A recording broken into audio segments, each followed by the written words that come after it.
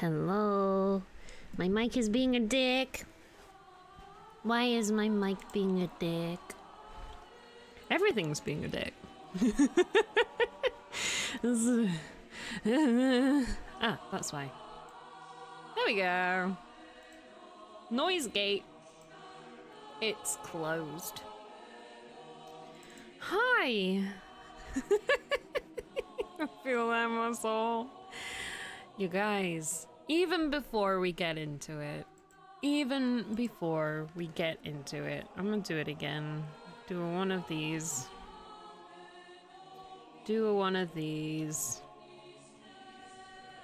Because fucking GG. You did it. I don't even care how good it is. I'm sure it will be the best thing I've ever seen. Open your mouth, take some marshmallows. I got flumps, so if nothing else, we have flumps. Even if life is be dick, we have flumps. I'm gonna turn this up because I forgot how much of a I didn't forget how much of a banger this was. I have not had this out of my head ever. This is always in my head because it is a banger. Oh. But we deserve flumps. You guys especially. Mm-hmm. Yup. And a cup of tea. Although it's a bit cold, but you're welcome to it.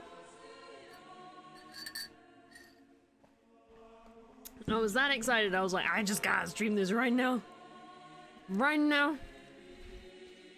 I haven't even got the guide up. I'm probably gonna die because of it. But also, like, what am I saying? We have proactively sought death before. I need to get a new captions because it breaks. Anyway. Hi. Hello. I'm very excited. We're back. It's been a while. But we're back with Yonder Interview of the Void. You guys made this. Isn't that so cool?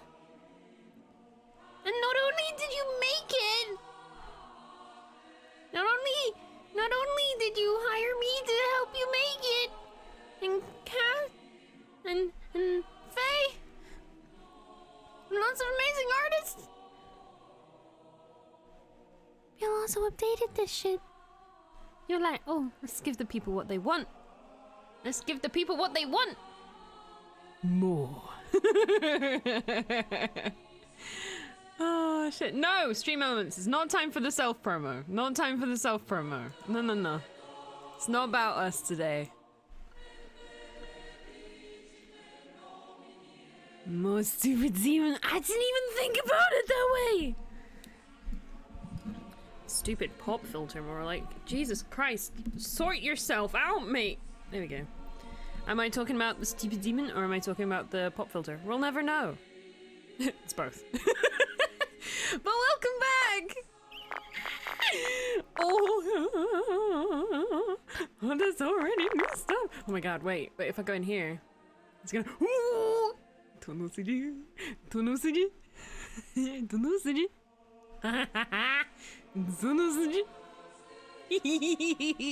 No, Twitch is not allowed. Don't drop any more than the 17 frames, Twitch. I will sue your ass. Do not.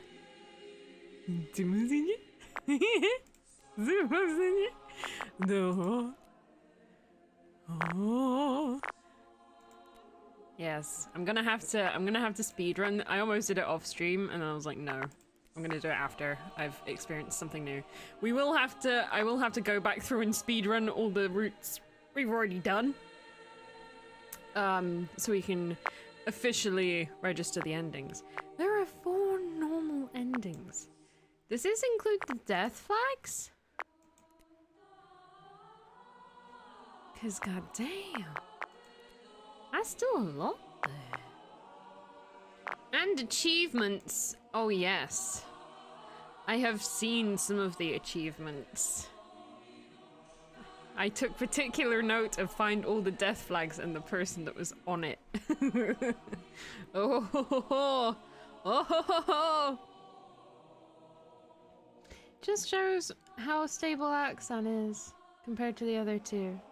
It does. It really does. It's like, look, I put a lot of effort into these meals. I'm not gonna just murder this little bitch, alright?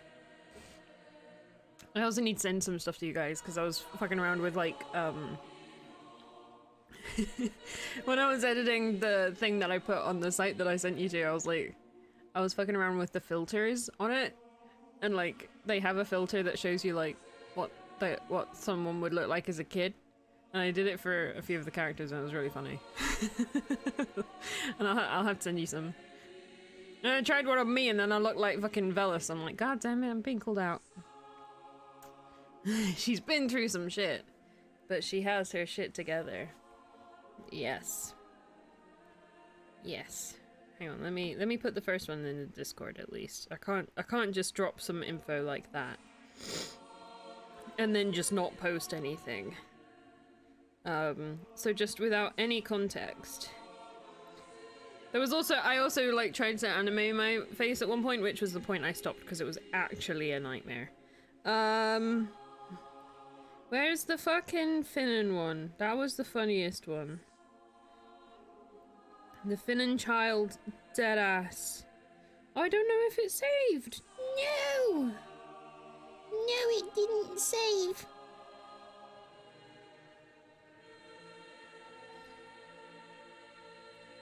Holy shit. No, it didn't save. I'll have to find it after. I'll get it for you guys after. Remind me. Remind me. Oh, hang on.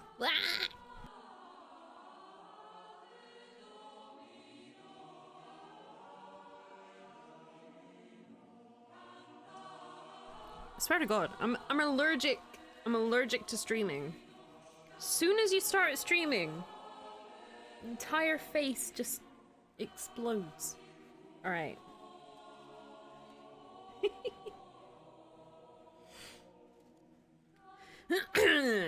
So yes. Right, Cass's route. So they've edited the guide. I'm talking about you guys like you're not here right now.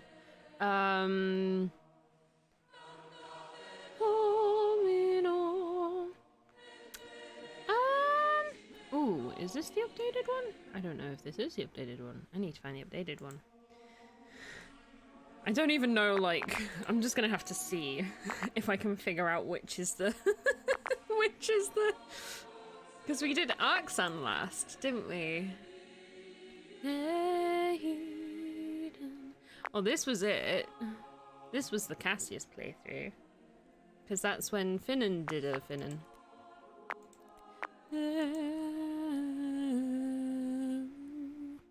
So maybe if we go... Ooh. Ooh. Where do we go from here? Little angel. So this is... I don't know. Oh god.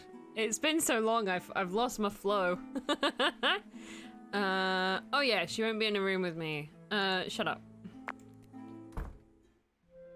I think we're a little bit early. I think we're a little bit early. Let's go there. Sure. I don't even know what I can do or say. Oh.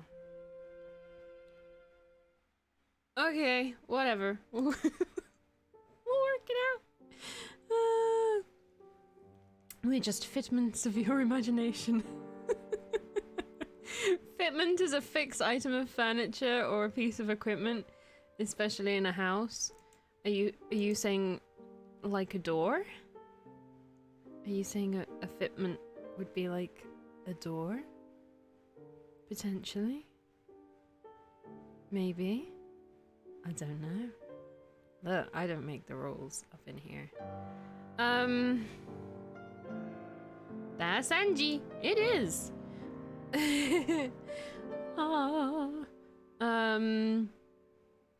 Yeah, it's not day 2 because we've already met Oxon. Oh, we were there.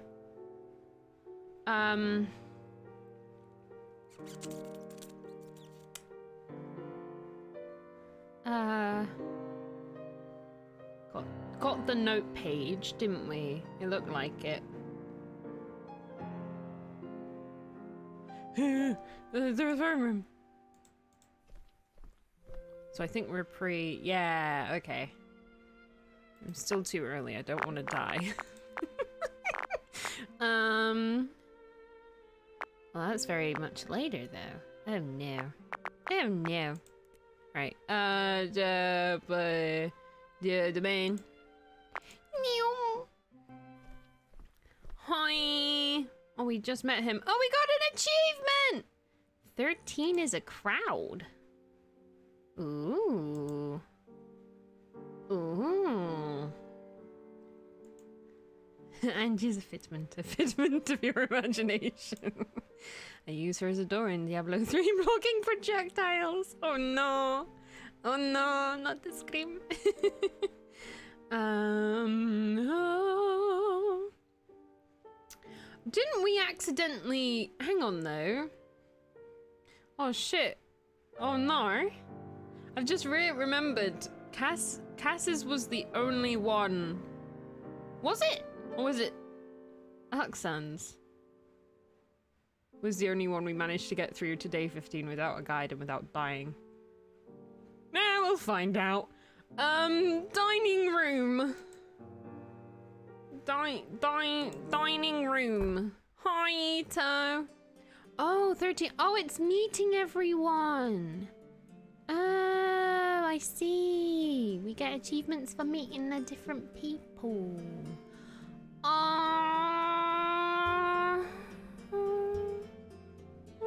You know what? I'm not gonna piss off Death Roll. we know about you, Sweet Bean. Hi, bye. I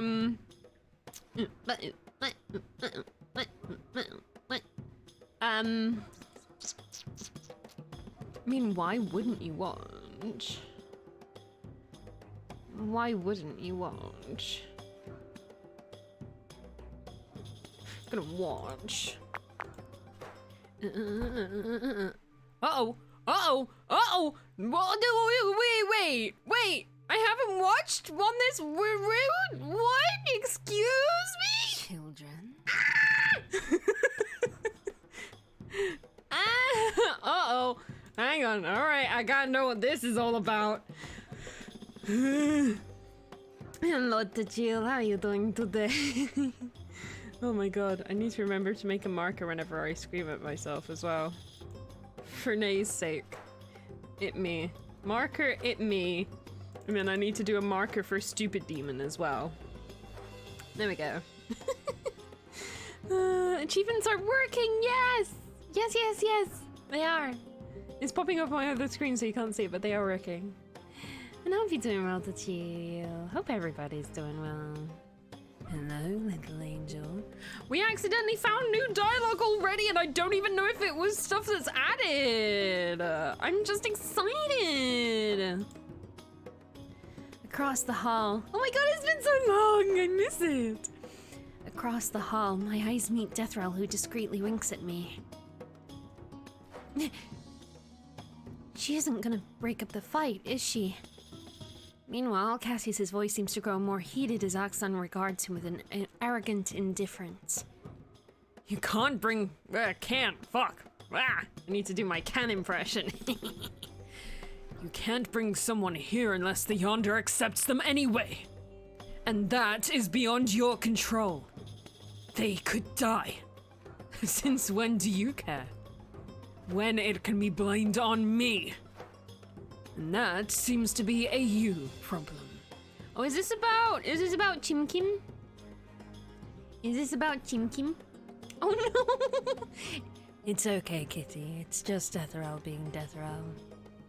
There's nothing to be concerned about. Also, while you're at it, destroy the government. All the cats should. It's a good shout. Children. A roar, animalistic, rips out of Cassius's throat. Roar. For a moment, I thought they were going to come to blows, but Deathrel pointedly clears out her throat.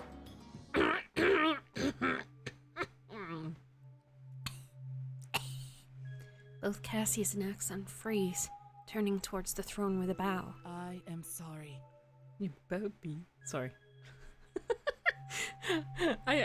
I'm just Fellas over here like pretending like Death Row and I are super like similar and best friends because of it.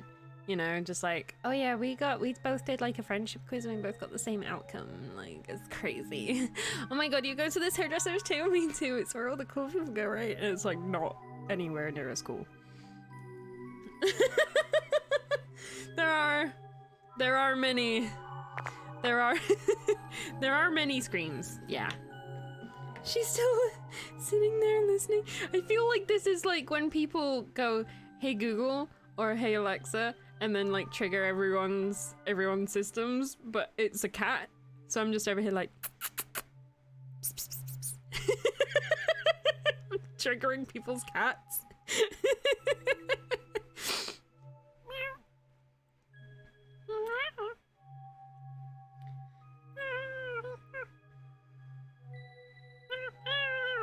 Hang on, I need to see me being oh, that's not a real cat.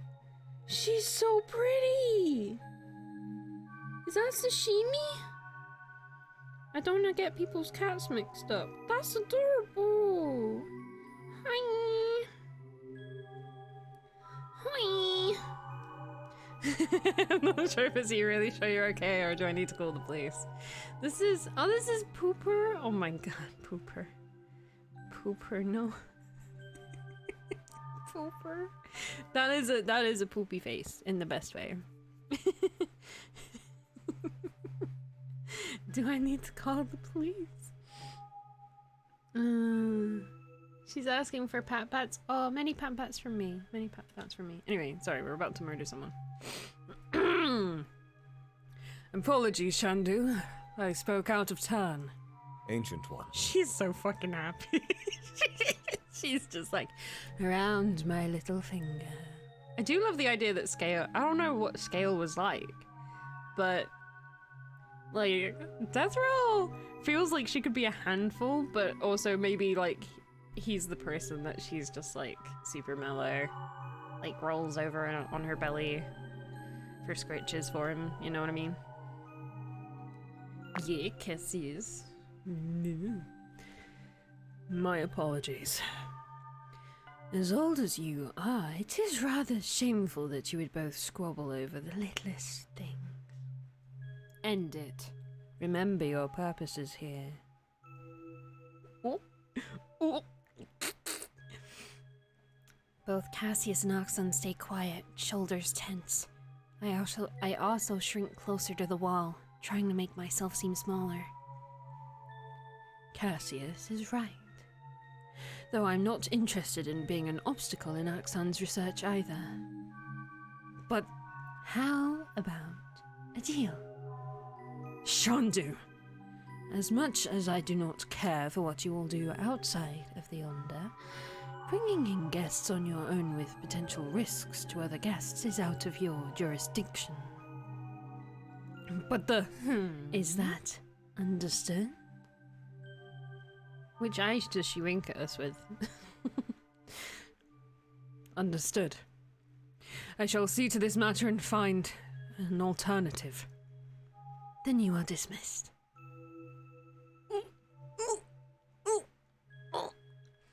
With a stiff bow, Axon whirls around in a flurry of crimson silk and disappears through the door. This smug bastard, he ain't know what's coming yet. Thank you, Your Excellency. Do not thank me, child. Oh. Oh. The sudden chill and darkness in the vast hall has me flinching. Cassius's posture stiffens again. Sorry. I've been watching Can too much, that's the problem. all the euphemistic thoughts. In the shadows, the silhouette of his wings trembles slightly. Somehow his fear makes me feel worse. Room's blue, da-ba-dee-da-ba-die, da-ba-dee-da-ba-die. Perhaps Axon's conduct is not entirely proper, but do not presume I do not know that you escalated the situation for your own gain. I wouldn't dare to assume so, milady. No, he didn't just milady his crush. I'm sorry. God, Cassius, you're more of a simp than I remember. It's fine. Who can blame you? Look at her. Like, look at her. No, I can't blame you. You stupid demon. Stupid simpy demon.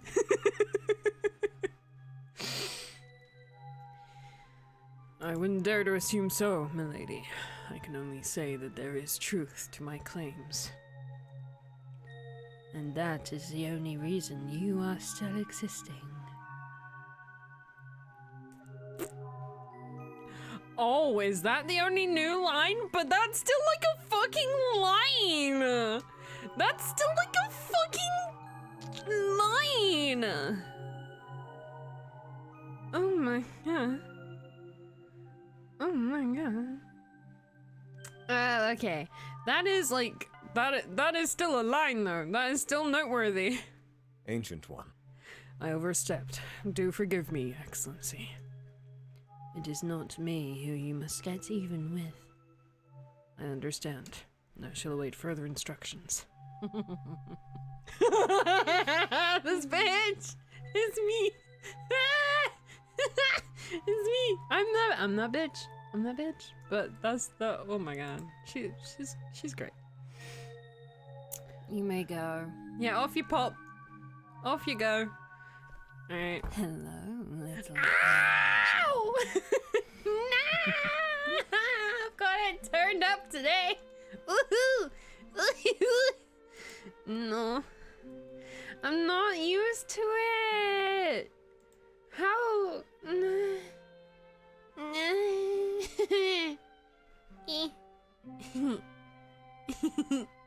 I'm so grateful, but like. Oh no, Pooper, come back! Pooper, come back! No. Surely, just. Oh, okay, listen here. Speaking of numing.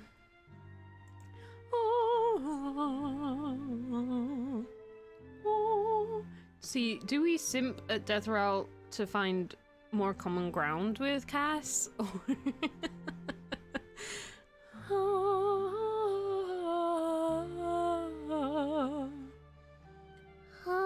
I forgot. I simping. Ooh, we got the lounge. Right, what we got? What's going on? Hello, little angel. I should have a redeem. Pardon me, a redeem for Death Row lines. We've got a little collection. Wait, this is a. Wait. What's this? What's that? Is that the recipe? I need to screenshot it again. No knife. Yeah, not this time. Wow. Will we ever get anything useful? Bum bum bum bum. That's how you know you've been playing this game.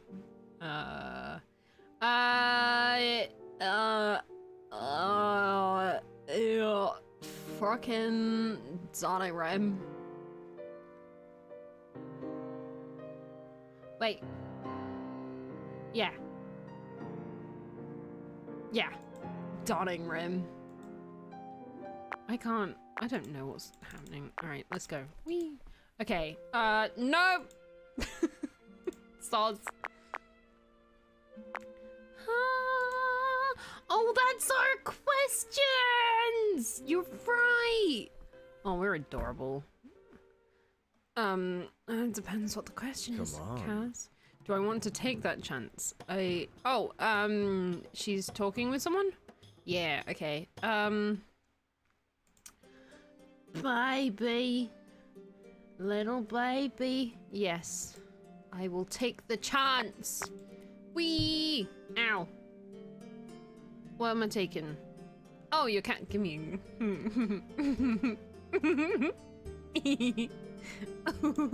Sorry, I'm just organizing my tabs so I can fucking see. I'm keeping tabs of my tabs. So I can, you know, not die unless I want to. It's my party, I can die if I want to. I'll take it, I'll take it. Don't take candies from no suspicious demon. I'm taking my candy from no suspicious demon. Give me a... Oh. Oh, oh. Oh.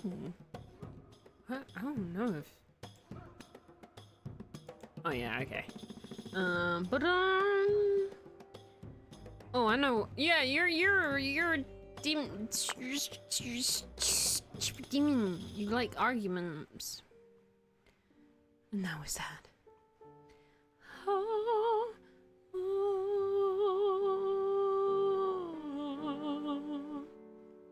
He wanna fight. He wanna bite. He should try it.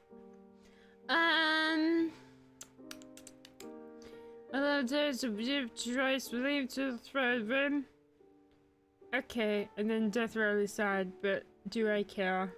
Not really. Dining room. Fuck. I forgot.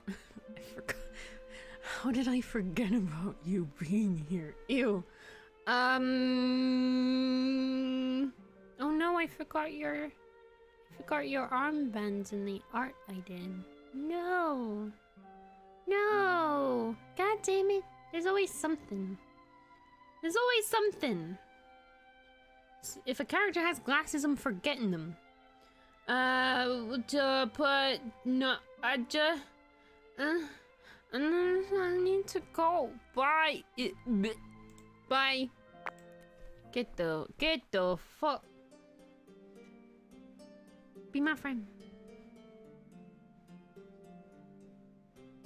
What if I leave? Oh, but then I can romance him more. Oh.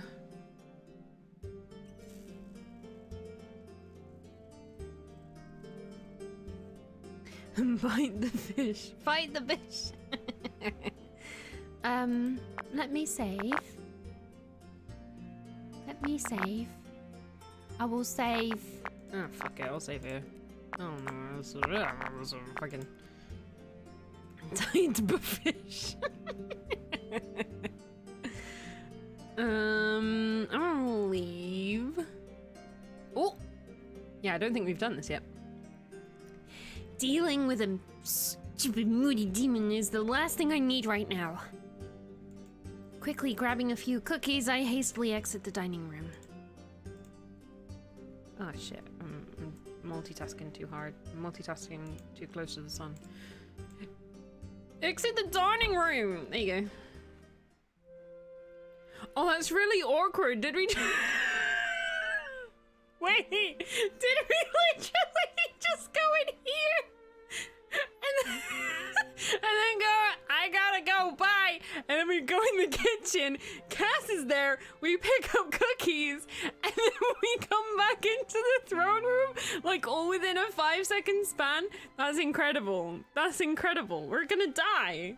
We're gonna die, and I'm here for it. That's really funny. Type the tit.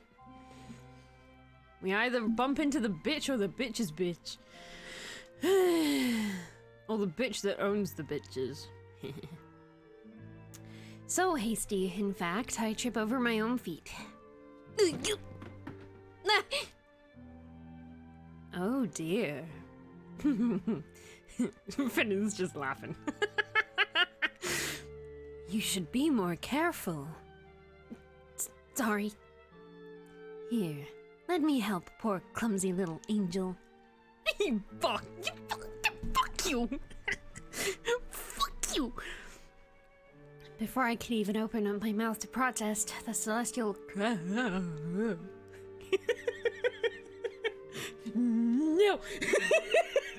No!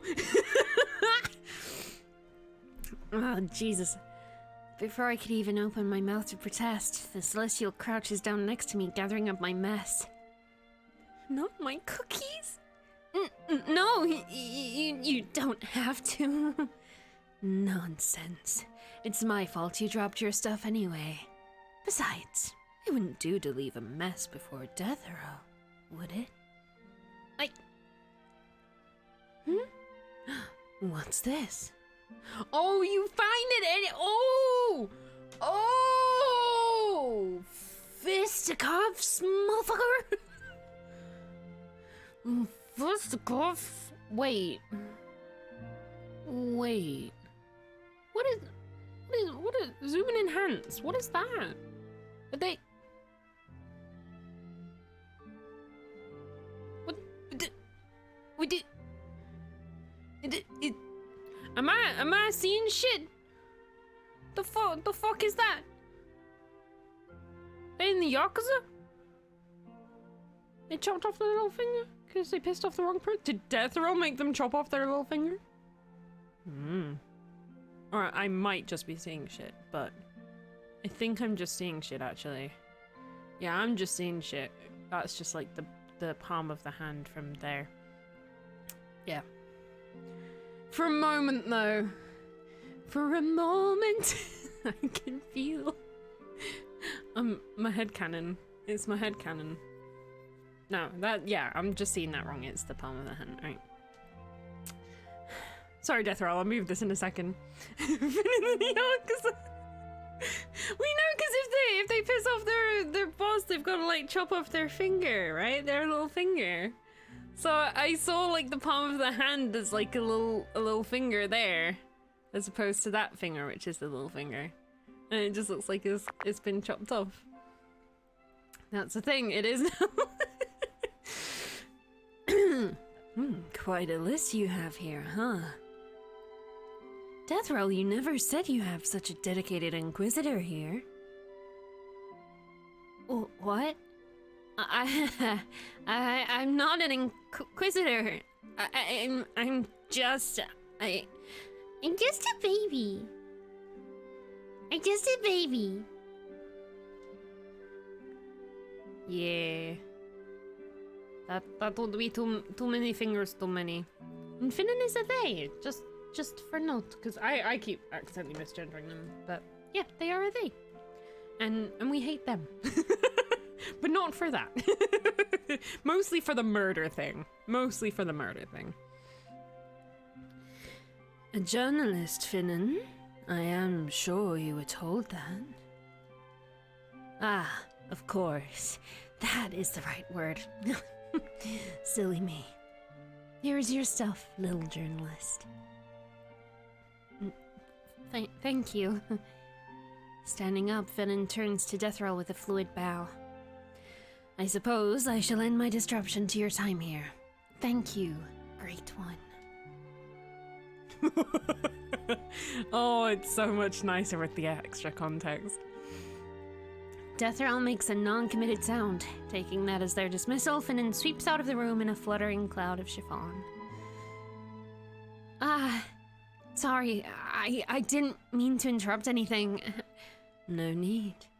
The conversation was on its way out when you arrived.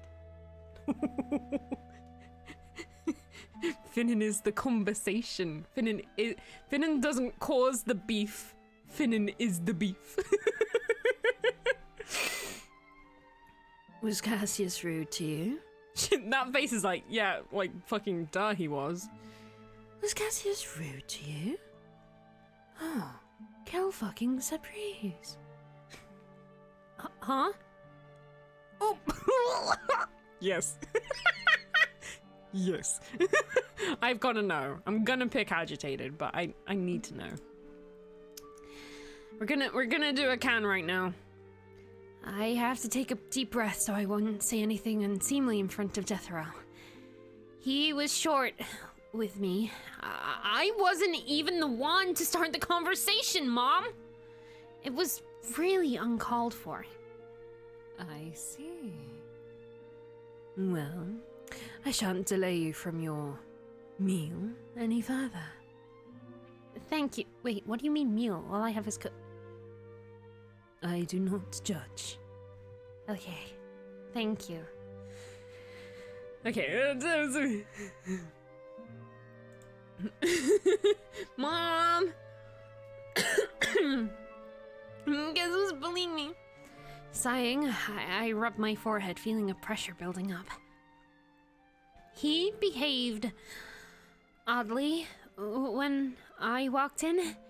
A bit agitated, but it was no fault of my own. He was asking about Finnan, though. I don't know if that has to do with anything.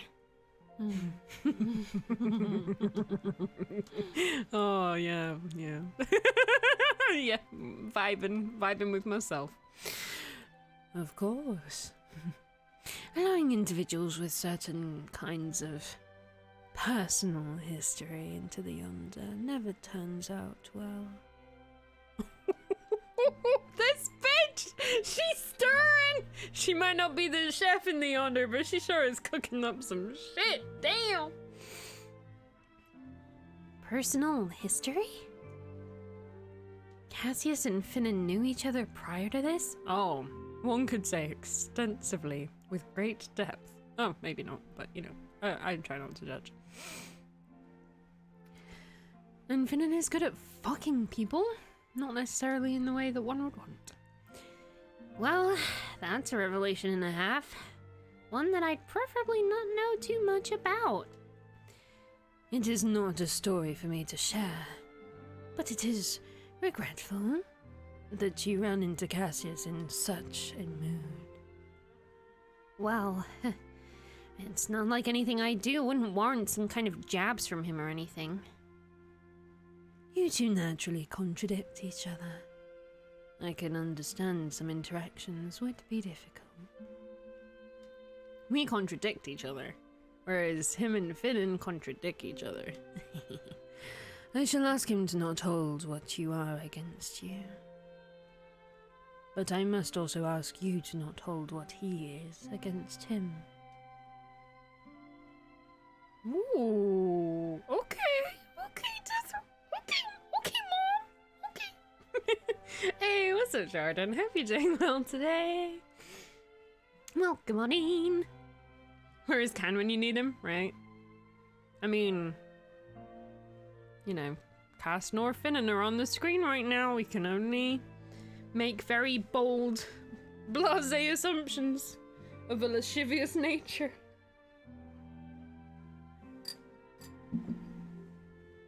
You know? Why would she care? Why would she care? But does she? She does.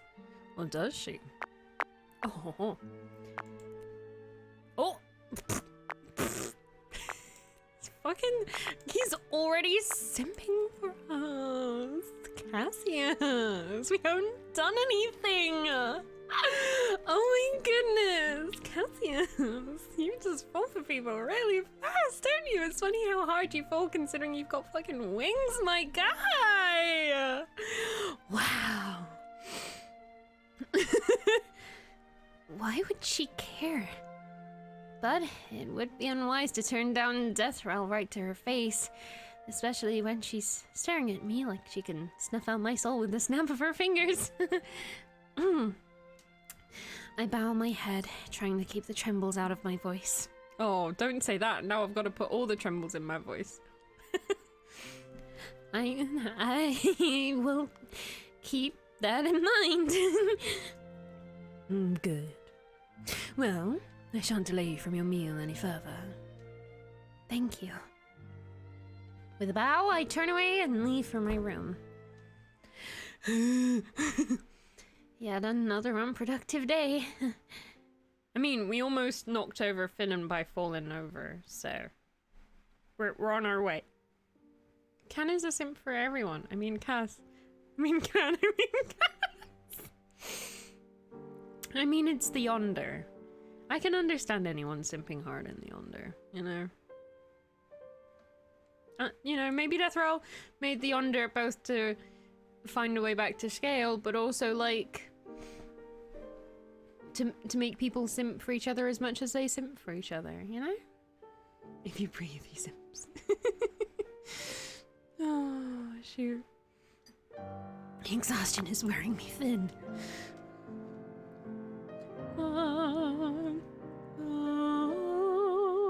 Wait, what day did it say it was? What day is it?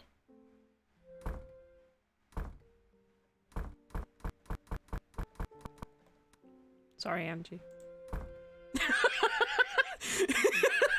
Sorry. Didn't mean it. Right, day 13, okay. I'm closing it gently. I'm closing it gently. Right, okay. Only proceed when choose to go to the third room. Okay.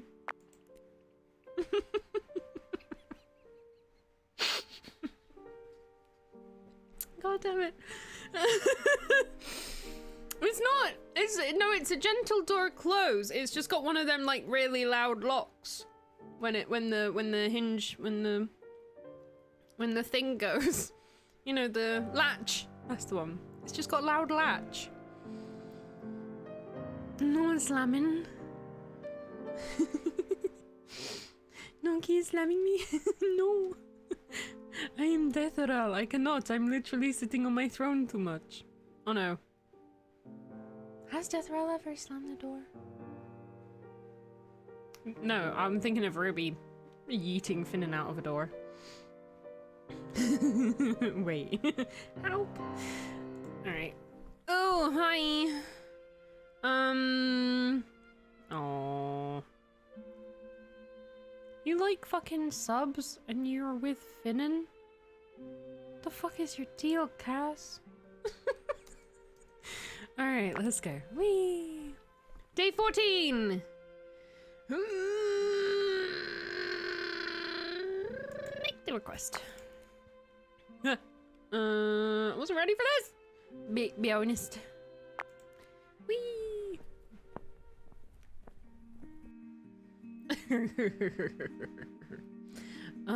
Wait. Oh, is this changed? Has this changed? Has this changed? Or am I still on the old? I think I might still be on the old document. That's what I was gonna do. Okay.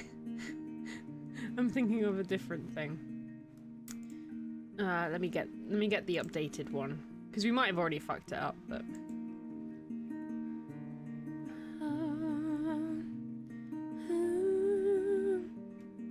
Yeah.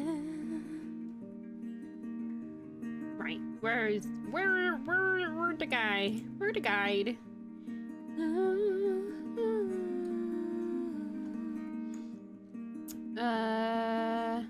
Oh, soon. Oh no. There's no there. So we just gotta figure it out. Okay. Okay. Feel free to flag down. Yeah. Yeah. Let us know what those are. I don't wanna miss a thing. So there's one new Cassius branch and then 2 new CG/endings.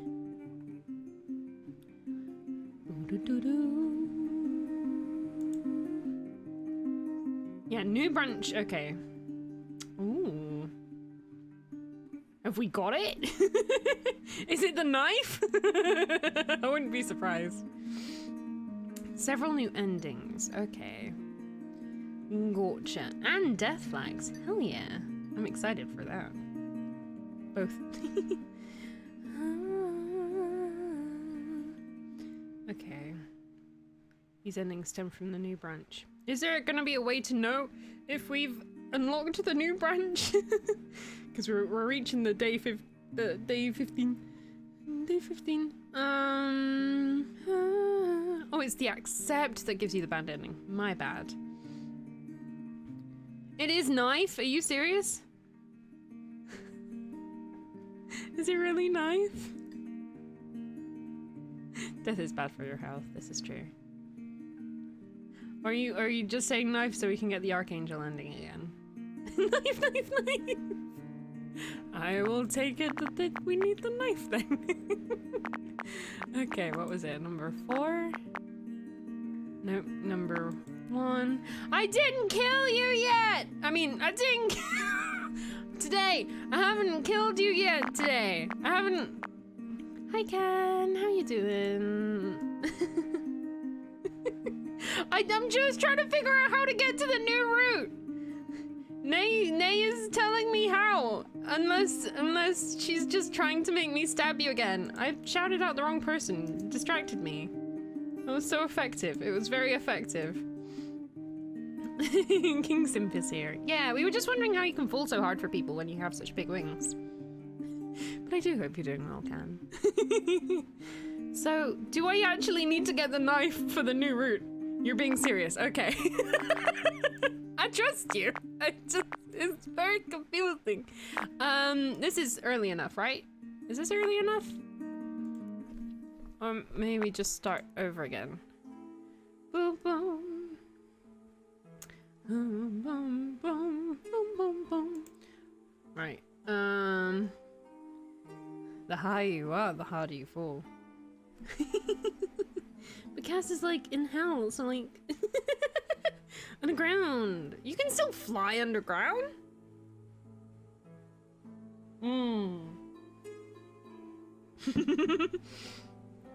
It's understandable Nave does right.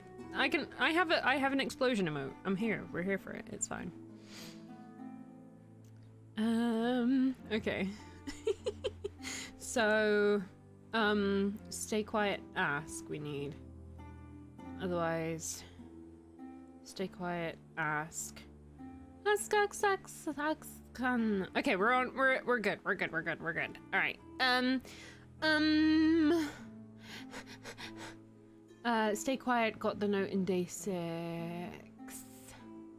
Ask Axan. No, stay quiet. Wait, sorry, Axan. Oh, she already gone. I'm sorry. It's a bad habit. I'm so silly. I'm such a silly goose. I'm such a silly chicken. Timkin. Ah, I dropped it. Right, what day are we on now? I don't know what. Or if we just. Yonder has one door. Feed yourself in the dining room. Pancake. I'm so confused. Oh, okay. Oh, okay. We pissed out. D6. Haha! I was like, what happened to day 5? We were just on day 5. I'm an idiot. Okay. Dining room. Okay. Knife. Take a knife.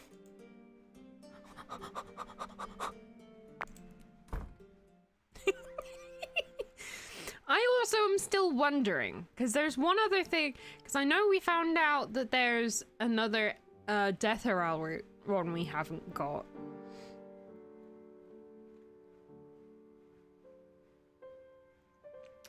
But we never took the wand. Or used it, at least. Just thinking. Just thinking out loud. Knife. Doesn't matter. Alright, bet. Dining room.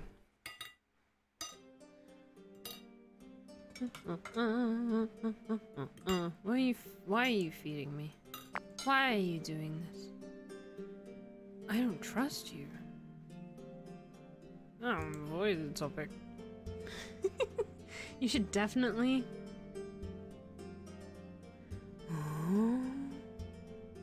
Yes. Oh yeah, I know. So does the wand have something to do with that ending? Oh. I should definitely take the wand. Yeah. Oh, we haven't met Ito. Do we need to meet Mito? But we need a knife. We need a knife. Oh no, wait. Can't we meet him earlier? We can meet him later. Eat Mito.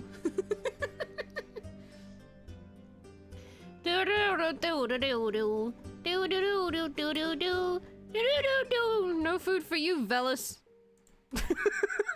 Starver. All right. power domain. Wait, what day is it? I'm so fucking lost.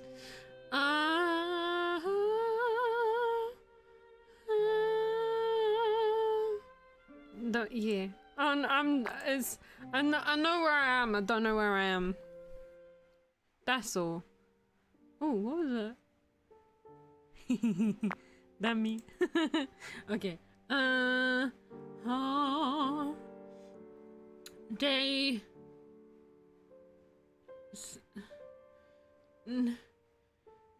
Dining room meow. Hey, oh my god, is it though? What day is it? Skip it. I'm sorry. Sorry, babe. You know I like you. Oh, hi. Oh. Okay, now we're here. Okay. I'm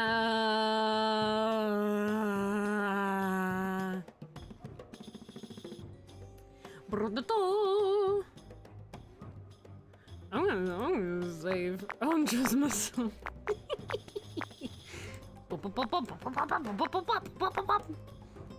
No, I'm gonna...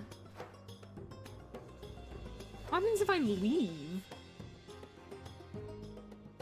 I'm gonna watch it again, fuck it. I'm gonna do what I did last time, because that was interesting. Yeah. Right. Forgot. Whee! Room activity. Oh wait, oh no, I wanna see the knife. Do we say anything about the fucking knife? I mean, we've got a fucking knife, fellas. Oh no, we're not Nugget in this playthrough. Shit. Aww. I'm not starting over again. The next time. Oh, there's only one thing there. It's a romance video.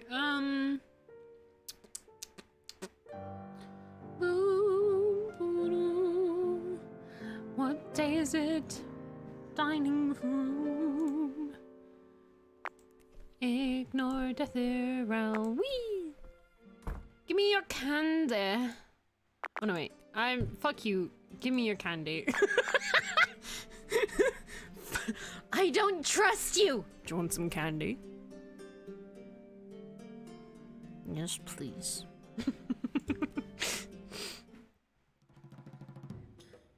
Fuck you. Give me my candy. What do you mean? Sashimi is snoring really loudly behind me. Oh, yay. I love cat snores. Nothing better. Fight. I am punches. Okay, I want to do that again. I want to go dining room, leave, get my cookies.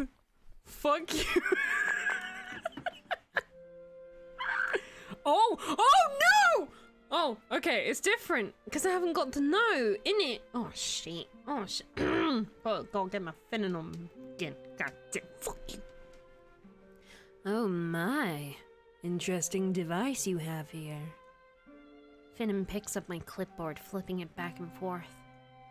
My protest can't even get past my lips as I hold my breath in anticipation of what the Celestial would do. He just picks it up, just like a WWE wrestler, just like fucking runs at death around, tries to fucking smack her face in with it. Wouldn't blame him. Wouldn't blame them. Part of me hopes they will fix the clipboard. Oh my, it's quite broken, isn't it? It got damaged on my way to Yonder. What a shame. Why not just throw it away? It's so broken, it's barely functioning. And the same could be said for the clipboard. Ooh. I can't. This comes with the job. I can't just throw it away. But it isn't working, is it? Things that are broken and faulty shouldn't be kept. They have no use either way. Now. Come now, Finnan. Come now, Finnan, you surely don't believe that to be true. I'm not saying that Cass is faulty.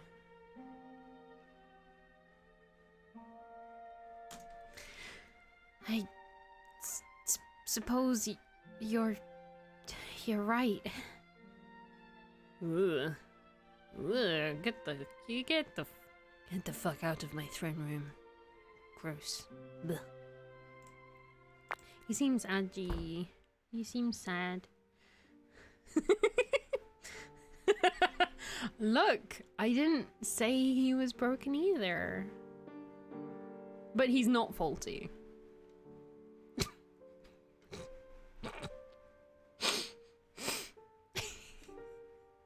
He meowed. Okay. Stay quiet. My knees knocked together, making a hilariously comedic sound. Nothing! We love Cass. He's so great. He just appeared and he was like, whoa, Nugget. Why are you still here? You know, just the way that Cass does. We've already stabbed you with a knife. No. We found a way. There's a glitch where you can speedrun the game and stab Cass on day 12.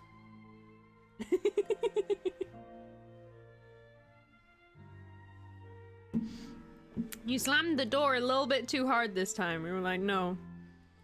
Not allowed to do that to Angie. I'm not doing anything, I promise! I'm just I naturally sound like I've just done a crime. My maths teacher did that once. He was like, Kirsty, what did you do? I was like, I didn't do anything, sir! But I just sounded guilty. So he only doubled down on it every time, and I was like, I haven't, I swear to God! God, I am Velas! Okay, give me the fucking thing. Please, Mum. Oh my God. No, I'm not! It's not a guilt complex, it's a guilt complicated. Alright, love me. Thank you. Okay, we love each other now. Well, he already loved us by the looks of it, but I don't know.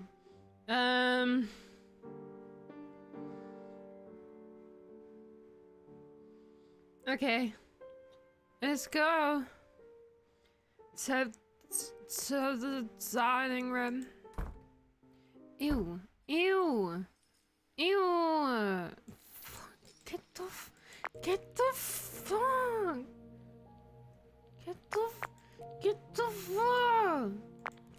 I hate you.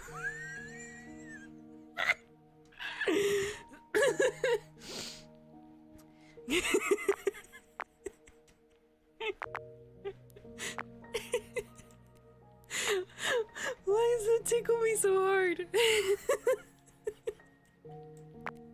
Why did that tickle me so hard? Get the fuck! Okay, I'm getting warm. Okay, wait, so if we leave, do you not pursue anyone? Is it something like that? I guess so. Okay. Alright, Cassius.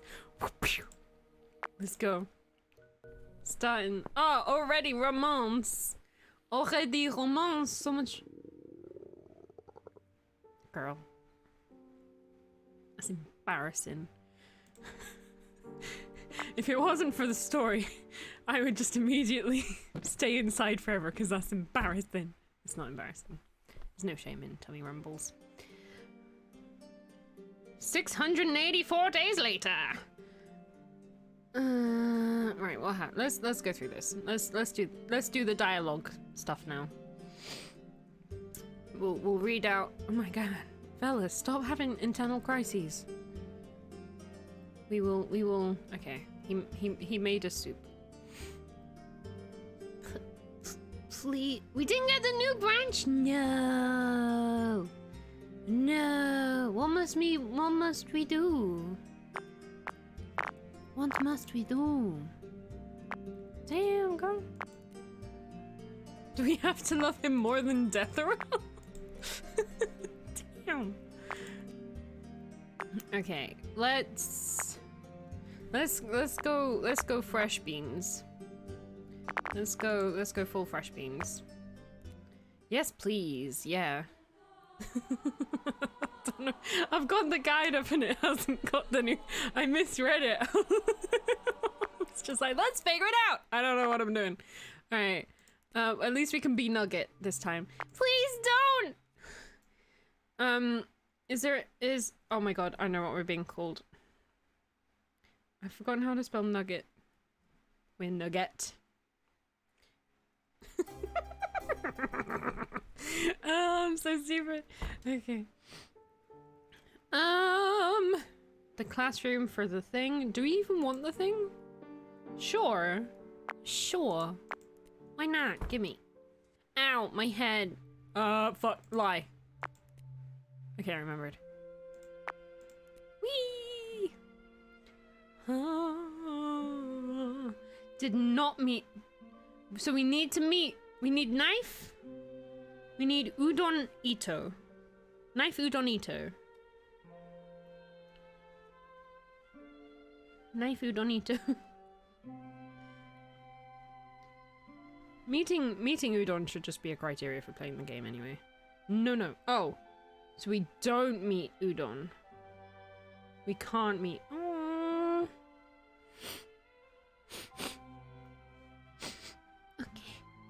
Okay then. You're so mean.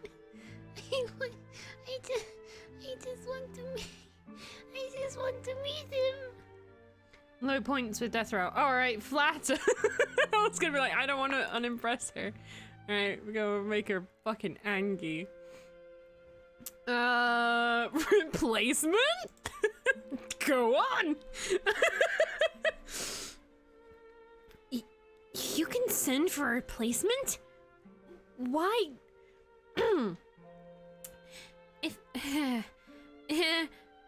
If I might be so bold, I know my skills are inadequate. So, having second thoughts. This is scary. No, of course I'm having second thoughts. I wasn't even meant to be here. I'm just, I just thought I was ready for the job, but now, today's memories flash in my head. Yeah. Being unprepared, unprepared, I can read. Unprepared is an understatement.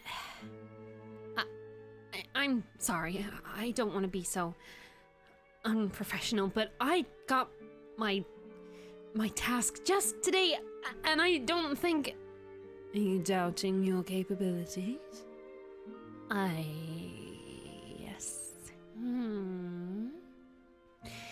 Is it not your creation purpose to follow the order you were given? Yes. Then, continue your task, as you said you are here to do. Of course. It's difficult to compose myself under her piercing gaze. Difficult to control the chills that crawl along my skin. Blech. Alright. Whee! Nope. Oh wow, we haven't done any of these. I'm unnerved as it is. I don't need to draw unnecessary attention to myself. Who knows what's gonna happen if more creatures know about me. Wow. I mean, Deathrow is quite a creature, but not in that way. Jesus, fellas, that's mean. No, it's better to keep to myself right now.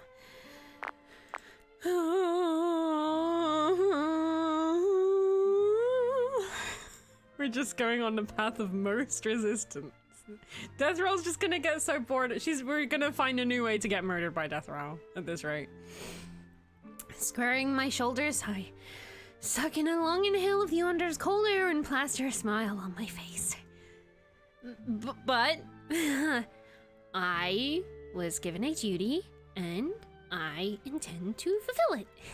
Oh, devoted, I can see. Yes, I must be. Oh, bonk. Alright,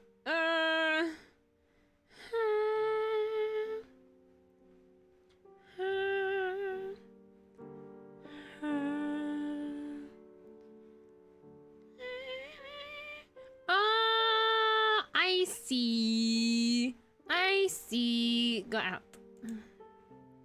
Whee! Ow! What? Shall we pick up where we left off last time?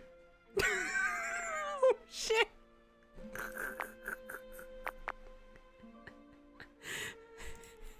Fucking terrifying!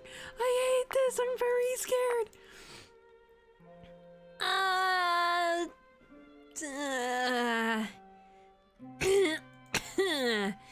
An unbidden shudder runs down my spine. I don't want to be in her presence for longer than I have to be. I still don't... I still don't feel quite alright yet. Nah, getting used to the changes. I guess? I'm not sure what these changes are about. Indeed. Oh yes, we did not manage to address that. No, we haven't. Well, young angel, there's no delicate way to say this. Fish still laughs though. You are turning mortal. What? Huh? Alright. Boom, boom, boom, boom, boom, boom, boom. Boom, boom, boom, boom. Pretty much. Stay quiet. Oh, wait. Yeah. Stay quiet. Whee! Bad habit. Now we can be friends. Ah! Knife! Let's go! Oh!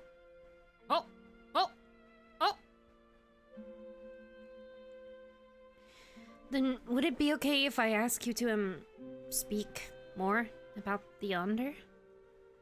About the Yonder? Yes? Pardon me. The Yonder is not a place one may enter without permission. It is not tethered to any realm, nor does it need anyone or anything to sustain it.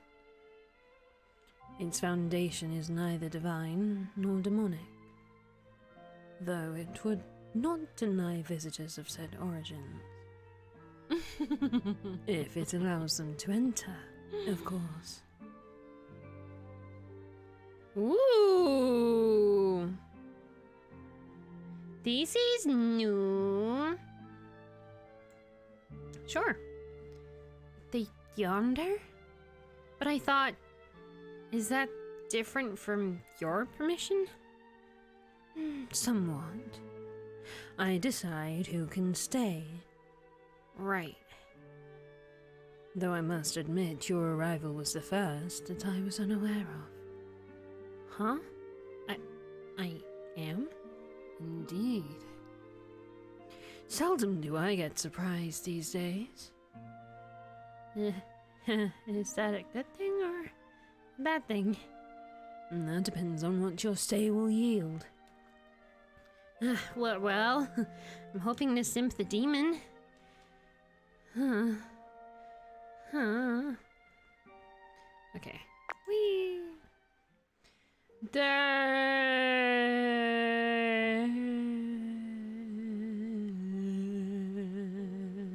That's from him. Domain. Hi. Fuck off. Dining room. Yeah. Alright. We'll ask after you this time. Death Roll already hates us. So hi, who are you? What's going on? Oh, bye. Bum bum ba-dum bum ba-dum bum ba-dum ba-bum.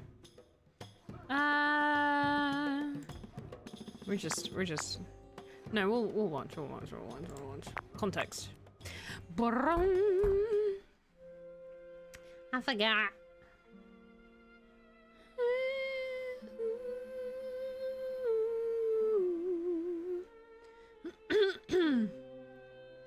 Oh wait, I can go and get more friendship with Cass.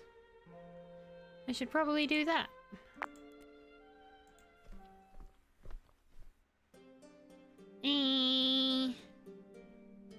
Sorry, Axon. Considering what just happened out there, I don't think poking into whatever she's doing would be wise. Okay, bye! What's that? A knife! No! Okay.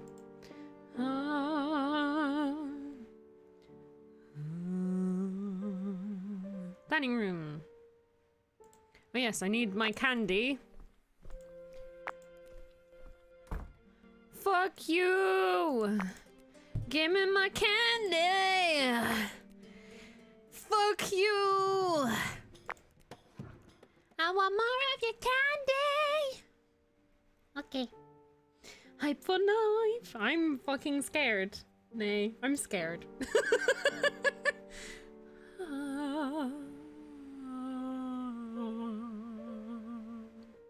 Dining room. Oh yes. Fuck off. Hello. Fuck off. Hello. Fuck off. He's mad. I too love the knife, Nay. I do. I really do. I very do. However, I am frightened nonetheless.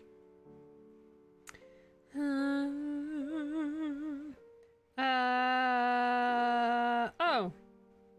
Tron. They're about to kill someone. Shh. We didn't talk about it.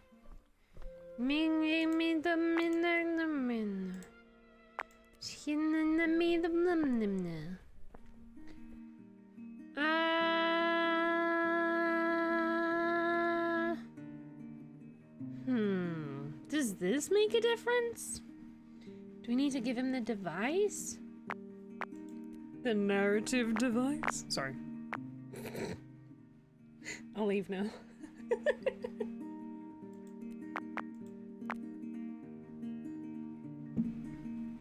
Nah. Alright. No knife for you, bitch! Give me your love. Yeah, he kind of seems a bit sad when you give it to him, doesn't he?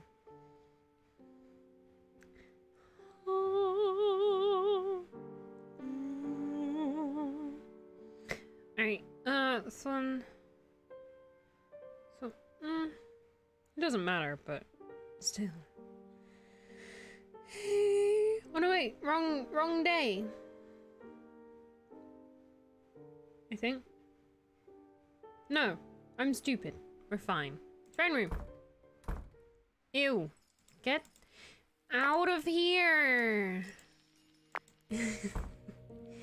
Ew. 7 seasons of cast dying for sure. Actually said that. We'll find a way. Hi.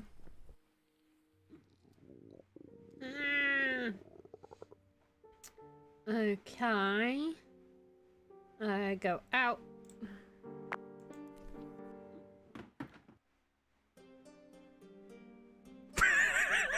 I wish y'all could see I wish y'all could see the look I just gave the fourth wall camera that is not there. I wish you could see the panic, the fear, the shock. And the stream was so shocked it dropped another few frames. Alright. That was so embarrassing. Right, let's get this food thing settled so it will stop bothering me. Jerky or hardtack or both? Yeah, that's bad for digestion. Does my digestive system work like a human's does? I really do wish these were more pleasant to eat, though. They're so tough. One is tough and the other is bland. With all my jostling around, something falls out of my pocket with a clink. Oh, oh no. I thought it was gonna be the knife. But I'm an idiot. Oh. Oh. Picking up the fallen object, I examine it while chewing thoughtfully. Can this device possibly be helpful to me?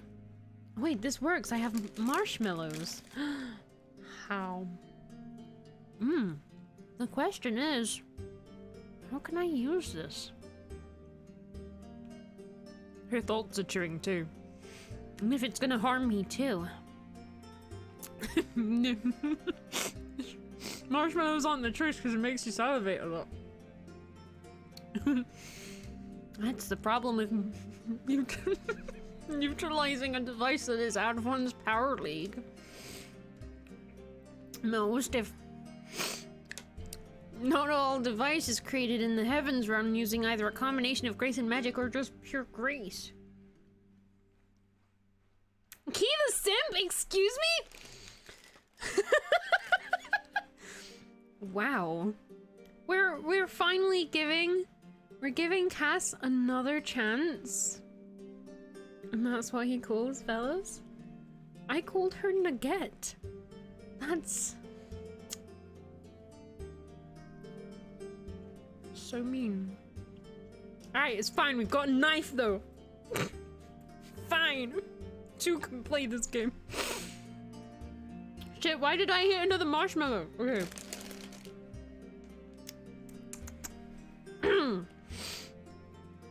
That's noted for key in the future. If I need to voice act eating, don't use marshmallows. Jesus. It's like peanut butter in your mouth. Looking at this device, I know for certain that it needs a conduit of sorts, as there is an empty slot right in the middle. But even if I satisfy the two previous conditions, it doesn't guarantee me being able to use it.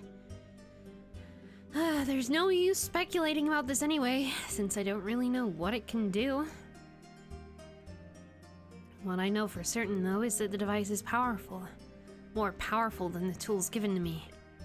I need to find out more about this. I finish up the rest of my food and rush over to the lab. The lab is blissfully quiet and empty. I put the device on the table and stare at it. What the hell am I gonna do with this? Without a reference point of what it can possibly be, I can't start my research. I don't know if I should ask anyone about it, as that would really just take away the one unknown edge I might have. Think, Nugget, think! Ah, of course! An identify spell should do the trick. It's one of the more basic spells and it shouldn't take too much to cast. Alright, I'm pretty sure I can scrounge up on that from the I can scrounge up that much from the lab, or at least find the substitutes for some of the components. One thing each from the sea, land, and sky.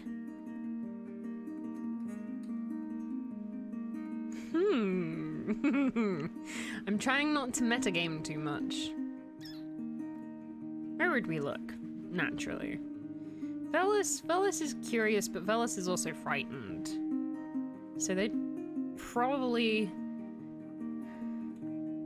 And they would probably accidentally steal something that someone's using, so desks it is. Though a bit nervous to look through other desks, I push through my initial reservation and quickly check the various jars of ingredients. Syphis weed and pixie dust? Weed? Weed? We are a God-trusting Christian angel. Can this Syphis weed be substituted for something from the land? I take a sniff of it and immediately regret it.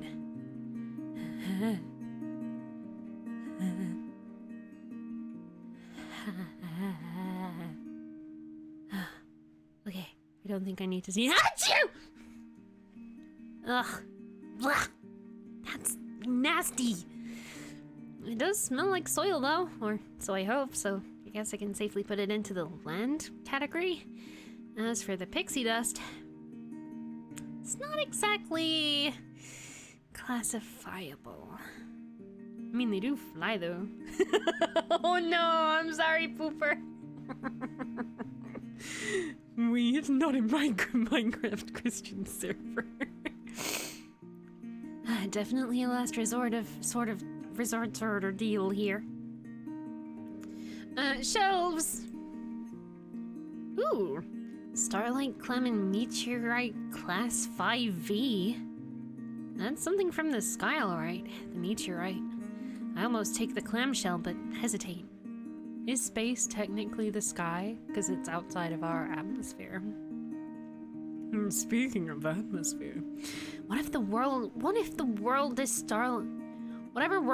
Starlight Clam is from doesn't follow the same. What if the world this Starlight Clam is from doesn't follow the same rules as mine? I can read. What if this shellfish is not from the sea, but say from the land? After some thought, I take the meteorite and put back the clam. I'll get back to you in a bit. I get back to my desk and carefully put down the items I've required. Guess I'll have to make do. I go to collect the clamshell, hoping that this won't backfire. Looks like I've gotten everything I need. Oh no, I didn't get to go into the other room. I didn't get to go into the other room. Hooray!'s just in there, like, peeking. Key the sim likes to... Excuse me? Look, Deathrell's happy she's confined just to the throne room, because nobody wants to see that. No, nobody wants to see that.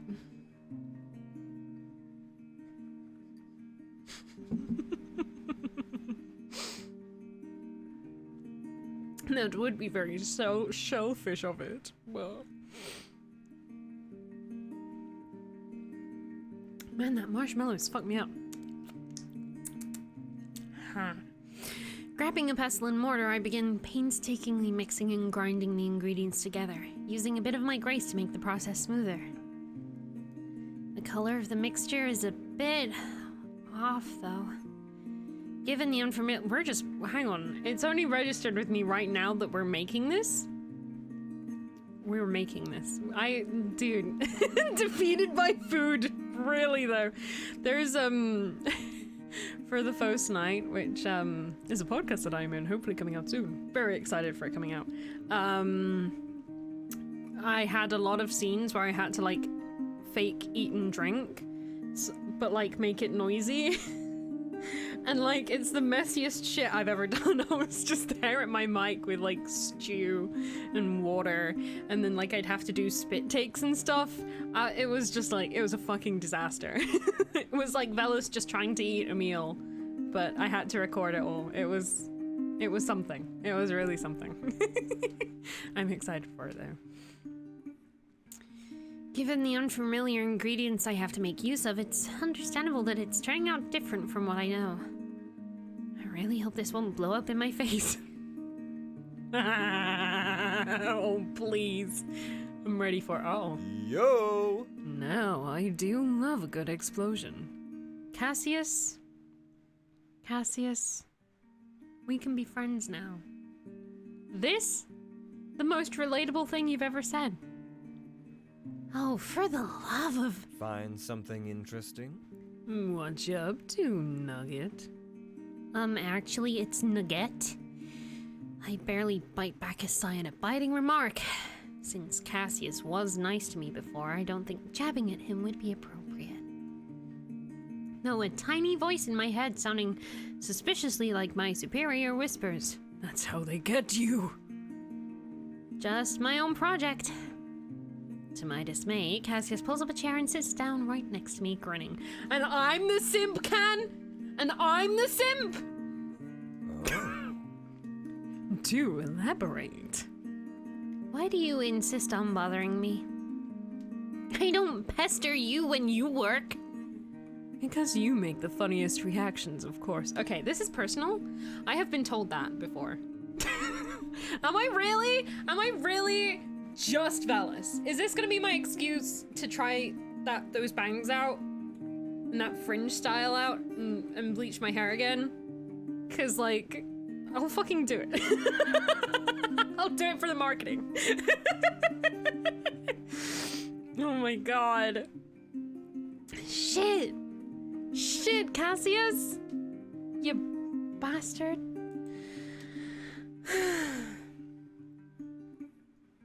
Besides, this is a public space.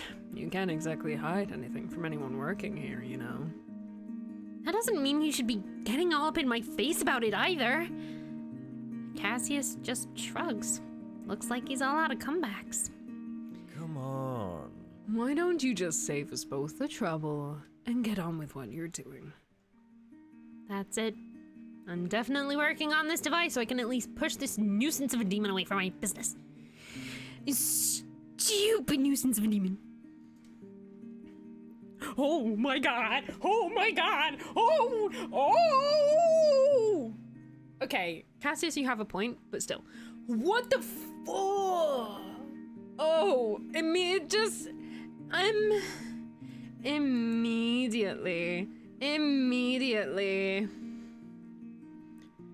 Okay.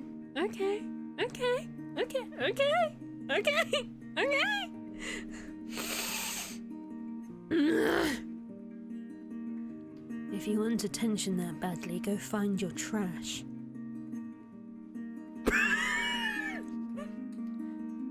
If you want attention that badly. Is he just Batman? Has he just got Batman's voice? If you want attention that badly, go find your trash.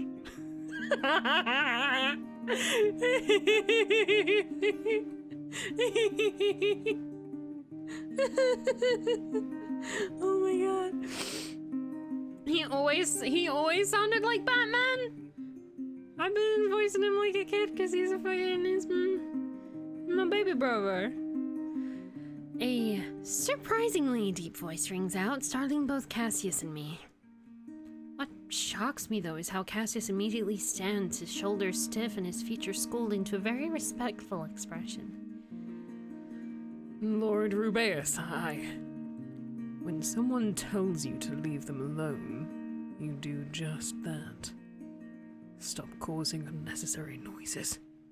Trying to figure out how to make it sound like a kid, but also very deep. Yes, Lord Rubeus. And just like that, Cassius briskly walks away, though not before throwing me a worried look. Oh, he's worried we're gonna die. That's understandable. Internally, my simp meter is going off the charts. Why does he have to be so brooding and sexy? What is he talking about? Who's he talking about? Cassius? Yeah, right. I can agree with that. Not knowing what to say about the unexpected rescue, I blink at Rubeus. Thank you.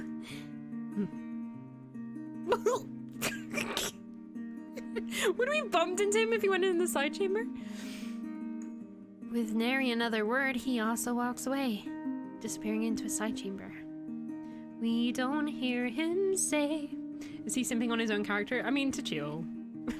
we did too, to be fair. It's the Yonder. It's the Yonder, you know? Oh, get Cassius a mirror, for sure. Get Cassius a mirror, for sure. He would love that. if he doesn't already. We haven't been in his room. We don't know if there's a mirror above his bed or not. Above his water bed. I would predict so. Everyone except Finnan. Yeah. Yeah. That's why I have to distance myself from Deathrow, because, like, that's, you know, that's Deathrow.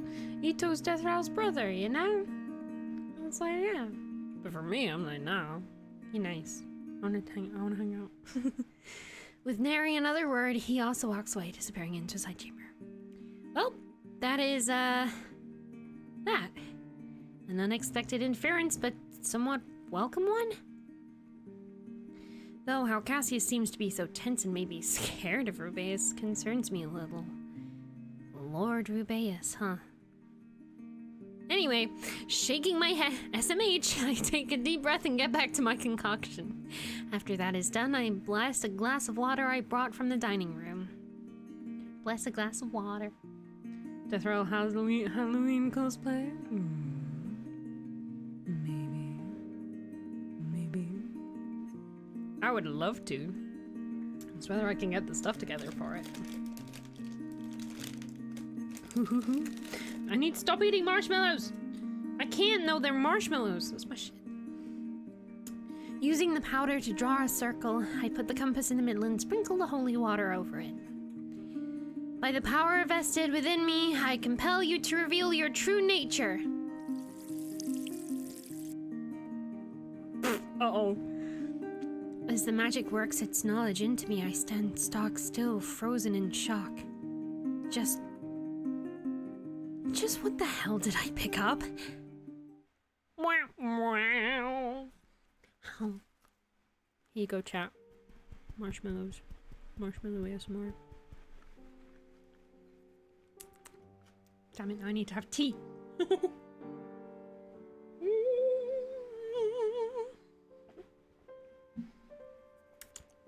Because I'm in my sister's old room.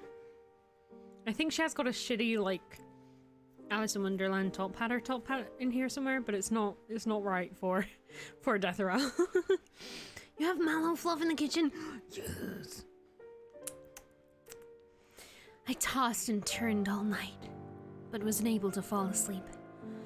Understandable, considering I found out that the device I accidentally picked up is used to trap the souls of the fallen. Specifically, celestial souls. And there are 4 of them residing within it right now. I really do have the most rotten luck, don't I? Still, I can't help but wonder. If I have such a fearsome item under my control, then the others won't be able to threaten me so easily. Isn't that my goal to begin with? Cassius certainly seemed to have his reservations about it, and the next time he interferes with my business, I wouldn't have to wait for Rubeus or someone else to come and chase Cassius away. Am I being too harsh about him? Sighing, I wring my hands together over my abdomen. Regardless of how complicated this whole situation is, the fact of the matter is that I need to have some means of protection. I am under no illusion regarding how hopelessly underpowered I am compared to everyone I've met so far in the Yonder. Perhaps the soul trapping device wouldn't amount to much in the long run, but it is at least something. But in order to use it, I need to empty it first. Now, isn't that a scary thought? If I make a single mistake, there is no telling where these poor souls would go.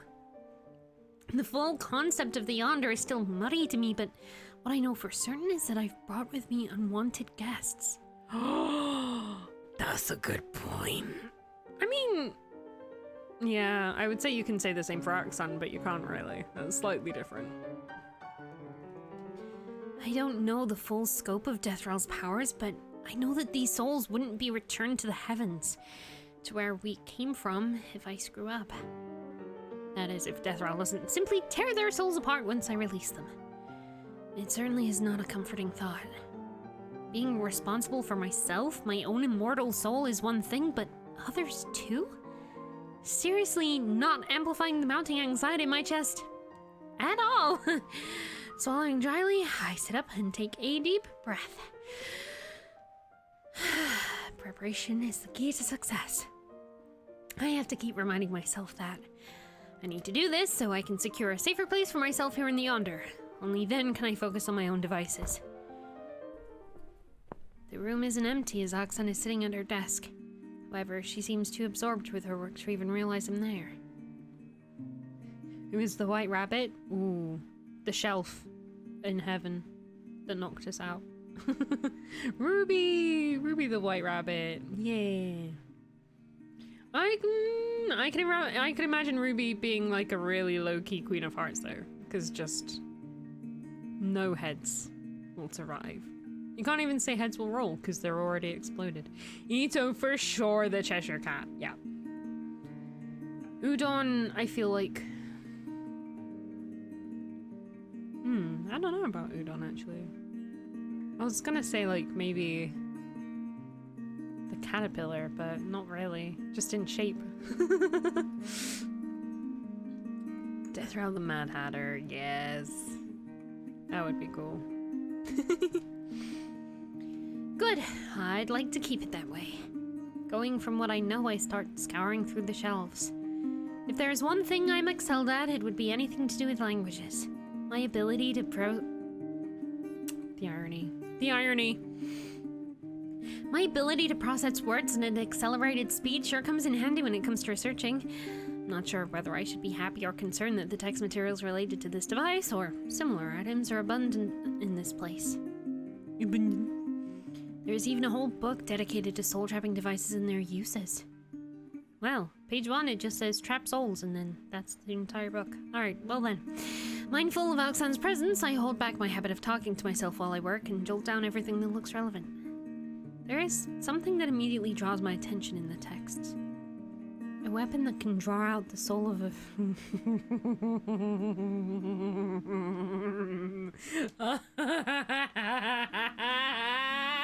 Oh no! Are we gonna put someone else's soul in him?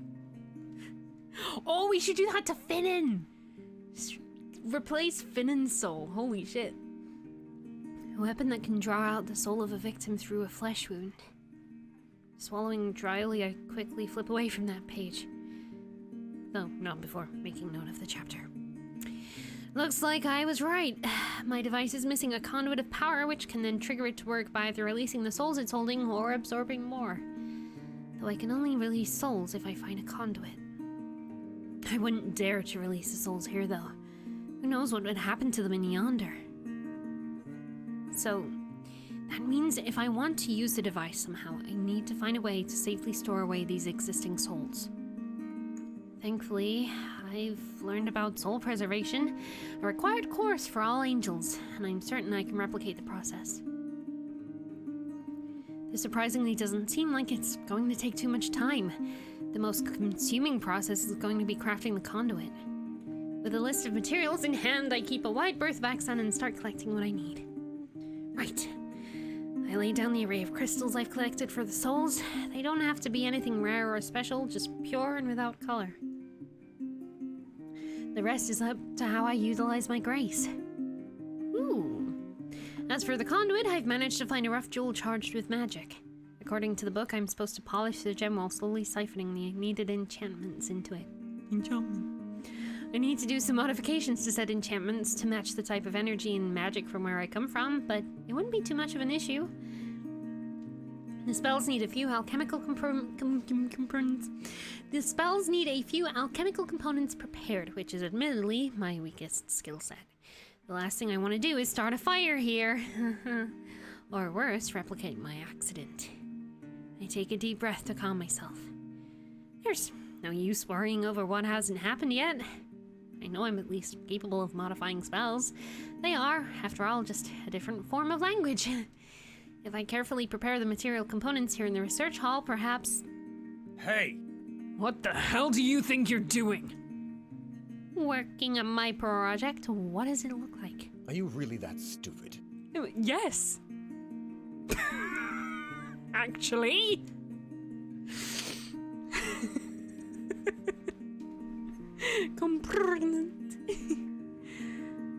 like you're messing with something you shouldn't. Oh, don't be so harsh on yourself, Cassius. Indignance and anger override my other emotions. I slap the table, standing up to face the damned demon despite barely coming up to his chin. And who are you to decide what I should and shouldn't work with? You stupid demon.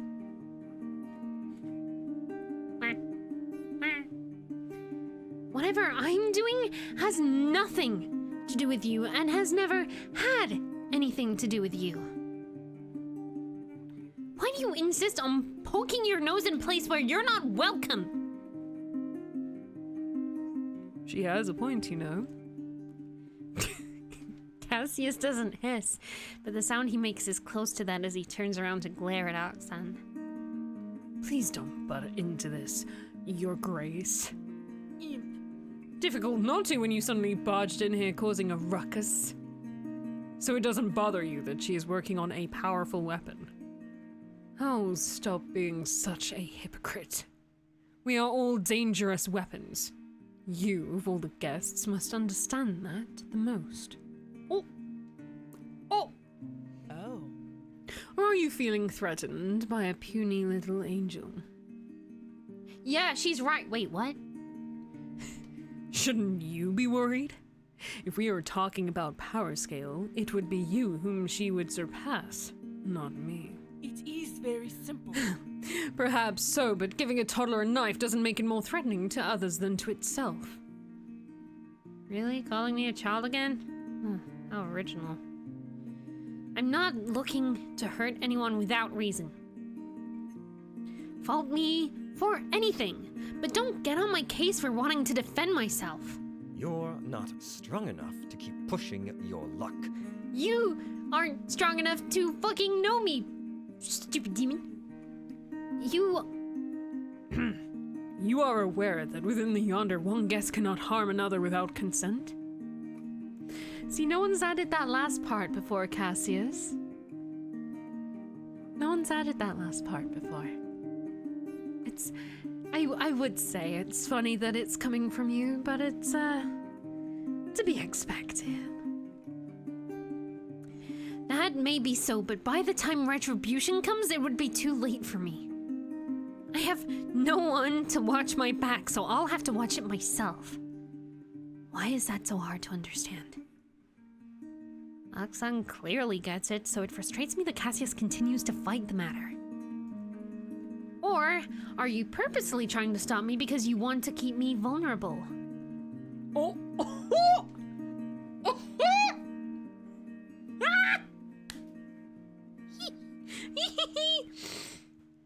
That seems to hit a nerve. Oxan's grin turns cruel, but is much more directed at Cassius than me, while Cassius's lip dips downward into a displeased scowl. He opens his mouth to retort, but I won't give him the chance to. Oh, fuck! Save. Easy peasy. Easy peasy. You don't know me? Is that what it is? I'm not for you to toy with. You have no right to forbid me from doing what I want to do. The thing is... That thing is mine, and it has nothing to do with you. Something sours on Cassius's expression as he stalks off, slamming the door behind him. Again, so rude to Angie. Why? Imp. Foolish brute. Feeling an incoming headache, I rub my face tiredly and turn to Oxan. Thank you for, stepping in. Oxan blinks at me, slow and assessive. You would do well to have some means of protecting yourself. I know. Thinking about our earlier encounter and how Oxan was reacting to my presence, I hastily add, I really am not trying to harm anyone. I'm just trying to work on the items I have with me. You are stuck here, aren't you? The sudden question makes me flinch. I don't... For a freezing moment, Oxan looks me up and down. I tremble under her gaze, feeling trapped. Cassius is one thing, but there's something inherently intimidating about Oxan. She commands respect, and the way she carries herself announces that to everyone. Perhaps in terms of power scale, Oxan might be weaker than Cassius, but that doesn't make her someone to be trifled with. Oh. No? Are you going to lie to me? It does not matter regardless. You have made your choice. Let us see how far you can go with it. Before I can answer, Oxan sweeps away in her flurry of crimson silk. Just can't seem to please anyone here, can I? No. You stand before a queen! He's very angelist, yeah. But so is Oxan, to be fair. Technically. I decide to go to the lab first thing when I wake up. I even made sure I wake up earlier than usual. Is Deathrow just asleep on the throne at that point? There's nobody here, much to my relief. I don't think I can handle talking to anyone right now with things going south. Moving to my unofficially dubbed desk, I lay down the crystals I've prepared. Right, so now I only need a temporary conduit to coax out the soul. Sleep is for little angels. She's just up, like, playing on a Tamagotchi or some shit. Or she's playing Nintendogs. I could just imagine that. Just, like, everything's really dark in the throne room and she's just there, like, her face lit up by a little 3DS or some shit. This gem I found should do the trick. It's not as charged with magic as other stone, which makes it less powerful but more malleable. Perfect for a single-use trigger. As the device is heaven-made, to synthesize it with a gem, I can use one of my own feathers.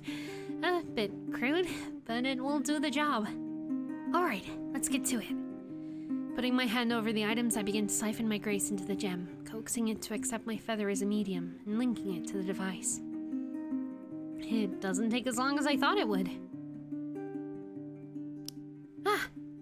It takes! There's no time for celebration, though. The temporary conduit wouldn't hold for long. Alright, I've got this. Oh, eternal souls laying dormant, heed my voice and accept my guidance. By the power of Father God, Daddy God, I cut you free from the ties that bind you. I guide you to the light and to vessels that keep you from torments. I rebuke any evil attempt to take foothold in me. I offer you sanctuary until your spirits are allowed in the grace of God once more and restored to wholeness. Thank you, Lord, for your healing power and your perfect love for me. Amen. Heart thundering in my chest, I watch as the pale lights leave the device one by one and find a new home within the crystals I prepared. Getting ready for fucking Walpurgis knocked. Gonna go full Madoka with these soul gems. She's playing Pokemon Red. Papa God. Peace for Papa God. I did it! I did it! Whoa. The world around me spins as I stumble backwards. I brace myself, prepared to slam into the desk behind me painfully. Hands reach out to steady me instead. Oh no, whose hands?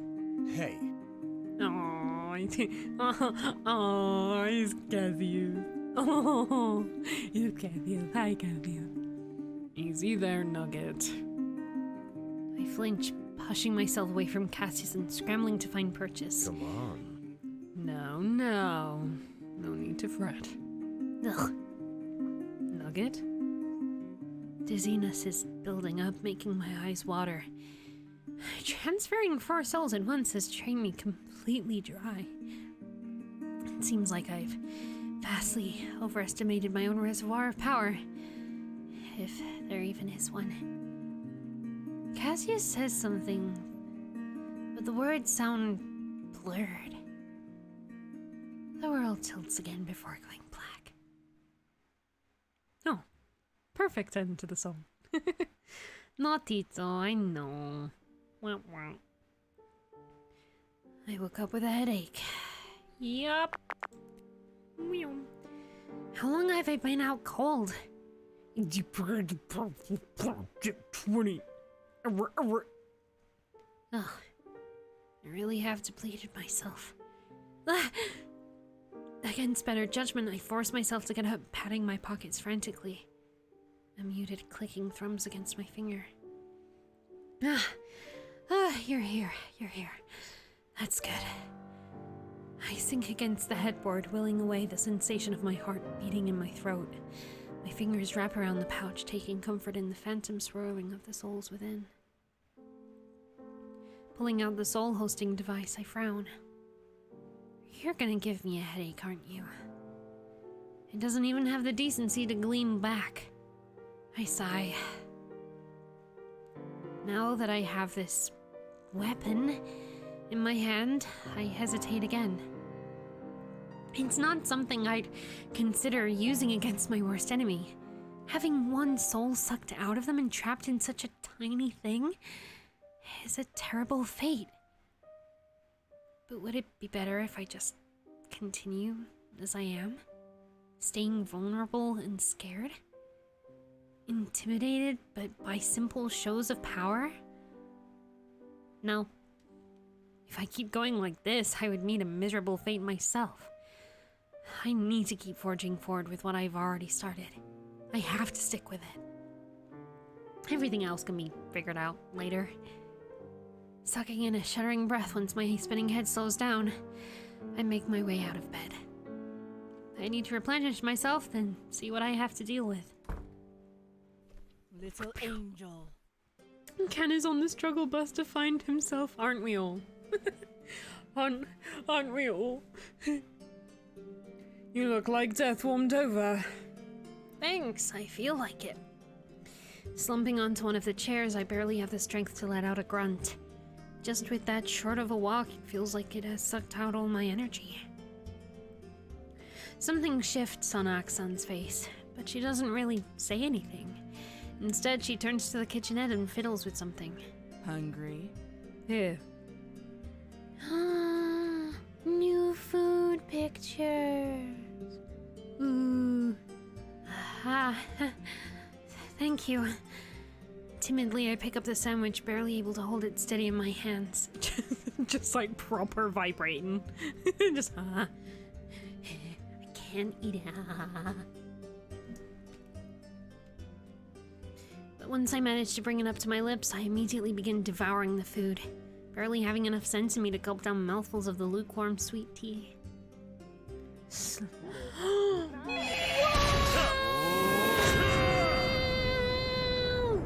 the food's that good. もしもし。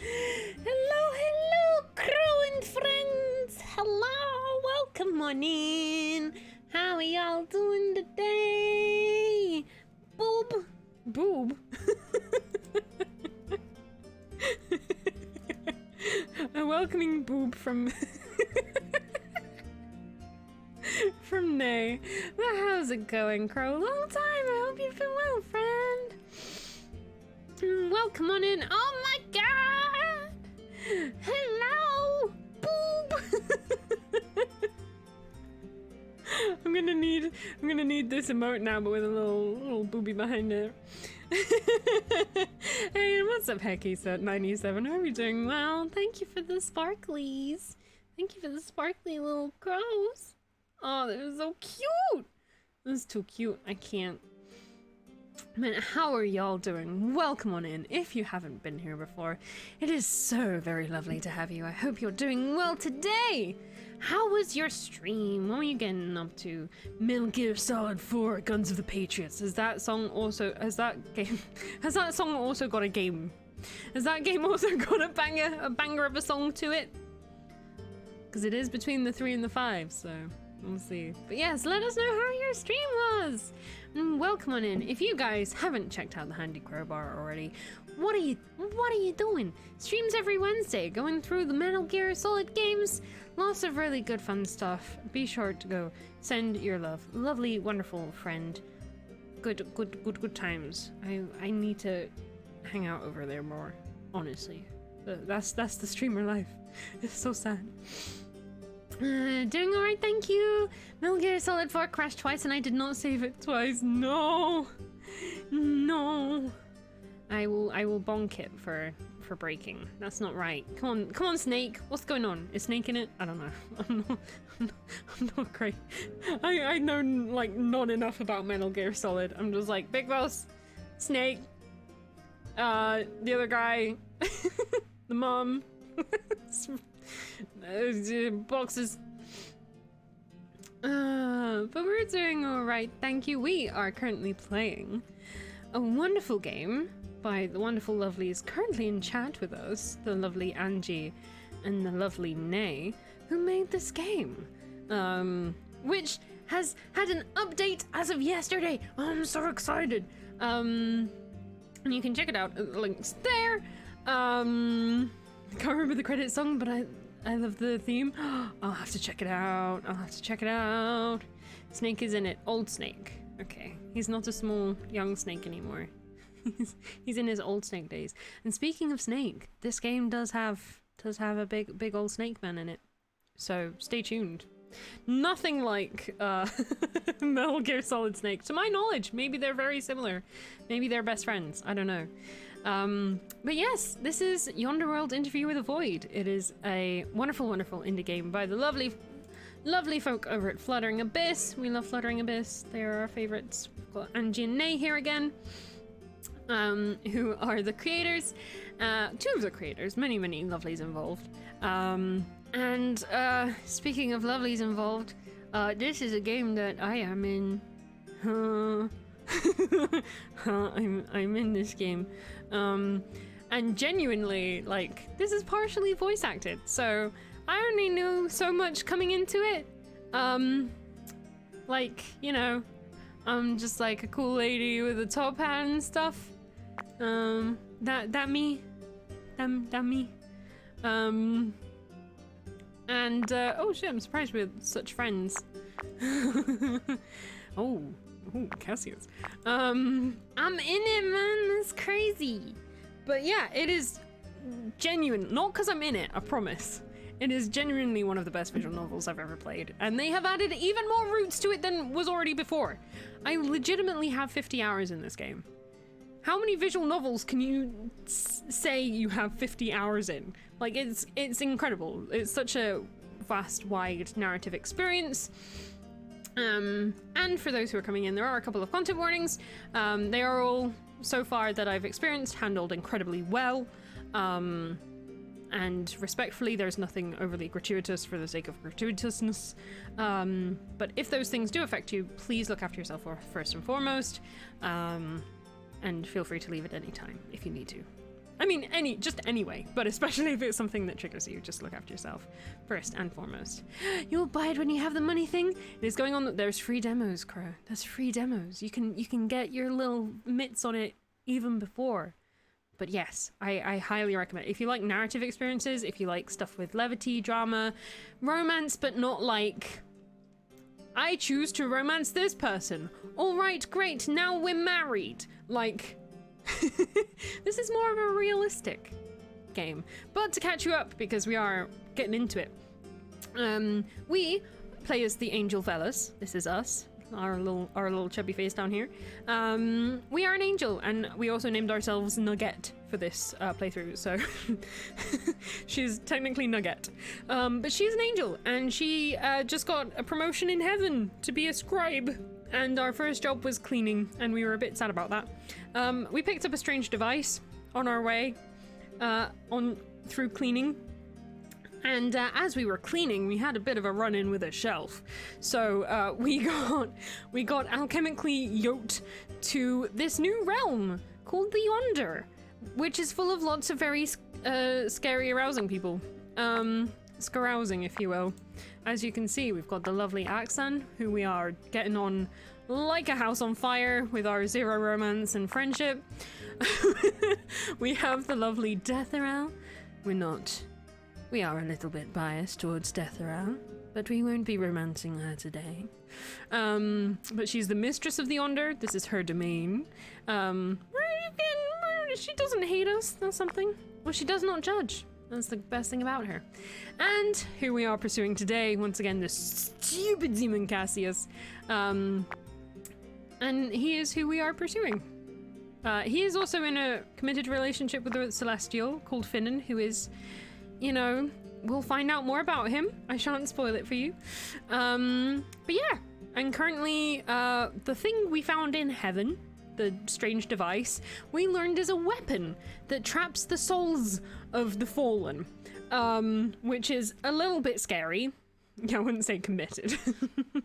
Yeah, they're in a Celestials with benefits. Celestial/demon with benefits. Not many benefits, but apparently some to make it a thing.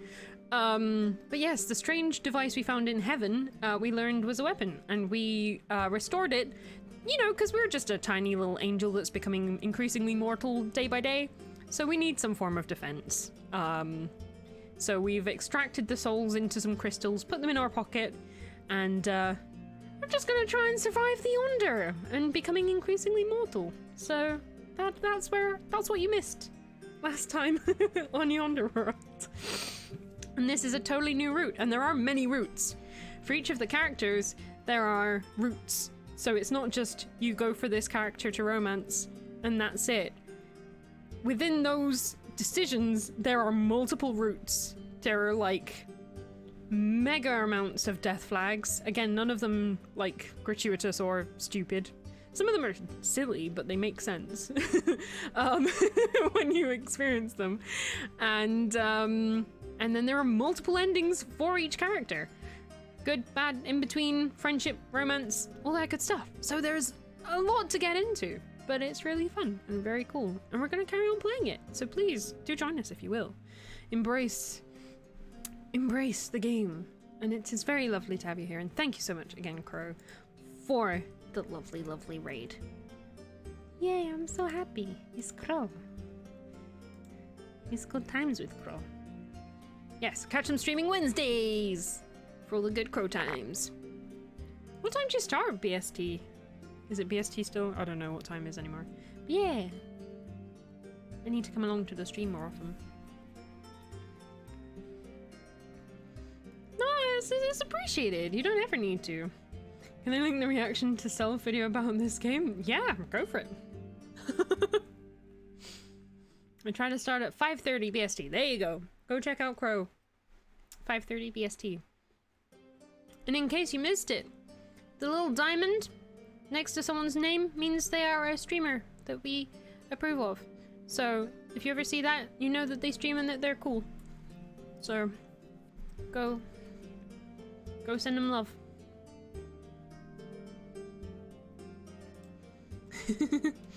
Yeah, I'm still not used to being in this game. It's kind of nuts.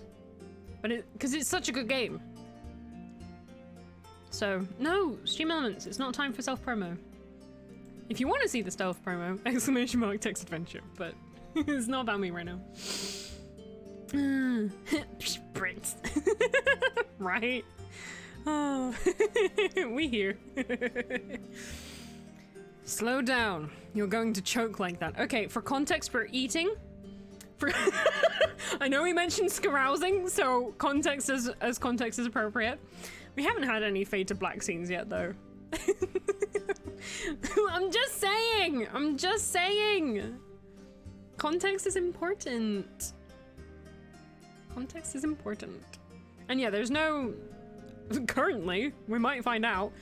As far as I know, there are no not safe for work romance scenes. So... But maybe if you ask nicely if that's your kind of thing, we'll find out. And there are 2 new CGs, so it's possible. It's possible. Slow down. You're going to choke like that. Right. I'm sure the food is just as delicious as it looks, but I barely managed to taste anything. I swallowed down the last morsel, leaning back against the chair to take a much-needed breath. Sorry. Thanks for that. God damn it. It's because Can was in earlier. It's tainted my mind. Thanks for that. I really needed it. Depleted yourself, I heard. Yes. Running a hand through my hair, I wince a little. Was it Cassius who brought me to my room? It would seem so. I make a noise of acknowledgement, but don't know what else to say. Cassius is being nice to me! Why do we immediately go to Deathral to tell on him? Mom! Mom, Deathral! Cassius is being nice, I don't know what to do about it! Cassius is being nice to me. Oh? You are saying that as though it is a bad thing. That makes me fumble. What am I doing here? Why am I whining to Deathral of all people? I think I'm still delirious. After the meal, my strength seems to have returned, but my grace is still lacking. Understandable, considering how much of it I had expended drawing out the souls. It does leave me feeling uneasy, though.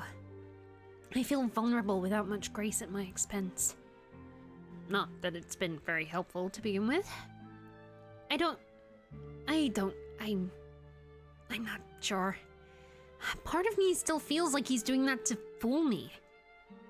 I understand that I shouldn't do that just because he's a stupid demon and I'm an angel. But it is very difficult. Because you are raised that way. I suppose so. Do you still wish to go home?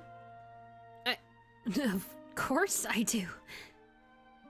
Deathral hums at my bewilderment, the faint, knowing smile on her lips. I shuffle uncomfortably, as always unsure of what to do around her. Are you looking to get help returning home? Yet another strange question. It's Coultergeist! It's Coultergeist, and it says, Coultergeist, thank you so much for the sub prim. Thank you so much for the sub prim. Busy day, so I will vanish immediately, but popping in to say hi. Hope you're having a good day and a good stream. I certainly am, and you have only made it better, my friend. Thank you so much for the sub up. Enjoy your moats. Enjoy the rest of your day. Don't have a bad day. I'm doing it to you now. Don't have a bad day. Don't do it, Culture. Don't do it. Why? Is it a thing? Do I have to check that? Oh no. Oh no. I will allow it, but I will Google it after. Remind me. There we go. You can't control me. You're right. You're your own independent person, and I'm proud of you for it. I don't know to chill. I will check after the stream. As far as I know, you're alright though. It's fucking auto mod is strange. You're alright though. Hester, and yes, how are you doing today, Hes? Lovely. Thank you. We are nugget. And lovely Hes, wanna. Why is Twitch censoring everything and everyone except, you know, the actual racist shit, you know. Weirdly enough. Yeah, no, I'll let you know to chill. I've got it on a new tab, so I'll remember. But I know whatever you said wasn't in malintent, so you're all good. But yes, thank you again, Coulter. Have a wonderful day. We'll see you soon. If you guys haven't checked out Coulter, lovely, lovely, lovely, lovely friend. Be sure to go. Oh, Monster Hunter Rise. Oh shit. And wonderful voice actor. So I'm just saying. Oh my god, what if Coulter? What if they were in the game? Oh my god, sorry. I'm like fangirling. But yeah, Coulter is freaking great. Go send your love. And if you're looking for voice actors... We'll see you soon, Coulter. Enjoy. And I hope you're doing well, Hes. Much love. Right, back to hot ones with Deathral. Yet another strange question. I'm not sure. I'm managing on my own, I think. I accomplished something on my own, so I think I can keep going like this. Of course, if someone is offering help, then it'd be difficult to turn that down. Even if that one is Cassius? That... God damn it. I wilt under her piercing stare. Right. I did turn down and evade Cassius's interest in my business several times. It's difficult to think of Cassius as genuine. He often says one nice thing, then turns around and becomes a jerk the next second. His nature doesn't seem to help either. But then again, that might just be me being judgmental about Cassius's whole shtick. You are a very conflicting creature. She knows we called her a creature earlier. She's getting her revenge. I blink at her, feeling stunned at the assessment. Am I truly? The question must be so clear on my face it makes Deathral chuckle. You are working on something to push Cassius away, and yet he is always very present on your mind. Is Deathral calling us a simp now? Because, I mean, accurate. But, like, damn, girl. I open my mouth, wanting to refute it and feeling indignant. But what she's saying... It's true, isn't it? Why am I so fascinated by Cassius and his abs and yet wanting to be as far away from him as possible? It can't be a cliche opposite attract sort of situation, can it? I believe that is up to you. I make a grumbling noise under my breath. I feel like it's mostly because whenever I'm up to something, he would just appear. Indeed.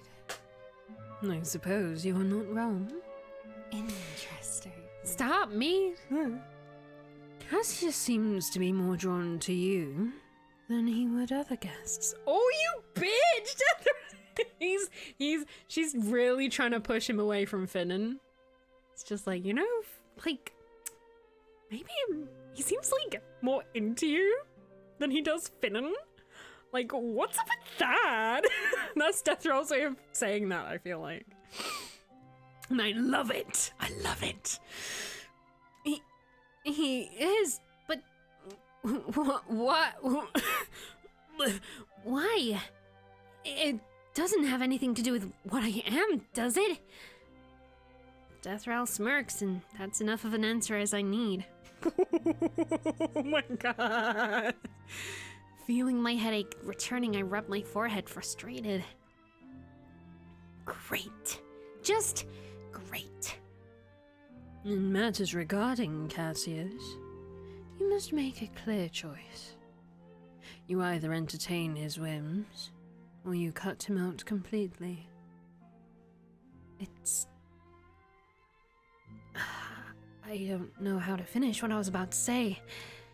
It is because of the conflicting feelings I have in my heart, and I feel so utterly guilty about it.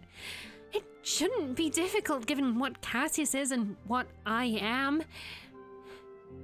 Yet... Do not do this for the wrong reasons, little angel. Not knowing what else to say, I bow to her and retreat into the lab. Why? Hoping to? Yeah, are you hoping to? Like, what's that gonna achieve, fellas? Yo! Speak of the devil and he shall appear. Please, I'm really not in the mood to deal with you right now. My, cranky, aren't we? How are you doing? A bit taken aback by the question, though I don't know why. I sigh. I'm doing all right. Did you take me back to my room? Install a mirror on the ceiling? With permission from Her Excellency, of course. Oh my. Woo! Nugget! Sir. Oh my. I narrow my eyes at the spark of mischief lighting up Cassius's face. But he never manages to speak whatever he has in mind. Elegantly, Finnan floats in a soft glow to their whole being.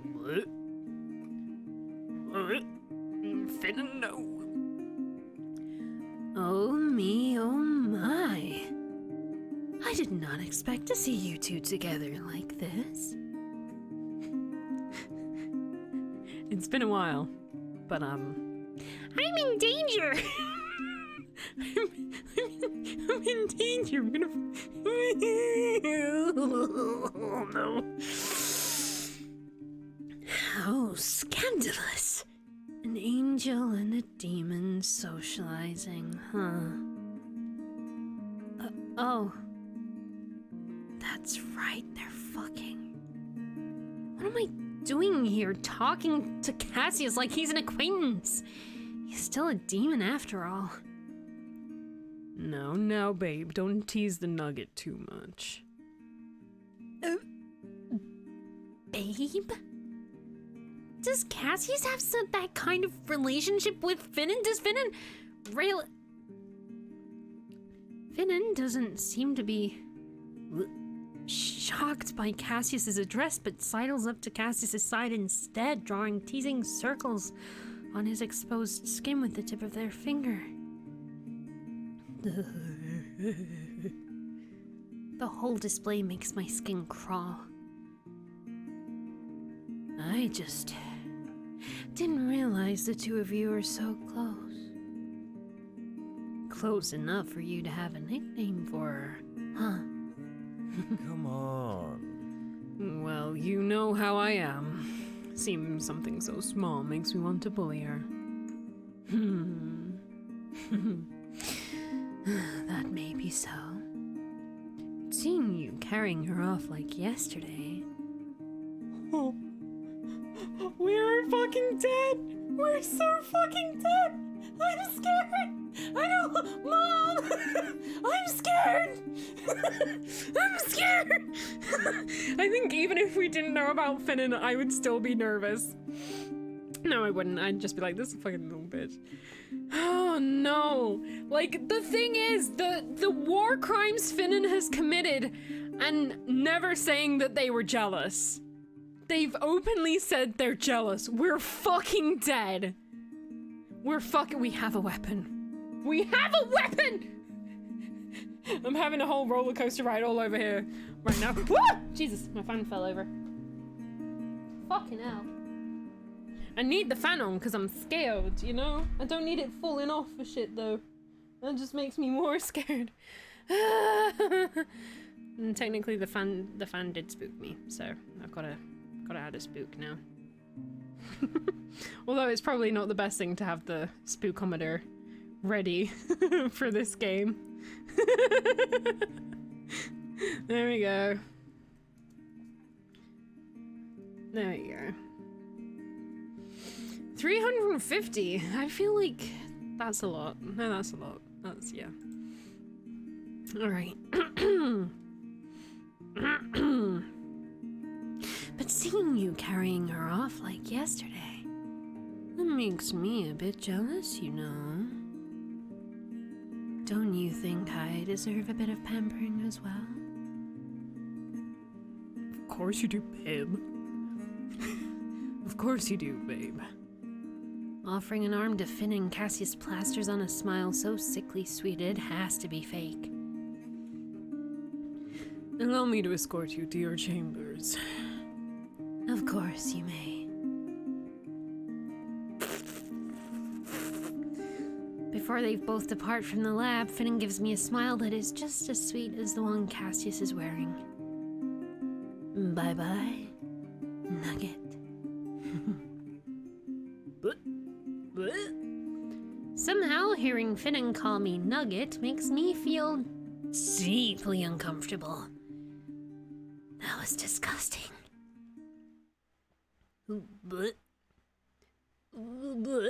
Yeah, we're fucking dead. we're so dead. Once again, I arrive at the research hall early, taking full benefit of it being empty. I'm gonna finish working on the soul storing device. I'm not sure what I'm gonna do about the whole thing regarding Cassius yet, but I want this done at least. Still, I have my reservations. The idea of possessing a device capable of such violence is so wildly uncharacteristic for me. I'm not a warrior or a guardian angel, and I never will be one. That will never be my role, and violence has never been something I'm interested in. But I cringe upon glancing at the knife sitting on my table. Am I really going to do this? Deathroll is right. I really am conflicting myself here. It absolutely doesn't help that I'm still feeling exhausted. My grace is not replenished at all, and I'm starting to feel worried over it. It's definitely not normal, but I think I'm way past normal at this point. Besides, even if I'm concerned over my own state of being, I don't even know who to ask for help. All I can do is focus on my work here and hope that things will turn out to be alright. Let's buckle down and get this done. Since I'm still not feeling my best, let's just get some more research done on this whole thing. Never hurts to be more prepared.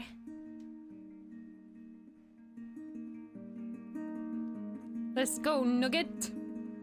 I never realized that my back can actually hurt for sitting around so long. Or maybe I never realized that because I was never capable of feeling such minor discomfort. Ugh, I need a break. And I'm starting to feel hungry too. All these mortal needs are getting ridiculous, but I can't ignore them, so I must appease them. Hopefully the Oxon will be in the dining room today. Ito, Ito, Ito, Ito, Ito. And of course Oxon isn't here today. It's not the end of the world though. Honestly, I'd feel pretty bad if I kept imposing on her to feed me. Besides, I don't think I'm in the best state to hold another awkward conversation that would have me teetering on the brink of a meltdown right now. Based on what I've read, it's pretty clear what the easiest thing for me to do. Merging the device and the knife would make a much simpler weapon to wield, considering I don't even know how to really operate it as it currently is. Plus, as the knife comes from the Yonder, or at least I collected it here, it would make an excellent anchor for the device. Oh no! Oh no! Ah! We're fucking dead. No, Jesus Christ. Oh, Jesus Christ. Hi! Hi, bitch! How are you doing? Hi! How's it going? Need to mentally and emotionally prepare for this. Huh? Just you here? Mind if I join? But it's the kind of character that you love to hate, but that is really fun to voice, but you also disgust yourself the entire time. Shocked that Finnan has appeared out of nowhere, I blink and force a smile on my face. Of course not. Oh, how sweet. Bleh. Finnan sweeps inside, the pale blue glow of their entire being clashing with the warm light of the room. I'm somewhat surprised that Finnan sits down opposite of me. It's a very big compliment, yeah. An uncomfortable silence falls over us. Or perhaps just me, as Finnan stares at me with a smile that gives nothing away. I try not to catch their gaze, focusing on the remainder of my meal and hoping to get out before Finnan tries to start something. No such luck.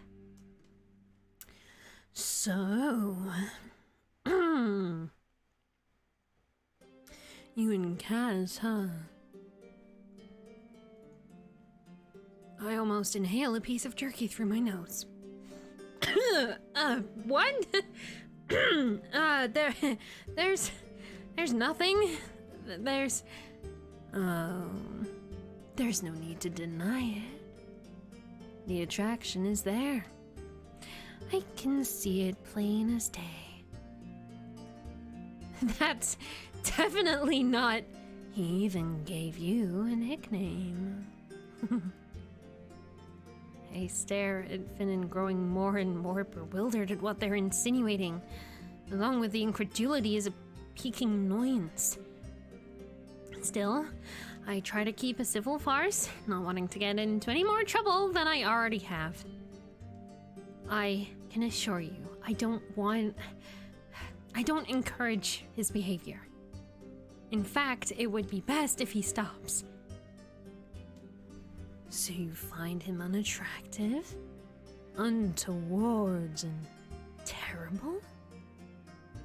What?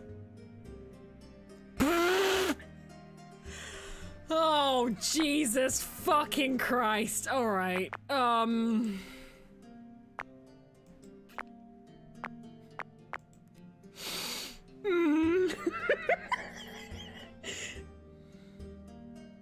We've had to make a lot of decisions in this game.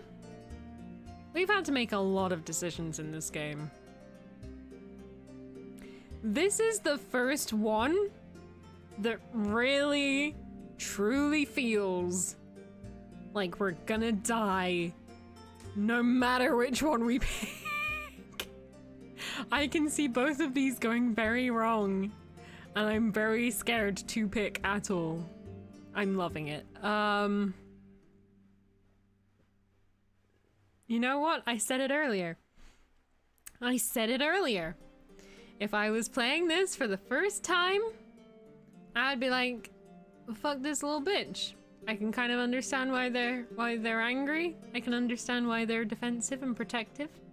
I don't love the vibe. I'm not loving the vibe. But fight me. Because I don't know what's true. And you don't need to know that I don't know what's true. I'm very conflicting. Let's go, bitch. I'm gonna die. The way Finnan was saying those words, it somehow leaves a bad taste in my mouth. That isn't what I meant at all.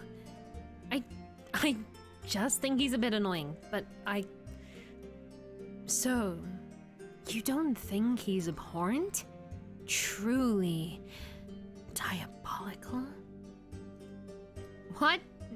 No, I just genuinely think he's annoying and distracting.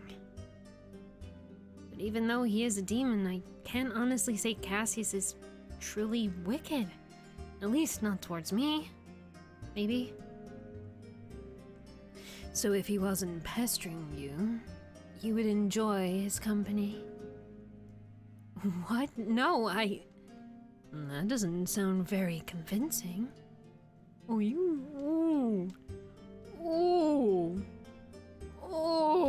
You putting words in my mouth? It's not gonna work. You already know the answer to your questions, Finnan. You already know the answers to your question.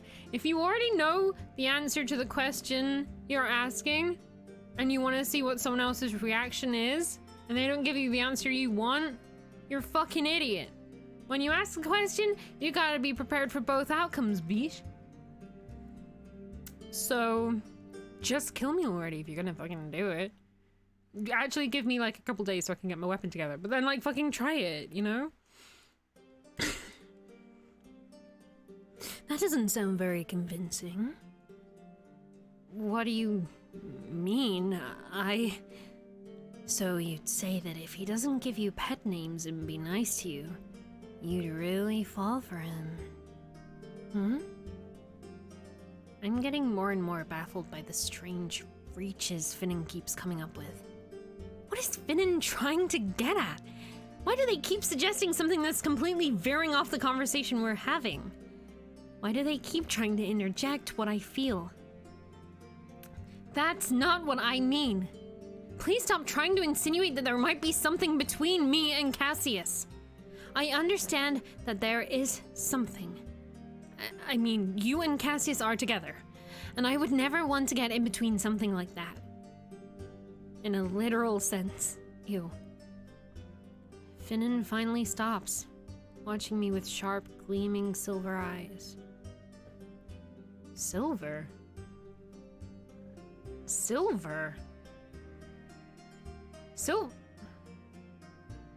I thought their eyes had a hint of yellow to them. Uh-oh. Something coils uncomfortably in the pit of my stomach, but I refuse to look away. The smile that slowly unfurls on Finnan's lips does little to alleviate that. Perhaps I was a bit too hasty. But knowing Cassius, I can't be too careful, you know? What? But still... Well, that's it for my break. Have fun with the rest of yours. Ta-da! Ugh. Mm-mm. Mm-mm. I blink, unable to utter another word as Finnan walks away. What the hell was that? For a Celestial, Finnan sure is insecure about whatever is going on between them and Cassius. And annoyed as I am, it certainly makes me curious too. Well, I do still need a break. The dining room remains silent. Well. Deathroll was saying that I'm having conflicting thoughts, and I am, about Cassius. I know I need to make something to defend myself with, but I don't want to make it with Cassius's image in my head. That I'm making it to defend against him specifically. There has got to be a reason for me not to think of him with such hostility, since he's never exactly been hostile towards me. I can't just keep judging him based on what he is alone. With a nod to myself, I get up, a destination in mind. Look, I'm like, here's the thing.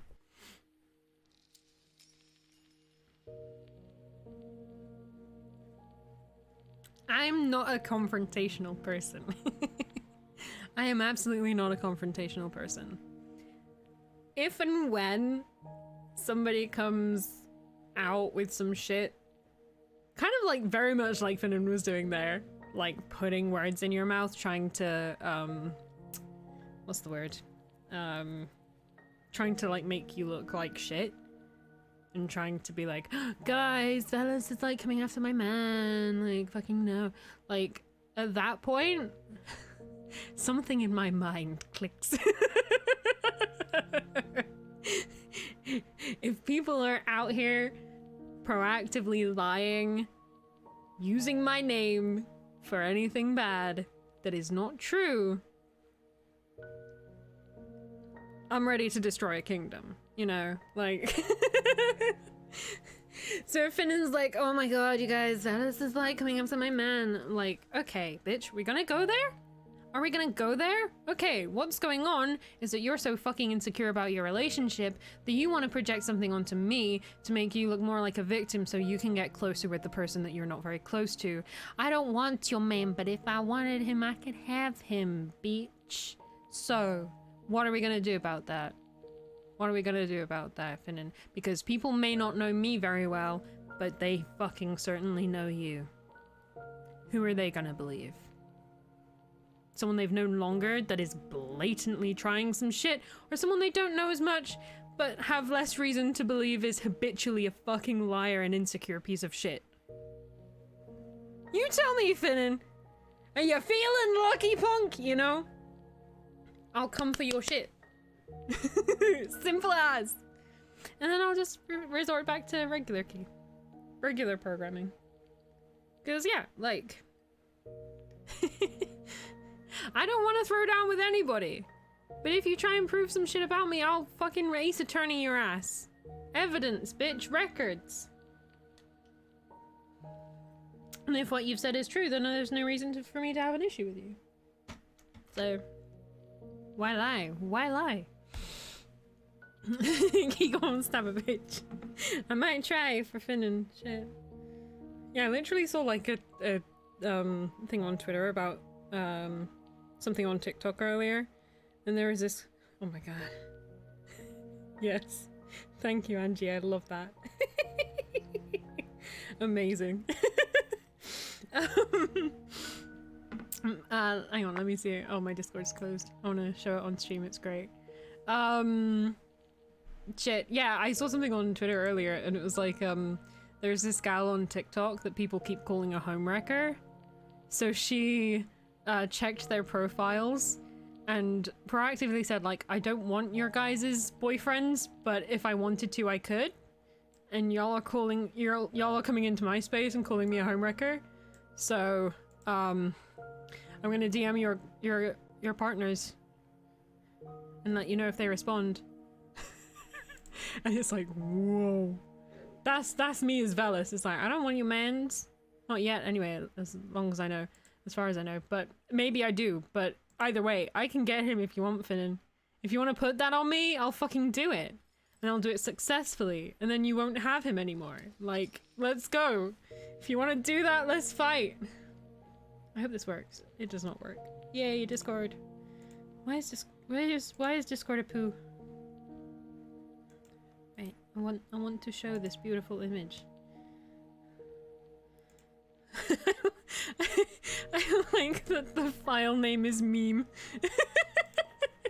Incredible. Let me see if I can do this. Bum, bum, bum. Come on.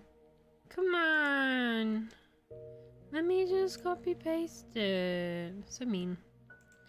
Ooh. Hang on, we're getting there. We're getting there. It's taking a sec, but we'll get there. Right. Image. New image. There we go. This is what Angie sent me. And I love it. I truly love it. It's accurate. It's so accurate. I'm just gonna have that ready. Because we might need it again. Actually, while we're here, I'm gonna take a teeny tiny break. So if you guys need to go and get a fan for the drama, if you guys need to go and get some tea to sip while we break up a relationship and take Finn down, if you need any of that, please feel free to go do so now. Yeah. And we will, hopefully, I'm just getting everything set up. We will, hopefully, see you momentarily. Yeah. Hopefully it works. We'll find out. Alright, BRB!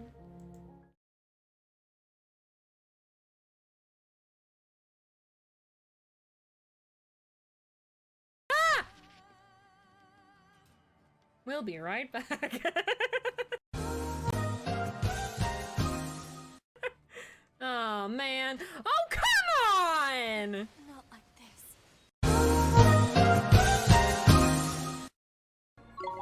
Gee, is this one of those treats that makes familiars meta for Glad to hear it.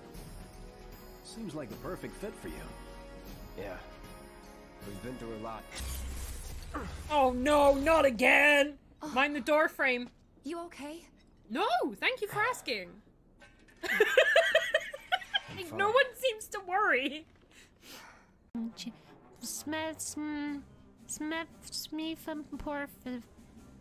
porpoise fish. Sorry about it.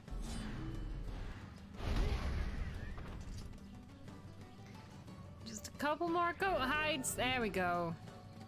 And we should be good. And then we don't have to murder anymore.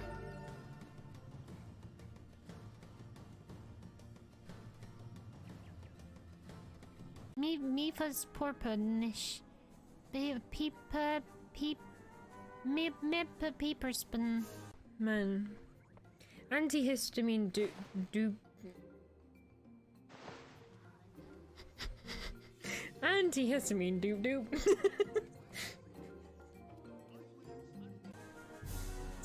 Spepper morpanin.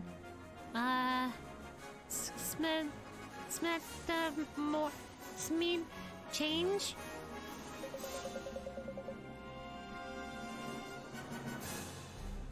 That it is, boy. Guys, come on, get out of her picture. It's not very nice. Till next time, then.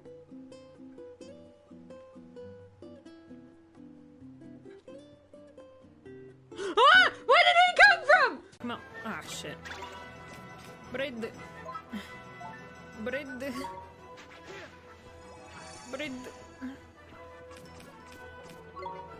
Are you serious? Bread. Oh no. Oh no. Bread.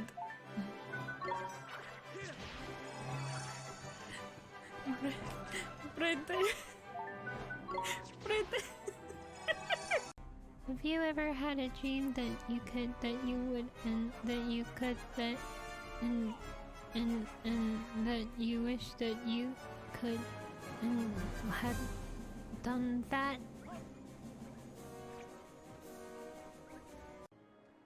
Stop making sense, you rotten bucko, you're gonna be sorry!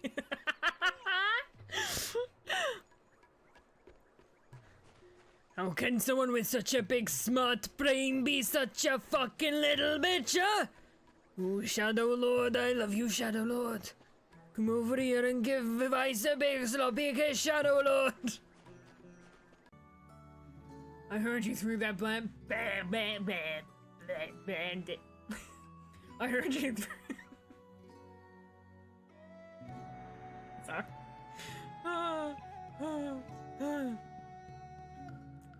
I don't know why. Uh-oh. I'm giggling. Okay. Why is it funny? Why is it funny? Bland it. Thing I did. Just say it.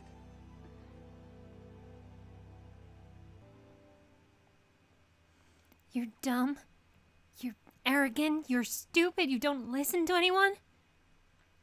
You only punch things. That's all you do. You don't even do that well. Branded by Pulse. I mean, let's see. I'm done. Yeah, broke a few bones in there. Ready or not? Oh, love the lighting. I can eat a horse. Who said that?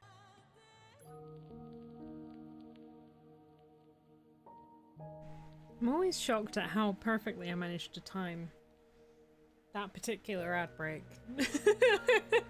That BRB video. It's shocking. It's like, oh, I've arrived back. Oh, it's on the last clip. Yay.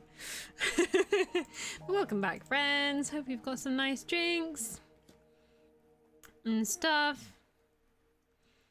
And had a little dance. I always have a little dance too. Gotta have a little dance, you know. Boom, boom, boom. But yes, if you're still here, Crow lurking, thank you so much.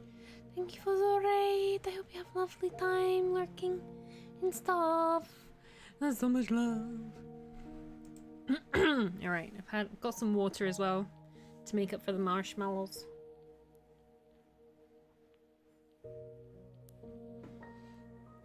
And the allergies. And while you're voice acting, remember to have room temperature water. It is better for your throat and makes your voice sound better. Yay, big hugs. Right. Let's die. Unlike the last time, the sanctity of this hall doesn't comfort my whirling thoughts. Perhaps because this time I'm alone without a monthly demon. Perhaps because this time I'm alone and without a mouthy demon to distract me. Shaking my head to clear that thought away, I take a look around. There's a soft, strange hum in the air, one that makes me shudder involuntarily and my hair stand on end. Echoes of the past, foreboding and intimidating. A tomb of the living and the dead. Even though I'm by myself, I feel like I'm being watched. It's just like a tiny Finnan hiding behind one of these pillars, like glaring at us. I have to take another breath to steady myself. Shit! We don't know how to use it! Fuck, we don't know how to use it! Fuck, we don't know how to use it! Fuck, we don't know how to use it! Oh, Finnan, you bastard! So I have to put in a memory of mine first, huh? The idea makes me uncomfortable. How are the others okay with this? Swallowing dryly, I approach the pillar bearing my name, clutching at the key in my pocket. Something at the back of my head reminding me... Something nags at the back of my head, reminding me that somehow Finnan neglected to tell me the most important part of how to operate the hall. Oh, okay, we have been told. Thank God. Oh, thank God. Okay, we're not gonna die. We're fine. Yet. Was that accidental? Or did they want to see me fumble? Why does Cassius want me to keep that a secret? Sucking in a breath, I do my best to clear those thoughts away. I have more important things to worry about right now. Okay, we'll go past this bit. Something happy. We are a scribe. We did it. Oh, no, we're rereading this. We're rereading this. Fucking hell. Alright. Nugget, Angel. Yeah, we're still reading the dialogue where it's not something we've done 17 times. Right, so we are looking through Cassius's memories.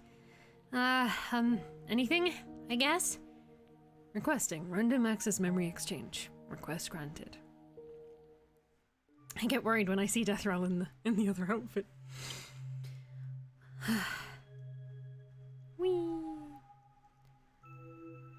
It's Cassius. It's Cassius, and there is so much hate.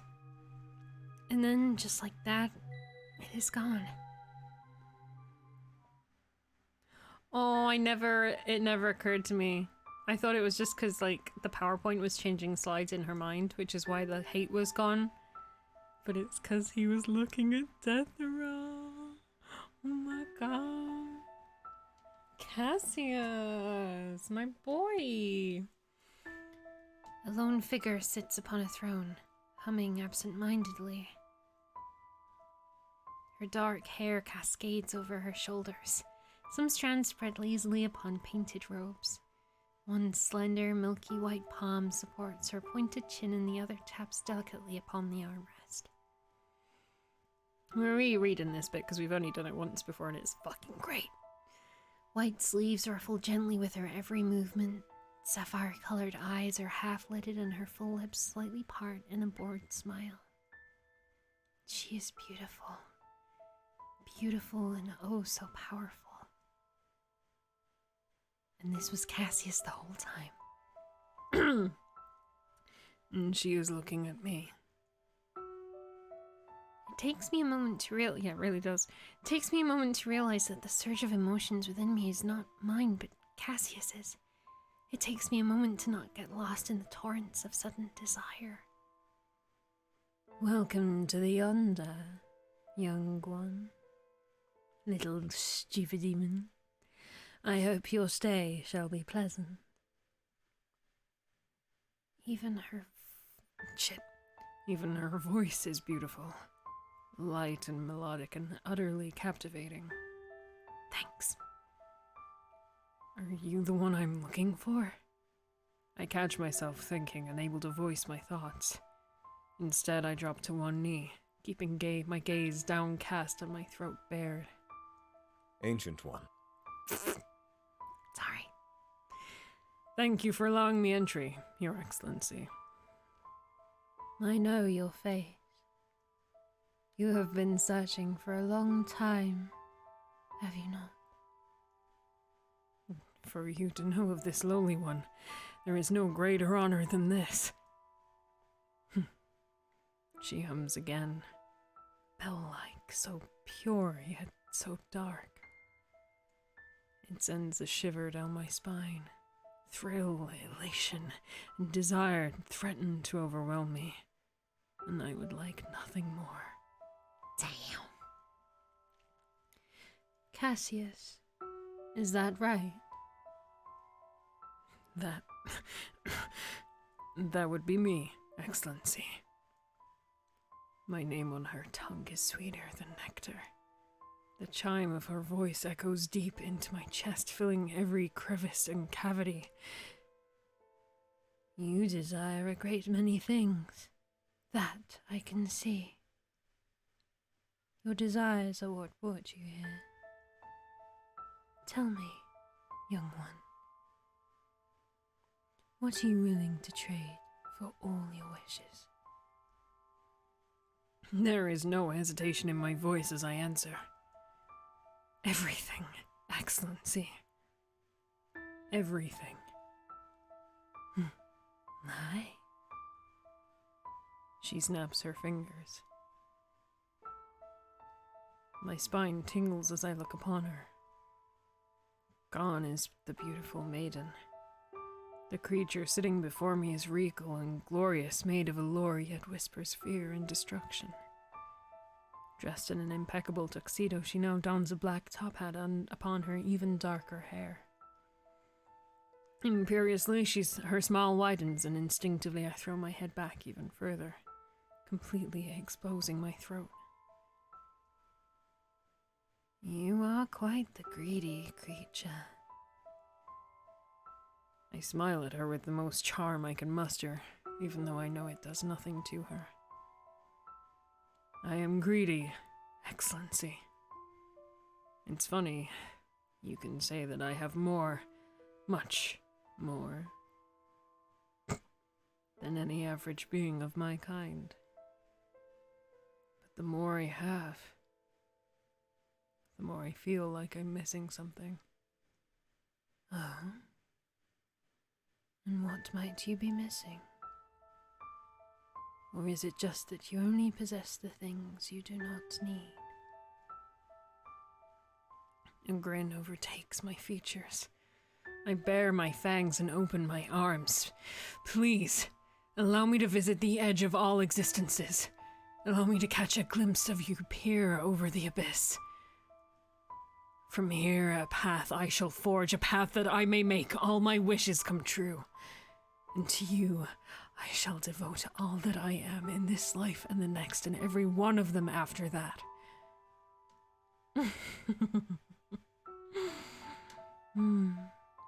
Mark your words. Fuck. Whew. I mean, he didn't go halfsies on it, did he? I bear upon you all that I am for edging the Yonder world. Whew. I mean, you gotta give him credit for it. If he, like, he's not well, he did milady, but he's not got the fedora, he's not over here like proving his skills. He's just like, look, fucking love you, mate. Wanna know what's in the void? Here is my fucking throat. Do with it what you will. Like, shit, guys, it's impressive. It's impressive. It's not some like, my lady, I will take you to a nice restaurant, get you all of the best wine and chocolates. You know? I appreciate that. My god. Cassius is such a simp. Yeah, really though. Just fuck me up, mommy! And Deathroll was like, mark your words. Maybe I will. What if I did? But what if I did? Would you survive that, Cassius? Don't overcompensate for your desires. What you're willing to sacrifice. As he said, you know, he's got a lot. He's got a large capability of greed. Too much to know what to do with, even perhaps, mayhaps. I'm fortunate again to have caught Axon while she's been cooking. Though it's more like I might have caught up to her activity pattern here. Right? She has graciously allowed me to have some of her food again, though she has left before I finish my meal. Though the food is undoubtedly good, it does nothing other than soothe my hunger. I've learned absolutely nothing from that, other than Cassius is a simpering fool. I don't know why that disappoints me, but it does. It still surprises me that he is an archdemon. Still a bit disappointed, though. Sighing, I finish up the rest of the food, then go to wash up. Cassius's tendencies aside, fact is, I haven't really learned a thing as to how I can get home. I should have been a bit more careful with the memory selection process. But it's difficult to select anything when I don't know Cassius that well. Would I have to get to know him properly? Properly? Ew. That would be like swallowing glass. Massaging my temples, I revise my options. Maybe I can just ask the hall. It seems to be able to talk and take questions. Maybe I can inquire for the best memory to take. Deep in my musing, I do not realize that someone has entered the room. Only when I turn away from the sink... Yay!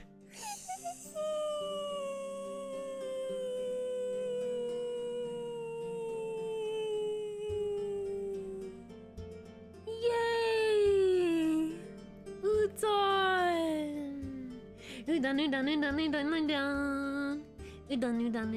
Udon. Yay! I'm not mad, I'm just disappointed. Like, damn. Aww.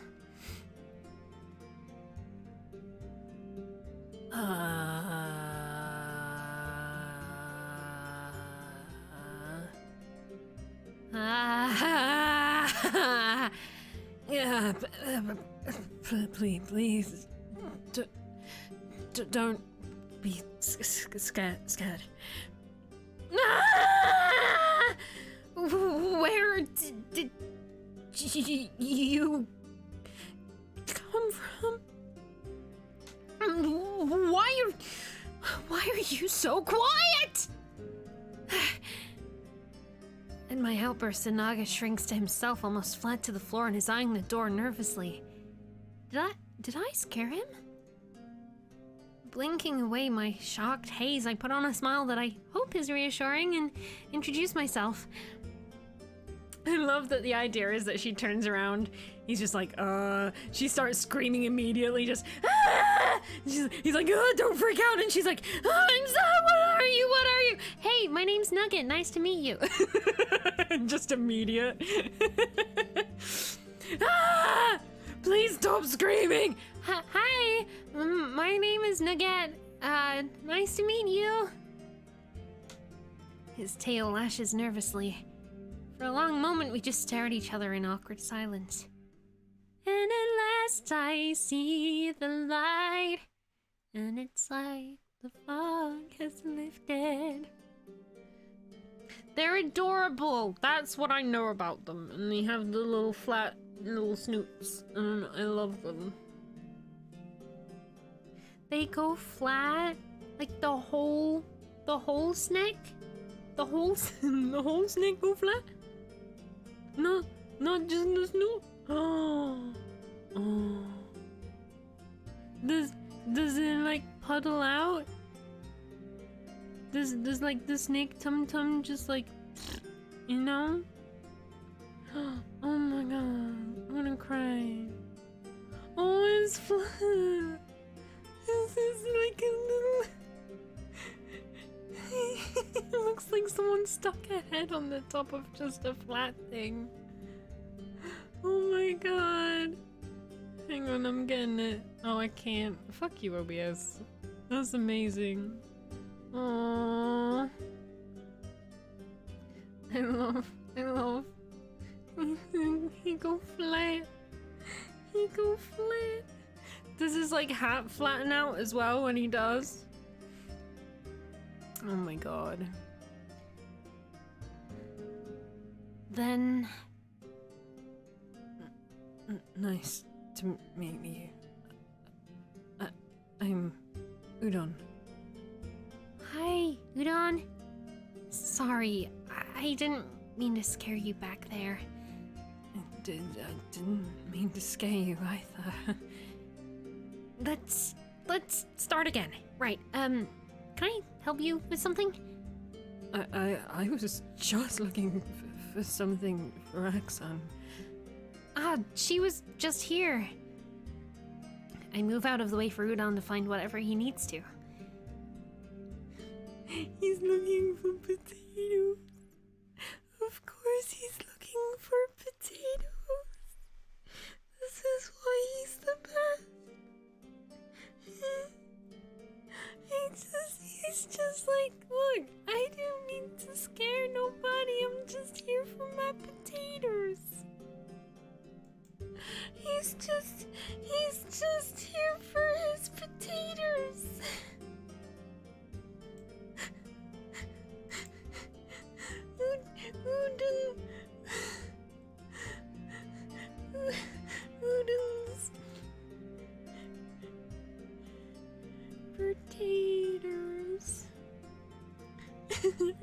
potatoes. I honestly did not expect it to be a sack of potatoes. I kind of want to laugh, but I don't want to spook or bully him or make him think I'm making fun of him.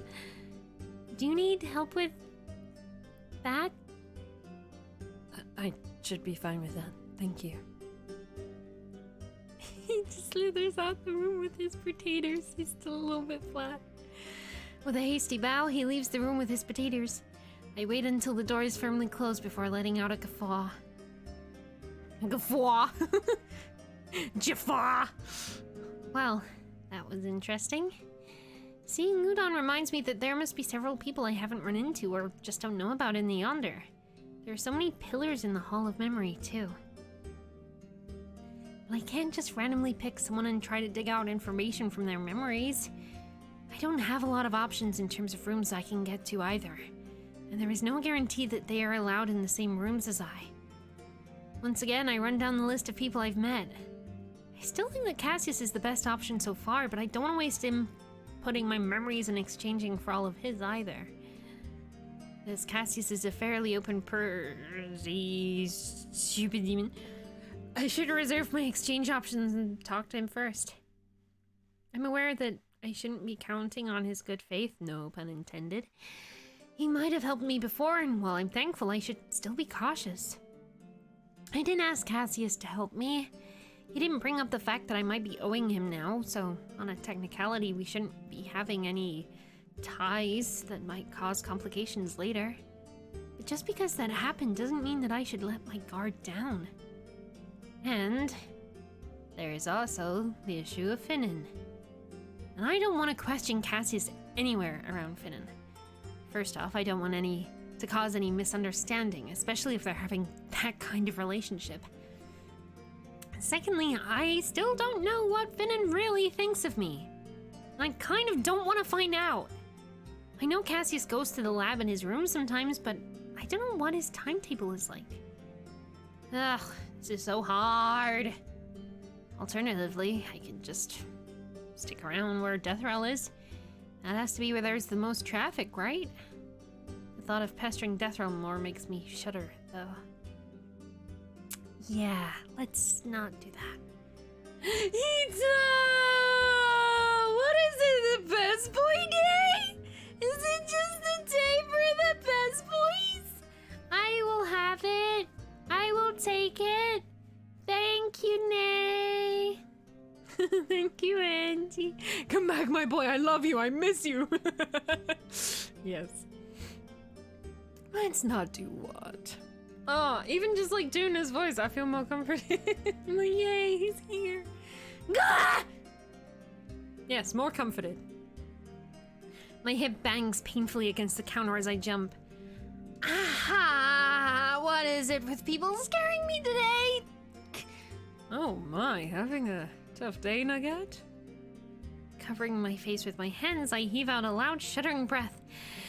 It takes all of my self-control to not scream out my lungs right then and there. You can say that. Oh dear. May I offer you, in this trying time, a soothing cup of oolong? That would be great. Thank you. Ito gestures for me to sit down as he sets out to brew some tea. I comply, letting out a huff as I rub my eyes tiredly. Sorry, I didn't mean to yell earlier. Oh, don't think too much about it. Here. Hum nom nom nom nom nom nom. Carefully, gratefully, I take a sip, relishing in the warmth that passes through my body. The tea is a little bitter, but leaves a sweet aftertaste on my tongue. Definitely has a calming effect. This is good. Thank you. You are very welcome. Who should I draw next, you guys? Who should I draw next? We've done Finnan. Who's next? You decide. A comfortable silence passes between us. Oh my god, I would love to see the Yonder rap battles, though. I am here for the Yonder rap battles, holy shit. A comfortable silence passes between us. In all honesty, I wouldn't care too much if we can just finish the tea like this. The MC of the next game? Yes.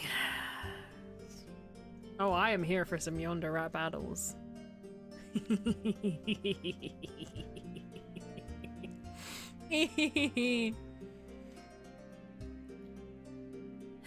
Feeling better? Yes, thank you.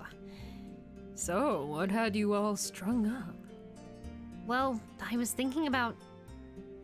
Suddenly, I realized something that makes me pause halfway into the conversation and horrifies me a little. Nugget? Sorry, I just lost my train of thought there. Oh, you do? My God! Oh my God! Excitement!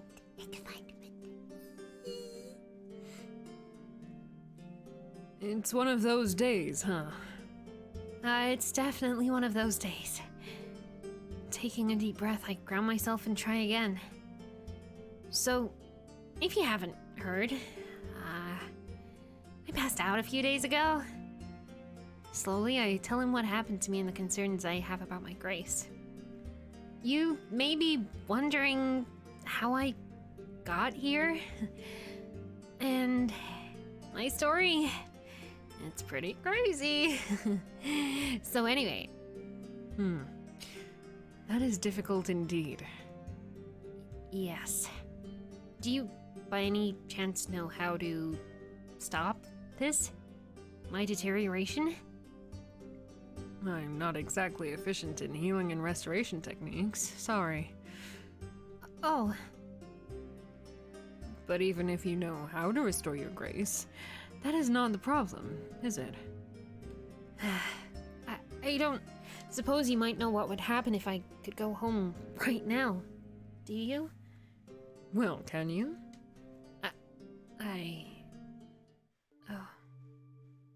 Oh no. I have completely forgotten that Ito is so close to Deathero. No. No. Please, please don't. Nugget? Why is it doing this? Wow! Oh my god. Twitch, for real. Ban actual fucking slurs, maybe. Hi, Dragon, how are you doing today? Hope you're doing well. Jesus, Twitch. My god. Automod's on some shit today. Nugget? The fear is all-consuming and unstoppable. I grip at the edge of the table, knuckles quickly losing all colors. Please don't tell her. Please, please don't. Frowning slightly, Ito reaches across the table. I flinch, but I'm too afraid to pull back. His hand is moving too close. My breathing quickens, and I'm vaguely realizing that I'm having a panic attack. Nugget, I'm going to hold your hand, is that alright? His deep, slow tone cuts through the haze of my terror. It doesn't calm me down, but I can hear him clearly. It's magic. That has to be magic, right? Nevertheless, it provides me something to focus on, and I nod, trying to fight against the waves of shudders that keep rampaging through me. Ito's careful grasp around my hand is firm, but not too tight. Enough for me to pull away if I want to. Listen to me. Listen to my voice. You are fine, Nugget. You will be fine.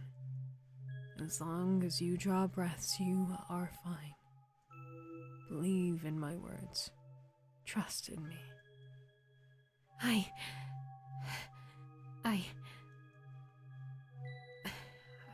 do.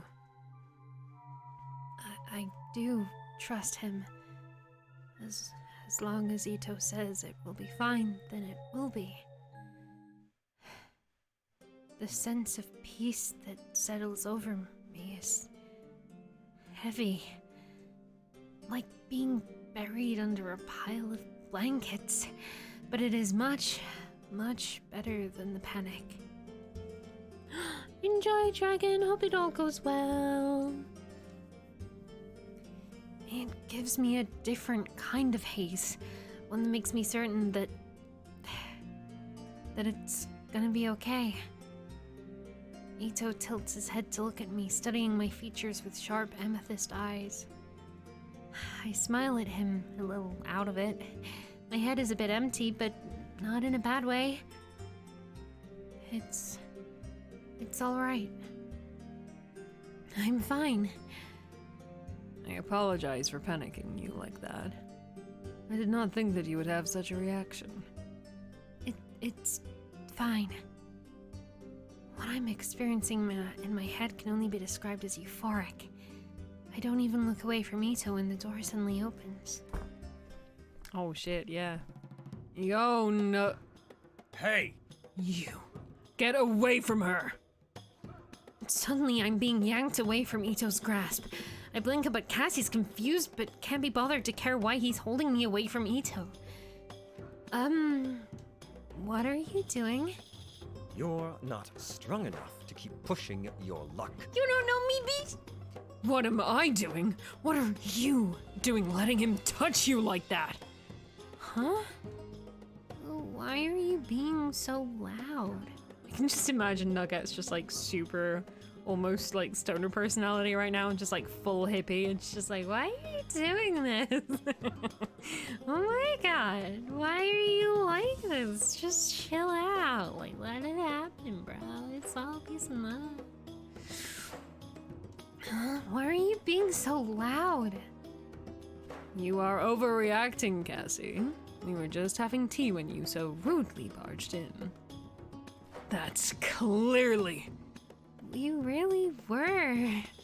Why are you so bothered? You... With a dramatic sigh, Ito turns to me with a small smile. Don't you worry about it, Nugget. Dee won't do anything to you. Okay, Ito. Cassius slaps his hands over my ears. Hey! Don't listen to him! Truly, Cassie, your manners are so unseemly. Very well. I shall take my leave. It has been nice speaking to you, Nugget. Bye, Ito. Before he disappears through the door, Ito winks at Cassius over his shoulder. Ooh. Almost immediately, it snaps back to me what Cassius is doing. Angrily, I shove him away. What are you doing? Unhand me! Cassius goes, easily taking several steps back. Are you really that stupid? You really have no sense of self-preservation, huh? What? I wasn't expecting a burly brute to crash in and yank me around. What is your problem? You're not strong enough to keep pushing your luck. The problem is, Ito is dangerous and you shouldn't trust him. Oh, please. Said the demon that has been antagonizing me since day one. Ito was helping me through a panic attack. Yes, the magic he used to help me was kind of strange, but it definitely worked. Now I'm at the verge of having a fit over this stupid demon. Sorry, I mispronounced that. I'm at the verge of having a fit over this stupid demon. Cassius snarls at me and looks like he's about to say something scathing, but straightens himself instead. I forgot the marker. There we go. Whee! And why are you having a panic attack around him in the first place? That's none of your business. Are you really that stupid? Why are you so fucking stubborn? I'm trying to help you here. Gritting his teeth, Cassius shoves his hands into his pockets and speaks in a very controlled voice. All I'm saying is, don't trust what he says. Oh, this bloody imp!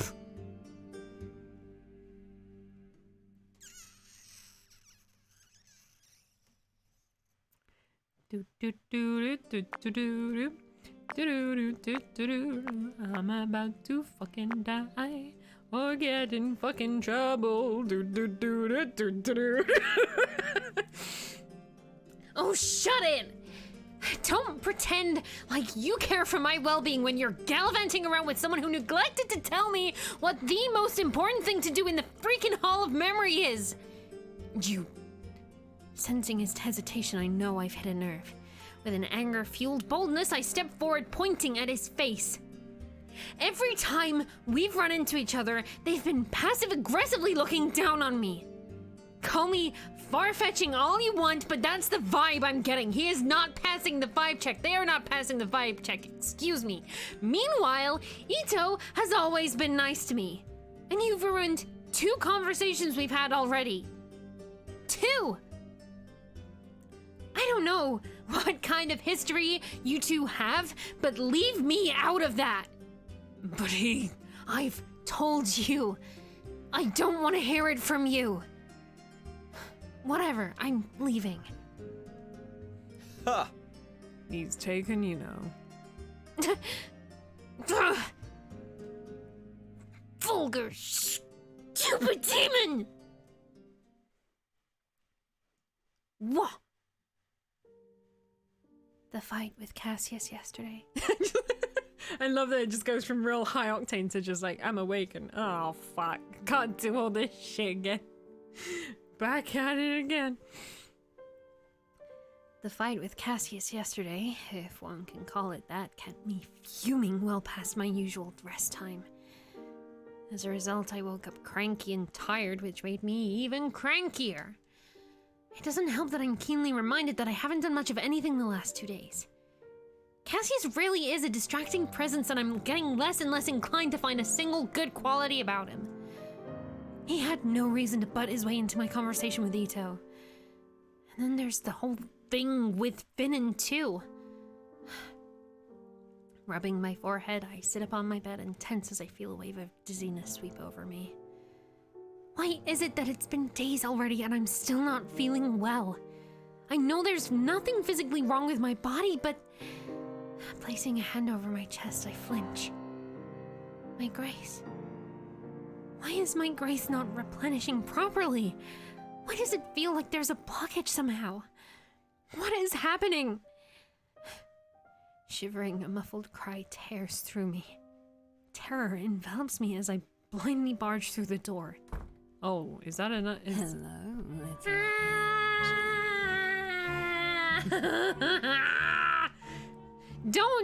Don't be me right now, Deathroll. I have some shit I need to do. Hello, little angel.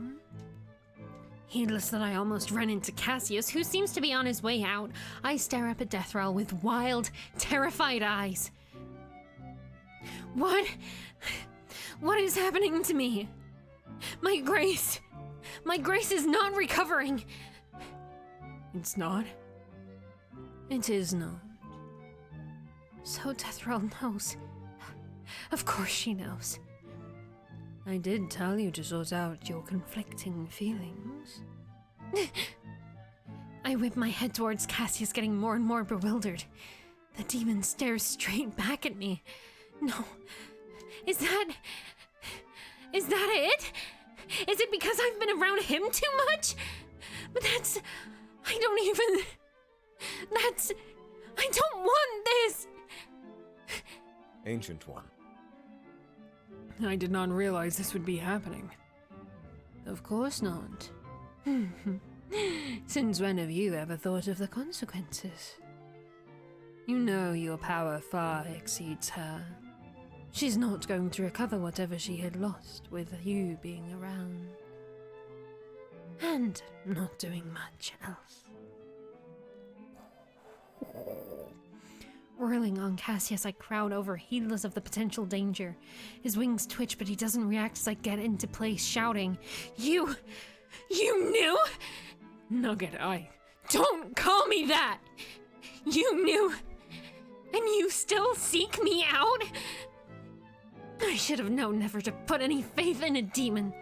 I should have known to never be softened by his facade. Despite this, there's a twang of hurt in my chest as I look at him. Is this...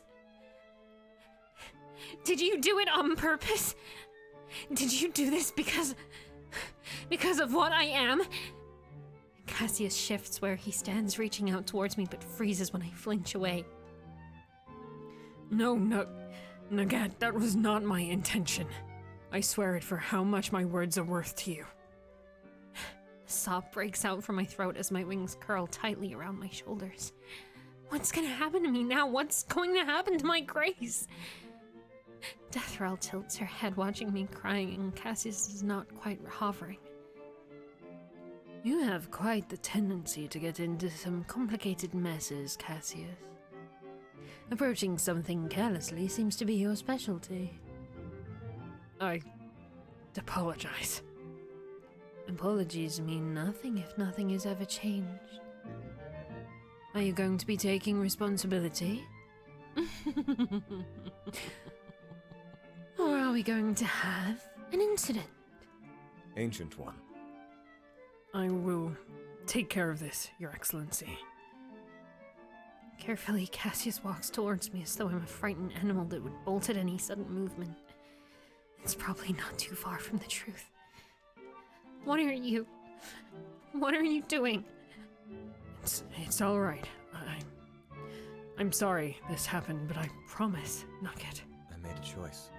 Oh, is that new? I'll make this right by you. I won't ask you to trust me, but please let me help. Staring at his proffered hand, grief, fear, and hope war within me. What is he gonna do? What am I gonna do? A part of me hesitates to trust him. The other part screams, demon, demon, demon at myself. And then there is a sharp bolt of pain in my chest, taking the breath out of my lungs and making me see stars. The world turns black before I can give Cassius an answer. Oh no. My heart.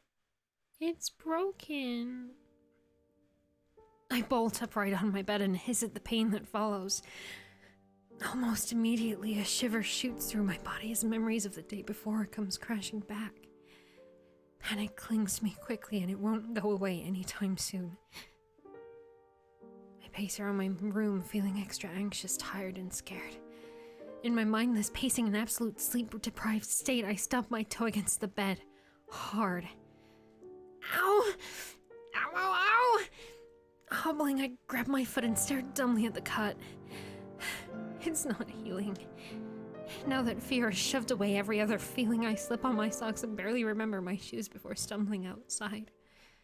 If I stay here alone any longer, I'm going to lose my mind. Oh, why? Deathral is so done with these idiots, for real. She's like, oh my goodness. I don't judge, but Lord, if you're getting me close. Of course, everything has to go against me today. Before I can safely slink away, Finnan's sickly sweet voice calls out. Oh, hello there, Nugget. Oh, I hate myself. What am I supposed to do? Turn around and walk away like an ill-mannered walnut in front of Deathral? No, thanks. I'm losing my grace quickly, but I don't want to die just yet. In fact, I want the opposite. So, half mad with everything that's been going on, feeling absolutely trapped and about to have yet another meltdown, I smile at Finnan. Hi, Finnan. Hi, Deathral. Hello, little angel.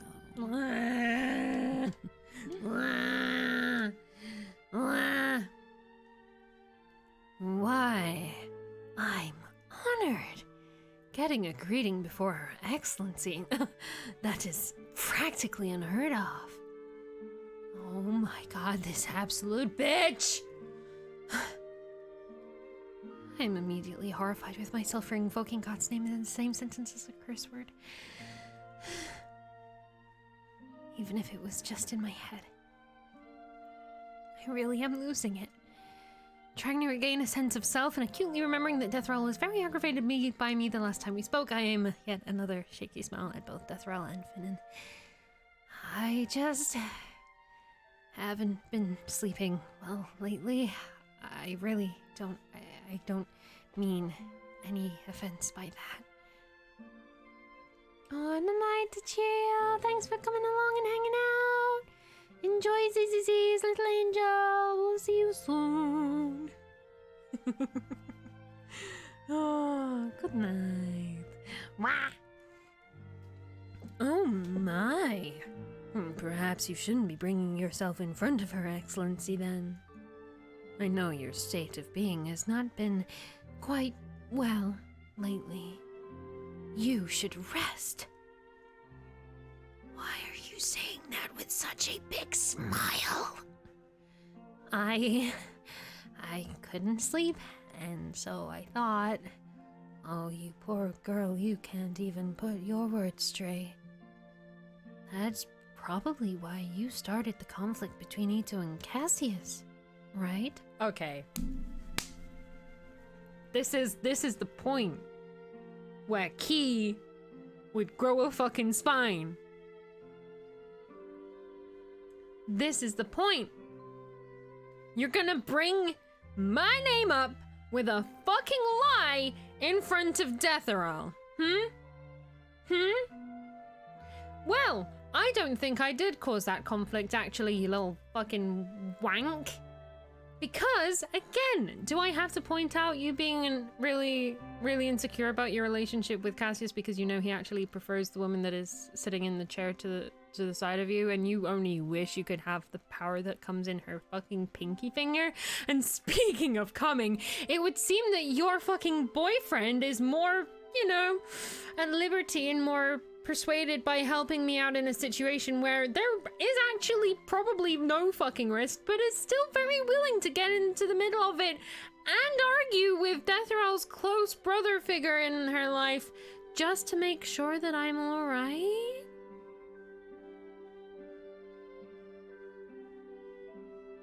Coming to my rescue is the only coming that's happening in the relationship between you and Cassius, Finnan. So fucking try me, bitch. Fucking try me. The line, the winch, and the audacity of this bitch, right? Keep going bad. Her own voice will never get. I'm making. That's why it's the least I can do is put all the blahs together. Deathroll is this close from sicking Ruby on some dumbasses, right? Very. So very. So yes, try it again, Finnan. I didn't start conflict at all. Your boyfriend did. And it's because he loves me more. So, what are you gonna do? Well, where's your character chart, hey, Finnan? Where's your character chart? Wow. Brr, brr, brr, brr, brr. What's the competition? Oh, wait, there is no competition. Anyway. That's probably why you started the conflict between Ito and Cassius, right? My exhausted mind must have contributed to it, but I am so stunned and baffled at this blatant lie that I'm stuck speechless for several seconds. What? Me? Poor Cass, he was so shaken coming to me that day. He never wants to cross Ito, you know? And yet he did. For me. Maybe he comes home to you. But let me tell you, he certainly mixes business with pleasure. I understand that you are tired, but you should try and keep the peace, I open my mouth to protest, but Deathroll's sudden widened smile freezes me at the spot.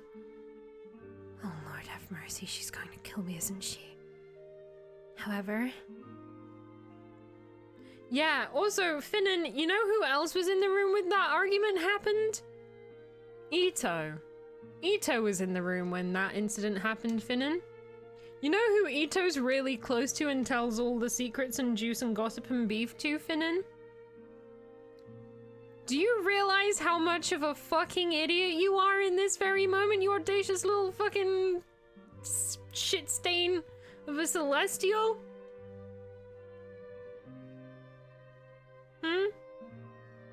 I mean, it would make sense that you are a celestial, because what are stars if not just big balls of gas? Big fucking balls of hot air in the middle of space that are utterly otherwise kind of irrelevant to the way space works. So, you know. And besides, Ito's got the best star of them all. Got the fucking sun. So, what are you really? What are you really, Finnan? What are you really? Breaking a contractual obligation to try and kill me? Like, how pathetic. Try it! Deathroll isn't looking at me. She's looking at Finnan dead in the eyes.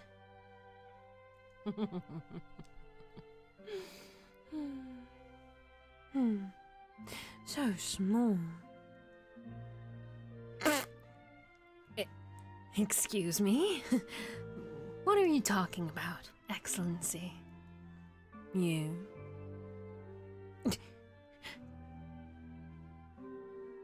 The Velis was too stunned to speak.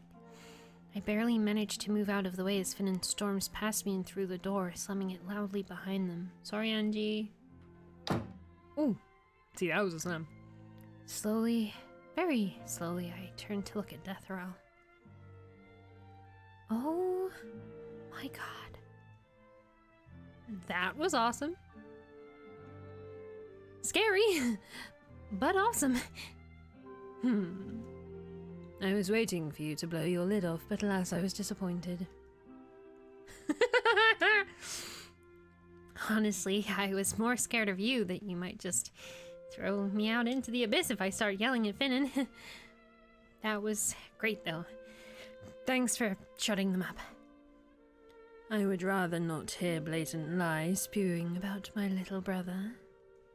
Besides, watching clumsily threading deceits. How to put this? Is beneath me. This time, her sharp eyes land meaningfully on me. I flinch, looking down at my feet. Fear and guilt battle for dominance within me, rendering me speechless. What kind of idiocy am I playing here? Of course she knows. Even I know that she knows.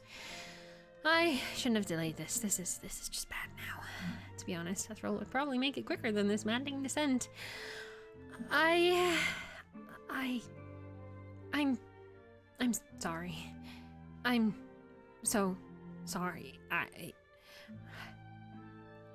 I lied about the interviews, about being sent here. It was an accident. It was an accident. I promise. It sent me here.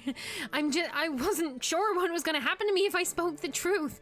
I've taken advantage of your hospitality, yet I continued to ask for more.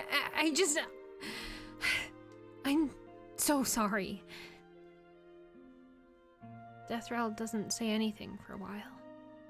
The stretching silence makes anxiety rear its ugly head, and I can feel the panic fast approaching.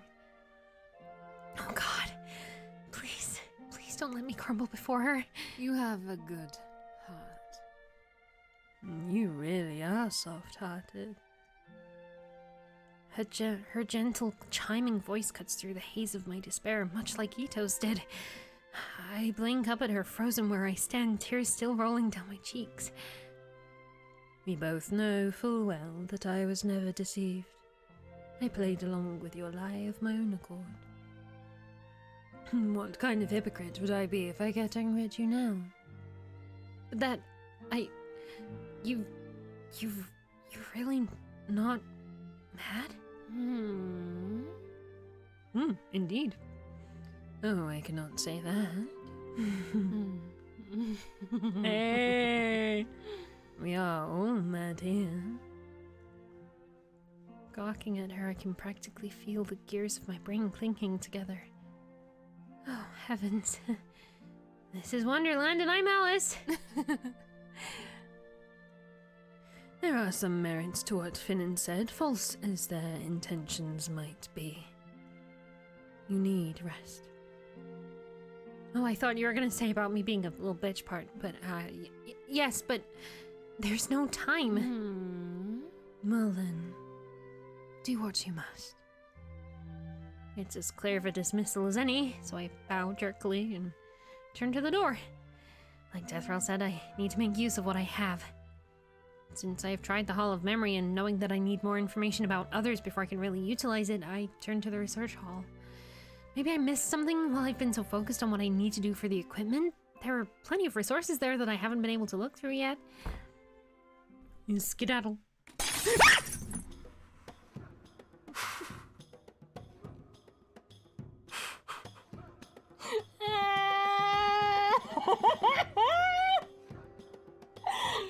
Oh, that was a juicy one. that was a juicy one. Holy shit. I think that one counts for 2. You know what? I think that one counts for 2. I think that one counts for 2.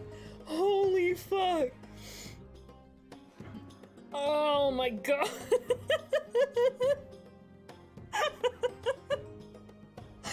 Ooh, man. Right, that one went right to my toes. Just my abs just folded over, just like, yep. Hide, quick, run. Holy shit. Ooh, air tastes good. Ooh. Mate, I'm a fucking scaredy cat.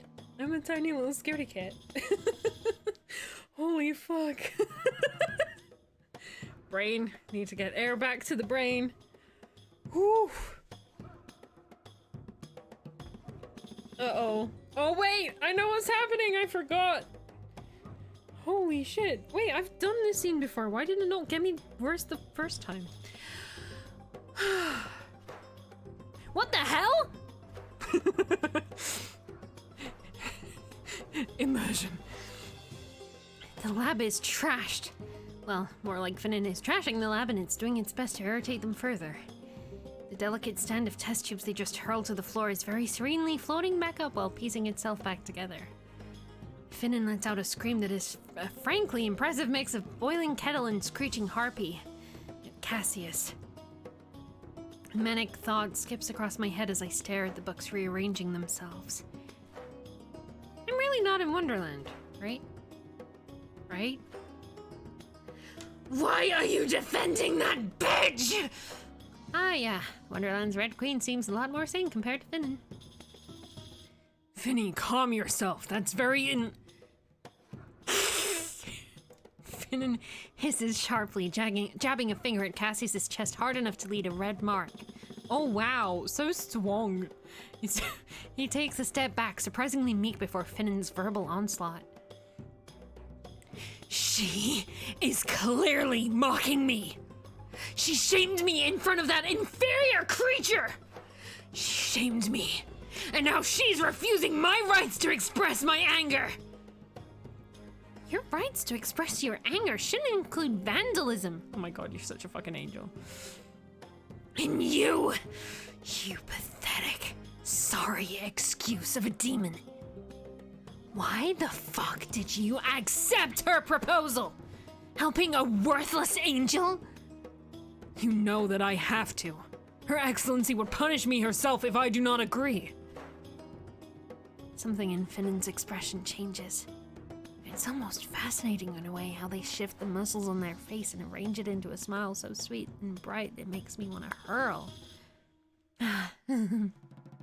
I bet you would have loved that, huh? Groveling and licking her feet. As if Deathero would let something like you touch her. Hurt etches itself into Cassius's features. I stare at this terrible display, wondering why someone like Cassius would let someone like Finnan talk down to him. Righteous indignation wells up within me. Whatever Cassius is, whatever Finnan might be, this is not right. No one should be treating another like this.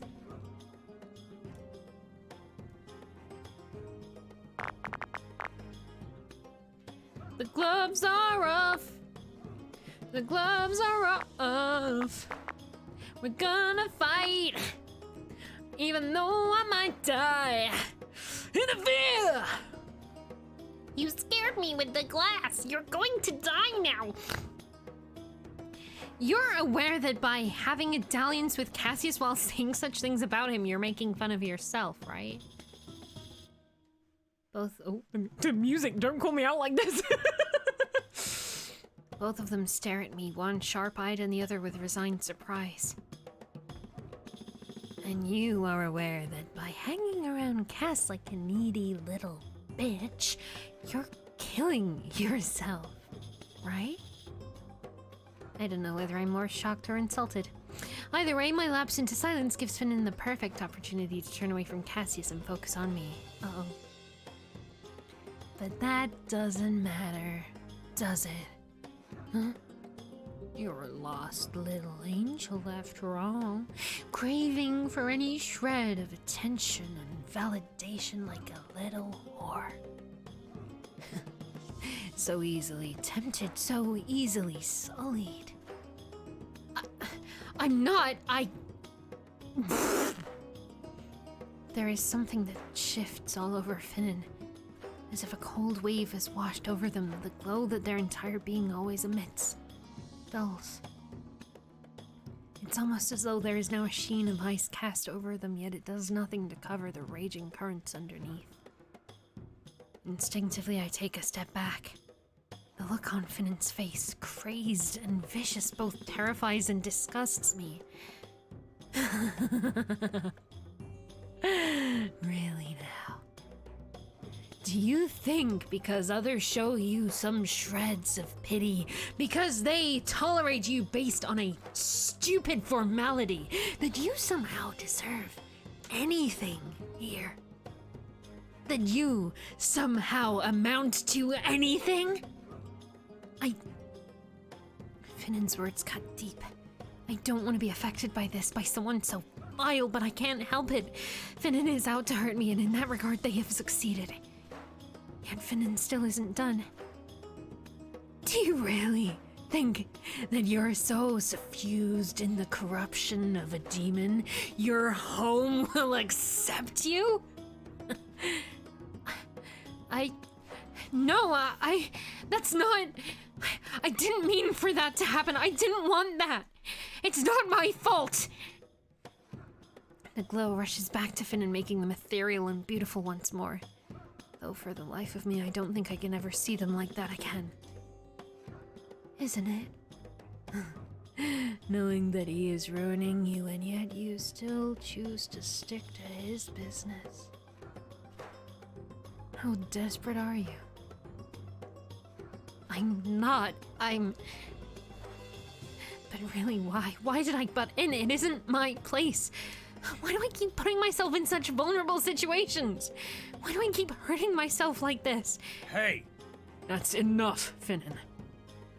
Cassius's sharp tone brings attention back to him. And of course, Finnan doesn't seem to like what was said at all. You speak? Against me? For her! She is but an inconvenience. Do you really want to take your anger out on her? Do you really want to be flung out of the Yonder because of someone so insignificant? A new surge of hurt appears in my chest. Finnan is one thing, but Cassius too? After I jumped in to help him? Finnan scoffs, a mocking smile overcoming their features. Unlike you, Cass, Jethro actually needs me for something. What do you mean? Oh, yes. You cute little blind goose.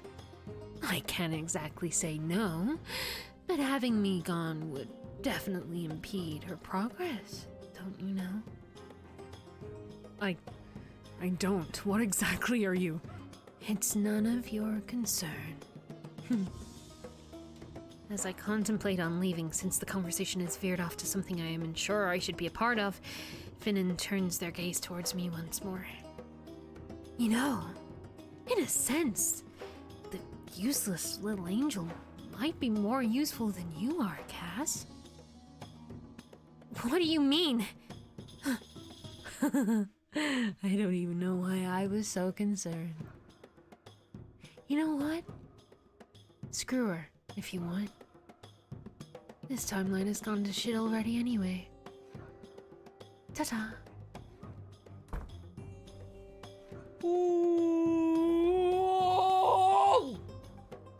Finnan flounces past my frozen frame, making me flinch out of the way as they do so. An unnerving silence follows, during which Cassius stares at the door with an unreadable expression as my own thoughts whirl endlessly in my head. You shouldn't have done that. What? Why would you do that? That's how they always are. I can handle it. I didn't need saving. That's what he's concerned about? It wasn't about saving anyone. It's about doing what's right. But I forgot that something like that is lost to someone like you. Perhaps I'm being mean, but Cassius's earlier comments about me have come back, and I can't deny that they sting. Always sticking your nose where it doesn't belong. If you don't have anything good to say, then I'm leaving. That's what I get for trying to be nice here. Hey, Wait, Nugget. I'm sorry. Alright, for what I said earlier. Finnan, certain things need to be said or done to mollify them. Sighing, he runs a frustrated hand through his hair, muttering even more curses under his breath. I wait, wary as Cassius struggles to gather his bearings. In the end, he meets my eyes steadily, though there is still a minute tremble to his wings. I know all of this must suck for you. Look, I know you didn't come here on purpose. Everyone knows, but I'm not going to antagonize you about it. So there is no need to make any excuse. I slowly close my mouth, but I'm still on edge. What is he getting at? To my surprise, Cassius begins pacing, his hard-earned composure slipping away. The demon mutters under his breath. So quickly I can barely catch any word. Is this how Cassius processes? The nonchalance and arrogance I first associated with him are gone. This Cassius is disheveled, borderlining on desperation as he walks the narrow space among the desks like a caged animal. And as time goes by, there is something particularly sad in his eyes, something heartbreaking, something indescribably lonely. Cassius? Ah, right. Yes. Cassius scratches his head furiously, like that would help him find the words to say. There is something unnerving watching someone so usually composed this frayed, but it also brings some comfort, strangely enough. If someone like Cassius doesn't know what he is doing sometimes, then I shouldn't feel too sad about my own shortcomings. Right? I think you should continue with your project. Tell me you want me to kill your partner without telling me you want me to kill your partner. Huh? The weapon. So he knows about that too. I shouldn't be too surprised. I thought you hated it. I do. But it's better for you to have something to defend yourself with. My feelings on the matter shouldn't have anything to do with your safety. Owlishly, I gawk at him, not expecting such an answer. Demons are controlling and enjoy exploiting one's weaknesses. Demons think of nothing but to inflict harm upon others. Perhaps he did inflict some harm over me, but perhaps he was being truthful too, about not knowing. A discordant feeling swirls in my chest. A mix of confusion, doubt, and curiosity, a mix of thoughts that I don't dare delve too far into. With a hasty nod of my head, I retreat from the lab, feeling the same desperation I saw on Cassius's face bleed into my own chest. Oh, that kind of worked out ? For the best ?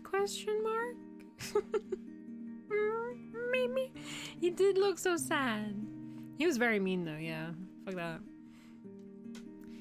There's a lot on my mind as I make preparations. There's a lot of fear involved too. And again, Finnan written incredibly well. Holy shit. I hate Finnan. I hate Finnan so much. I love to hate Finnan. But it's gotta be said, those lines are very fun to read. Holy shit. Just go full buh. I've not had a character with which to do that yet. I'm very sad. One day I can go full some like yandere shit. Just some straight fuckery. One day. I just come across as too nice. I'm just a baby. What if Finnan suddenly jumps out of nowhere and throttles me? It's part of the reason why I made sure someone was in the lab first before I entered it. That someone is Oxan, which is probably one of the better options. Oxan is always focused on her work, and I don't think Finnan would want to do anything stupid around her. She just gives off an aura of someone you don't want to mess with. Shaking my head, I bite back a sigh and get back to measuring the ingredients. It's easy work, repetitive, and doesn't have much thought process going into it. Unfortunately, instead of falling into the lull of it, my mind wanders. I can hear you thinking all the way from here. Sorry. I hastily bent to pick up the dropped items, keenly aware of Oxan's eyes on me. Did you ever know that I had mine on you? Oh, just like a real, just like shit stain of a person. Yeah, just like super playfully manipulative and stuff. It's very good fun because it's just so different to what regular social standards are. Not that I would do it if I had the opportunity, but yeah, plain straight up bitch, straight up mini pie. Because I've played morally grey characters before. My characters have done some shit, but like nothing Finnan levels, you know. Ooh. I hastily bent to pick up the drop items, keenly aware of Oxan's eyes on me. Everything in the Yonder makes me so terribly self-conscious. Everyone seems to look upon me with thinly veiled animosity or pity. Except Ethra. Maybe except for Cassius. Well, I don't know about that. For whatever he feels for me must stem from regrets or responsibility. That doesn't count for much. Sorry, I'll move to one of the side chambers. You are that afraid of Finnan, I'm not sure. I guess I just don't want to be hurt. Finnan just doesn't seem like a very responsible being. Come now, don't be coy. You and I know very well that Finnan is a bitch. I choke on thin air at that, much to Oxan's amusement. You really don't like them, huh? Oxan merely raises an eyebrow at me. I deflate. I don't like them either. I don't think they like me very much. Finnan doesn't like anything very much. But they would be utterly foolish to do anything to you. Shandu protects her guests in the Yonder. Queen! This is exactly why she's a queen. Are you wondering, Queen? Yes. That's what her title means. Why Wonder Queen? She is queen. Yes. Or at least those who set out to harm one of her guests would face grave consequences. I'm going to reread that. Or at least those who set out to harm one of her guests would face grave consequences. That doesn't really reassure me. I wouldn't have much care for Finnan's punishment. By the time they got it, I might have been dead already. Fair point. Just a thought. If Finnan really, really hates me, even if I get to go back to my heaven, would they chase me down to end me outside of the Yonder? That is reaching quite far, don't you think? Can't blame me for being paranoid. Technically speaking, they can. But Finnan would be beyond stupid to hunt you down for such petty reasons, especially when such actions would warrant the wrath of the heavens. But I'm not quite important enough for anyone to retaliate for my passing. Does that matter? No matter what you are, would that single act not be perceived as an attack against the heavens? I have half a mind to decline, but Aksan is right. I'm not entirely sure how that makes me feel. It's not entirely a comforting thought, but it does make me feel somewhat more at ease. Half-heartedly, I pick up a crystal I've been working on, staring at my own reflection as I ponder over the events of yesterday. Why does Cassius let Finnan treat him like that? There is something both disapproving and disgusted on Aksan's face. It takes me a few seconds to realize those emotions aren't directed at me. He put himself in that situation out of a desperate need. Finnan saw the opportunity and ensnared him. What? Is Cassius being mind-controlled? He is not, and that is the problem. He deliberately put himself in a vulnerable situation, and I cannot say he truly enjoys it either. It's not even a kink. Not for Cassius, at least. Ooh! Where is your crown? Where is your crown? He convinced himself that he needs this kind of authority figure over him, telling him what to do, ordering him what to say, punishing him when he does something wrong. That sounds too much like... Of course, Finnan capitalizes on that. Being actually more powerful than Cassius helps. I see. I kind of want to ask... Whoops. No. I pressed the wrong button. I kind of want to ask Aksan more about Cassius, but I don't know if I should. I'm unsure if I should know more about him at all. But whatever is going on between Cassius and Finnan, it's wrong. Finnan said something about me having more use than Cassius.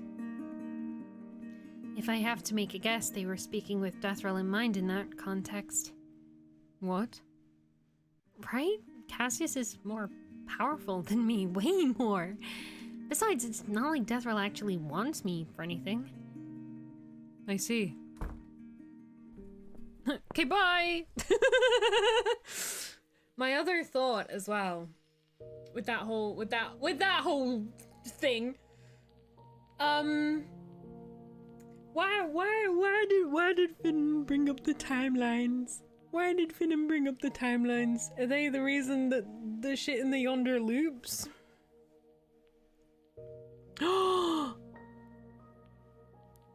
Would that make sense? No, because there is a Yonder ending where they live. Finnan is too small for that. Oh shit. Wrecked. Rip. I do wonder what their use is. Other than keeping Cassius busy simping about someone else. But it's not going well though, is it? Maybe that's why we prove more use. I might have judged Cassius a little too harshly after the first memory I saw. Yes, he can still be quite the simp, but there is something inherently complicated about Cassius that I don't want to examine too closely before. Despite our differences, it's clear that he's trying to make things right with me. I'm just too caught up in my own mindset of him, too wary of what he is to see what's going on underneath his demonic exterior. But is it really wise for me to step into the middle of this? Then again, what do I have to lose? My grace is damaged. I don't know how to get back home. I'm constantly distracted by one thing or another. I'm all over the place. Ooh, Ken's mod asked this, so I'm passing along the distraction. What's the Underworld OTP? Ooh. Finnan and the Void. No, yeah, Udon and Happiness, yeah. Hmm. Hmm. Oh, that's true. Yeah. No, not like that. Not like that. Like the void that she eats him into. The void that she eats them into, sorry. No, I know the void is death around, but you know what I mean. You know what I mean, like the other void. The void outside the void. You know I don't ship Deathroll and Finnan. That would be vile. I would hate that so much.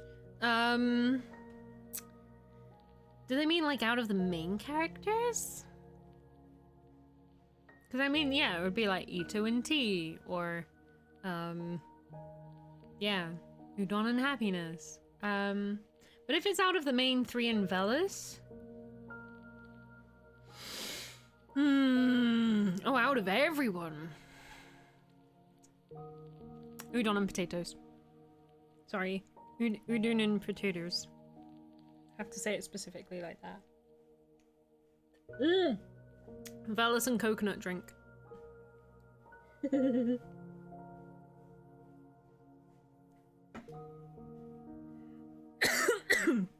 Can said Axon and Kaz.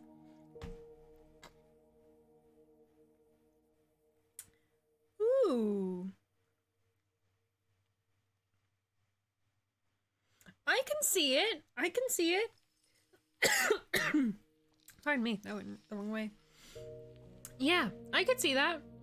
They have the chemistry. Or Velen-Cass. Axon canonically doesn't swing that way though. Fair. Fair. They do got good chemistry though. They're both supportive and trolly and argumentative, but it's kind of cute. Friendship or otherwise. But yeah, canonically not swinging that way. That is an obstacle. In Cass's way. Though maybe he's simped for her as well. I wouldn't be surprised. Yeah. With Velas and the main three, I honestly don't know. Because while I liked Thera's and Axon's relationship, and it was very cute and I loved it a lot,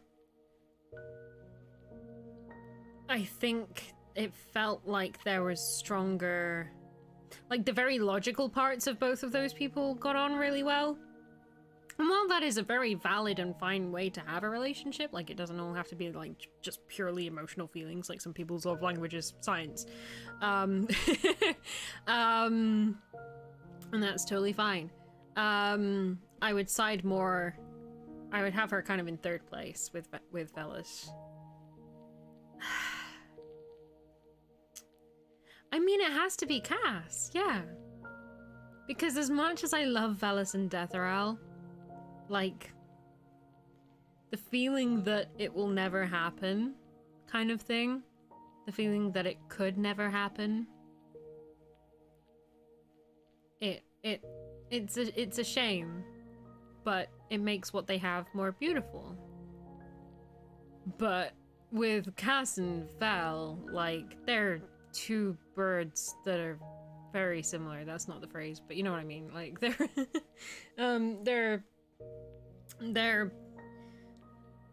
very similar in a lot of ways, and I think, pardon me, in terms of,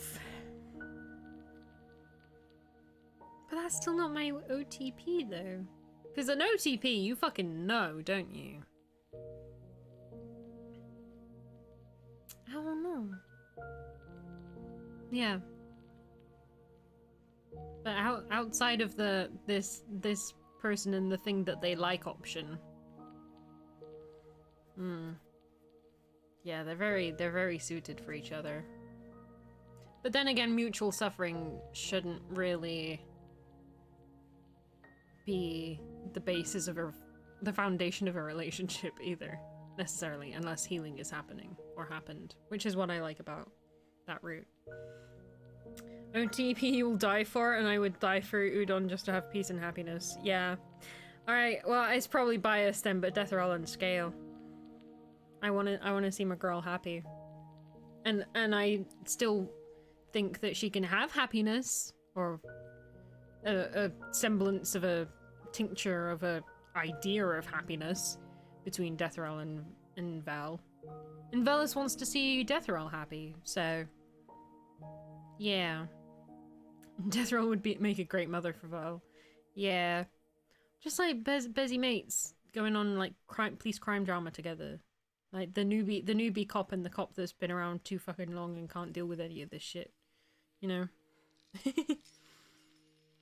Deathral gives some pats in a book and Val happy. I wanna see Ito and Udon hang out. Like I know Ito's got a partner, but like just as a friendship. I wanna see that happen. I feel like that would be super cute. Brooklyn Nine-Nine Yonderverse, yeah. Exactly. Ito and Udon just having tea, yeah. Ito like gives Udon some books about plants and stuff and potatoes. and Udon's like, I'm a snake. No, Udon makes tea leaves for Ito. It's a symbiotic relationship. Yeah. What is your contribution to the friendship? I'm a snake. Nods, yes. Yeah, so my obviously biased answer would be Deathral and Scale via Velis. But yeah, I wanna see Ito and Udon be friends. That's kind of my final answer that isn't actually answering the question. Because I'm Velis. I don't know how to be direct. Or decisive. It's good. No, it's a good question. It's a good question. I appreciate it. Just de-stress from the last fucking scene as well. Shit. I'm all over the place. Yeah, right? My only hope of doing anything is simply creating something to defend myself with. I didn't even think this through when I finished up my work. I just came here. What is even going on right now? I glance at the pillar bearing Cassius's name and sigh, feeling a chill run down my spine. What am I doing? I'm confused, curious, tired, and don't have a clue as to what I'm doing. That's what. Cassius's problems aren't mine. Cassius probably doesn't want me to dip my nose into his business either, judging by what he said. But this strange, stagnant, almost painful feeling is so familiar. Closing my eyes, I insert the key and turn, focusing on fiery hair, emerald green eyes, and a smile so pretty it blinded me from what was to come. Whoa! What's up, bitch? My name's Lily. Oh! New Lily lines. Alright, but let me go from the beginning again. Alright. I've got to remember what my dead mum voice is. I've always seen you around here. What's your name? There it is. Hi, Madame Lily. I'm Nougat. You don't need to call me Madame. Just Lily is fine. But you're about my superior's rank. Titles and ranks don't make up one's superiority, Nugget, you twat. Besides, according to the teachings, we should lead by example and not the position given to us, right? That's true. Oh, I see. There. Hence, I insist you call me Lily, Nugget. Okay, Lily. There you go. Now, would you like some help with those books, Nugget? I can. I mean, With a soft chuckle, Lily quietly but gently pries away half my stack, easily balancing them on her arms. She's got fucking biceps for days. Quite the avid reader, aren't you? Yes, I absolutely adore books. Being able to access the archives was always a dream of mine when I was young. But what is it? It can be quite the distraction. My inhibition control is bad. You see, once I get started on a book, I'd not know when to stop, and that would distract me from everything else. Who told you that? Well, my superior, I. Why would they say something like that? You're still young, no? I am, yes? Then you should be allowed to do things that give you love, that you love, and give you love. Aren't you a scribe too? Shouldn't scribes be allowed to read their heart to their heart's content? I'm speechless. I can't even find words to respond to her. Nobody's ever told me things like that. It makes me a bit uncomfortable, but it also eases a part of me, sitting so tightly coiled at the bottom of my heart. A part that I didn't even know exists. Sorry, I'm... Point is, you shouldn't be feeling guilty for wanting to do something you love, just because others say so. Right. Thank you, Lily. Don't thank me. I'm just speaking the truth. Well, thank you for saying that regardless. I've barely known her for an hour, but I can already see that we'll get along just fine. Dare I say, I can see us being friends? This is probably the happiest day I've had in the longest time, given everything that's been going on. But take me back to the Hall of Memory. Take me back to the Hall of Memory where the fields are sad and my heart feels empty. Oh, won't you please take me back?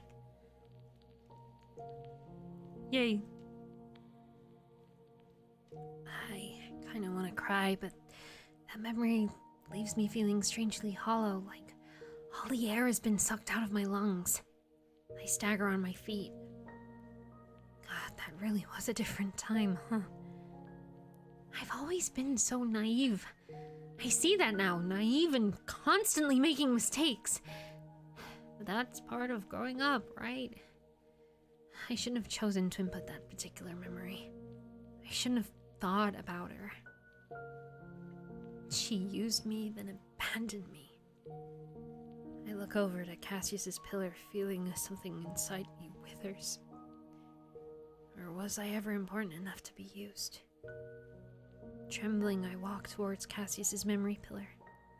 The thought dawns upon me, one that I can't really stomach. What if we're just the same? Oh shit, it's Nugget Angel. What's up? Is there a memory of Cassius's... I'm gonna try and get the emotion out now, so that I don't make raspberries while, like, I'm being shook at the scene as it's happening. I'm trying to keep the immersion up. And it makes it very hard, because there's a lot of stuff that's, you know, like, it's interest. Okay, we're good. Is there a memory of Cassius and Finnan's first meeting? When they begin their relationship? There's so many times in voice acting when you have to do that. You're just, like, cold reading something, and you get halfway through, and it's like, I was the one who killed your brother. And you have to, like, perform it, but at the same time your brain's going, oh shit, oh shit, oh shit, oh fuck, oh shit, oh fuck, oh shit, oh fuck, oh bards, fuck, bard, ah. And you have to still, like, act the scene, but it can sometimes help the adrenaline. But with this, it's harder, because it's in the streaming setting, so I'm like, ah. Professional time. Requesting first meeting and contract. Contract? Sorry, I already failed. I already failed. Contract?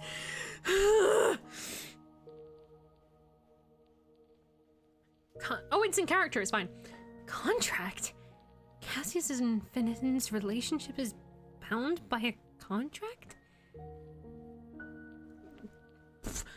Oh no, you fuck! Oh, why? I get it, but why? Why have you done this to me?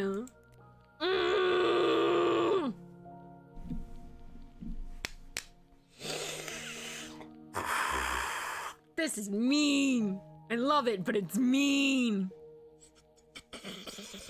Both. Both. I'm gonna leave it to the gods of fate. Did I click on one? I didn't.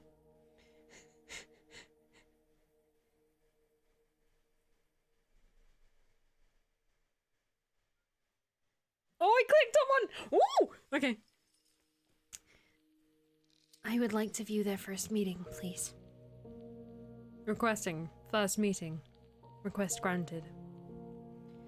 I brace myself, cringing as the shifting veil of rage suddenly envelops me.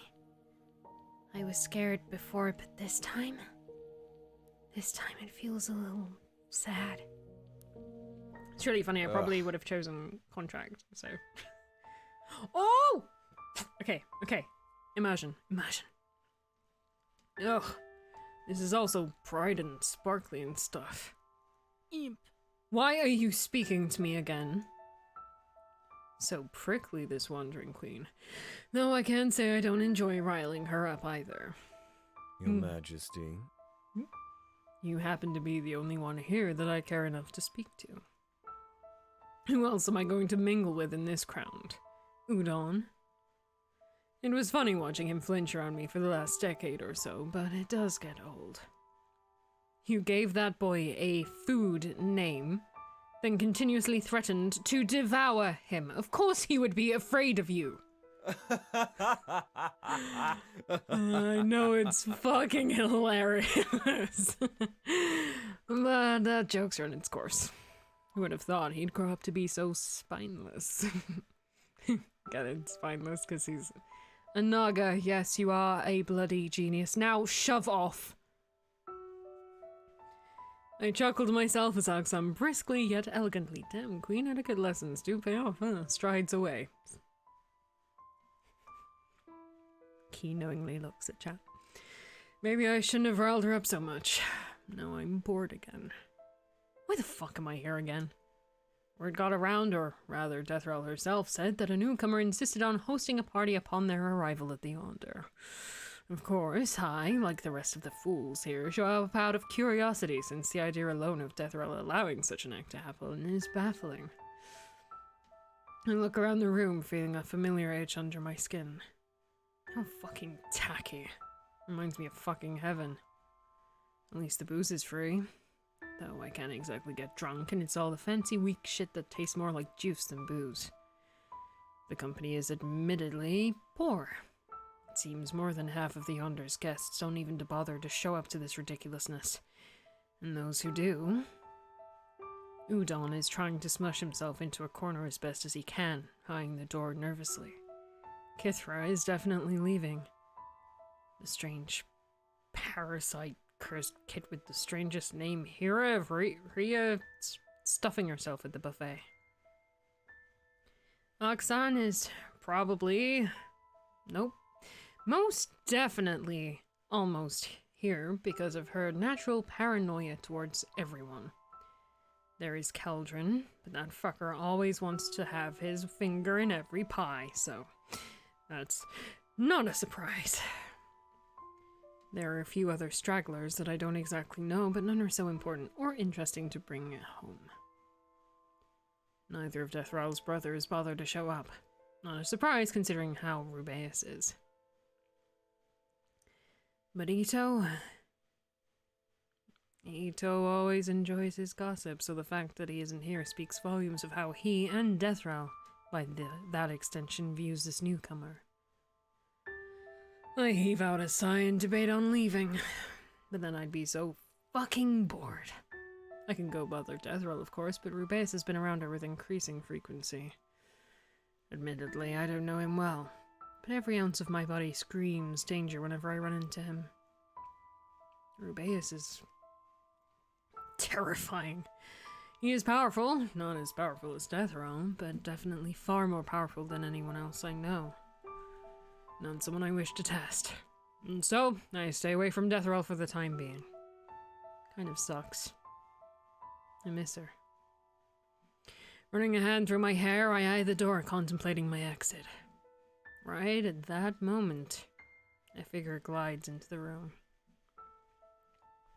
Bright, pretty, fitting in perfectly with this particular room, but not the Yonder itself. Too much, too tacky, like they're trying to hide something.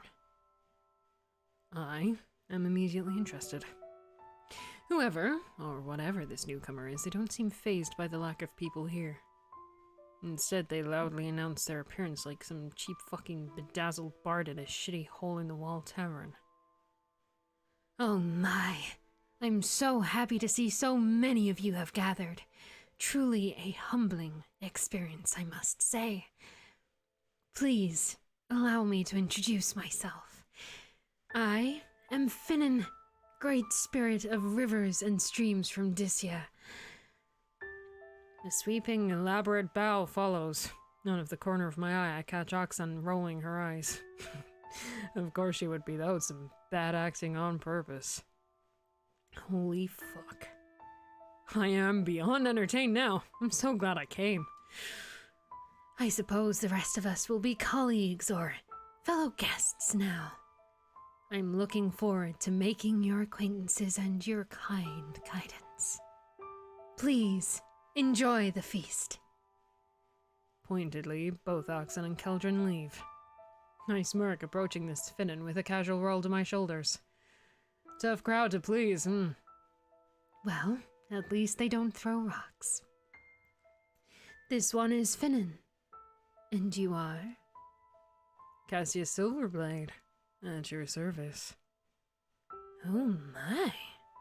How forward. I'll admit, I didn't have high hopes coming in here, but you are quite the specimen, aren't you?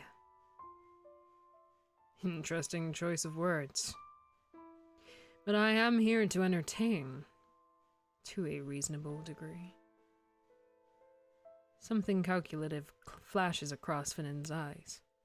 Something that makes me smile in anticipation and my toes curl in delight. This. This is a fucking degenerate. I can smell it even though it is masked under their celestial glow. You can't hide sins from a demon. This will be the start of something diabolically interesting. And I can't wait to have a taste of it. A deep shudder runs through me as my thoughts are mine again. There isn't even a shred of doubt that at that moment, Cassius was going to bite off something far more than he could chew, and he wouldn't have been here if he wasn't such a stupid simp. Stupid simp. But everyone makes mistakes. Oh my god! Oh my god! Alright. Well, let me get my list out. Alright, Kithra. Who the fuck is Kithra? Yeah, fuck Finnan. That was hilarious. I love it. Man, god damn it, if I can't fucking understand why Cassie's kind of just was immediately drawn to that. God damn it. Fuck. God, stupid fucking demon. God, fuck, damn it. Balls. Also, interesting choice of words. That's my fucking line, actually.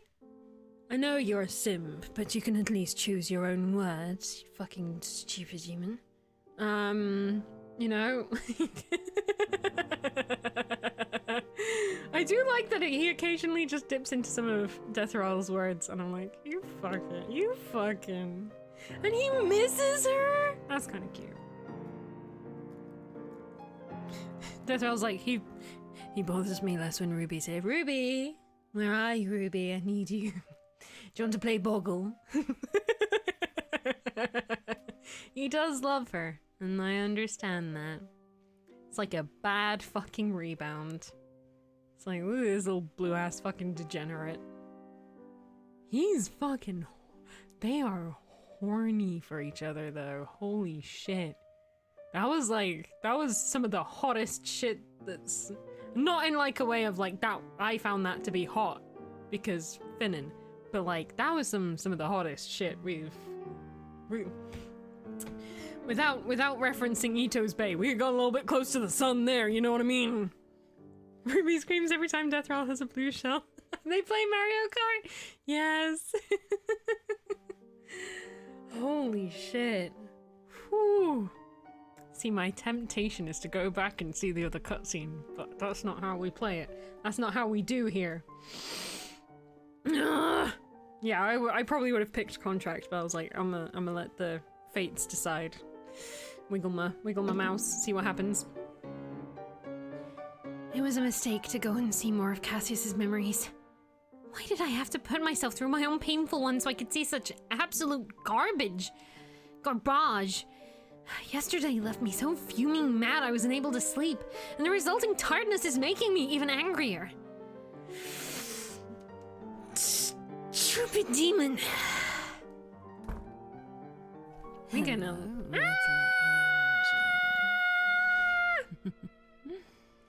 You can't shake me while I'm having a stupid demon moment.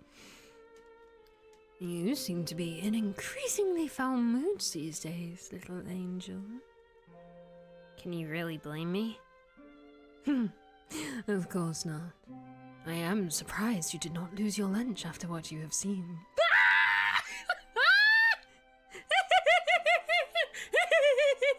Oh, my girl! She's my girl!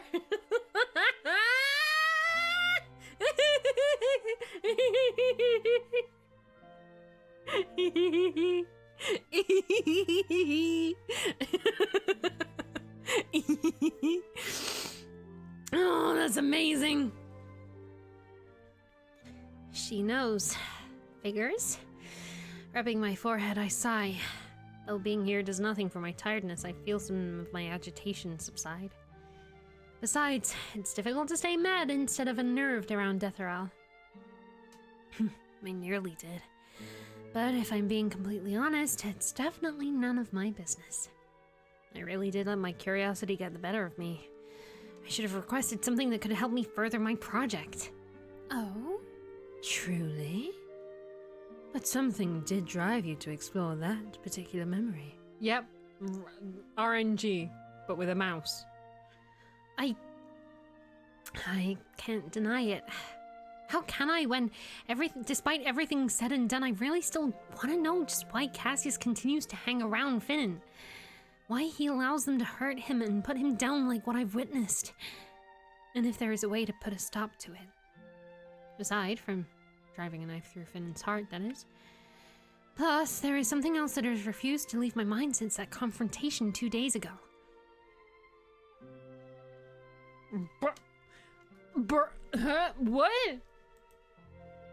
Ask about myself? I haven't got the fucking healthy levels of self-awareness for that.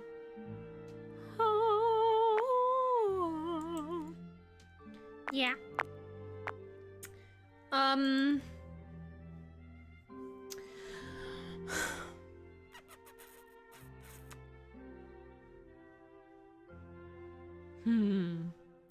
What is my use in the Yonder?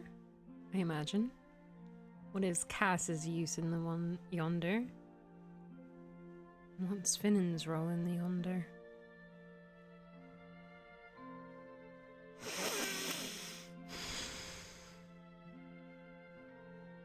This fella seems very wrapped up about Finnan, so I'm gonna go with that. Just because that seems to be the vibe of this route so far. It's Finnan. Why the fuck Finnan, though? So yeah, let's double down on that, I think. I'd probably... I don't know if I'd ask about, like, what is there to ask about Cass? Like, why is he fucking simp? Like, that's... who knows, but... asking about why we're here. Like, we should probably know. Somewhat, otherwise she might eat us. So, I'm gonna go with Finnan. Why is Finnan so possessive of Cassius? And why wouldn't you punish Finnan for disrespecting you? You must know that they were insulting you behind your back, right? Little angel, if I was bothered about all those who think and speak ill of me, then there would not have been a universe for you to exist in. I have far more important business to waste my time over, rather than a puny celestial. Puny celestial. Puny celestial. The way she said that both amuses and scares me. As for your previous question, those with little power tend to hoard their influences. They get especially defensive when it comes to their devout. It feels like there's a jab at several beings in there, but I'm not about to push for an argument with Deathral, of all people. Is Cassius actually devoted to Finnan? He didn't seem like that. Simpering, but not devoted. Indeed. An astute observation indeed. But why? Finnan treats him like garbage, and despite him claiming the two of them are in a relationship, it seems that that's toxic at best and life-threatening at worst. Why would anyone want to be in a relationship like that? Deathral doesn't answer immediately. Briefly, I wonder and begin to panic if I've gone too far, especially when this really isn't my business to begin with. There are several ways to answer this, little angel. None of them would make you feel any better about what is happening. Besides, this is not about you. Why do you wish to know? What can you do, even if you know? I can't think. I don't know how to answer her, because even I am unsure as to why I am doing this. Why am I so bothered by this? Why am I wasting my precious time that is rapidly slipping away through the crack of my desperate fingers? Has Finnan really gotten that deep under my skin? And why aren't I as upset about how Cassius might have? I see. Perhaps you should sort out your priorities before knowing, little angel. Else it shall be even more difficult going forward. There is something in her words, a meaning that lurks just below the surface that makes me want to scream, but he's a demon! But it gets stuck on its way out. A lump that I can neither swallow nor spit out as the memory of Cassius's pained looks flashes in my head. You have a good heart. But do not let it bring about your doom. Uh-oh. Doom? It is imminent! Come on, come on. This whole process is getting to its critical point. I have managed to recreate and improve on the trigger gem and safely stowed the soul stones away. But shaping this into something more easily utilized is giving me trouble. Just masking tape it to a knife. Shit. It's not that fucking hard. Doom! Doob! It's a doom boob. That's the smartest thing I've said all day. Alchemy using components to make simple concoctions and material reformations is easy enough. Transforming object structures and intended properties is different.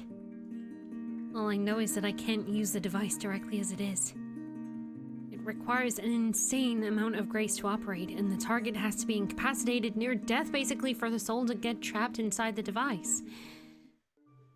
Which is a nicer way of saying that the soul would get ripped out of the being the device would be targeting. A shudder runs its course through me, but I fight to stamp it down. Now is not the time. I have many names. Xanthrek the Broken, Morsha the Taker, Doom Boob. But you may call me Doom Boob.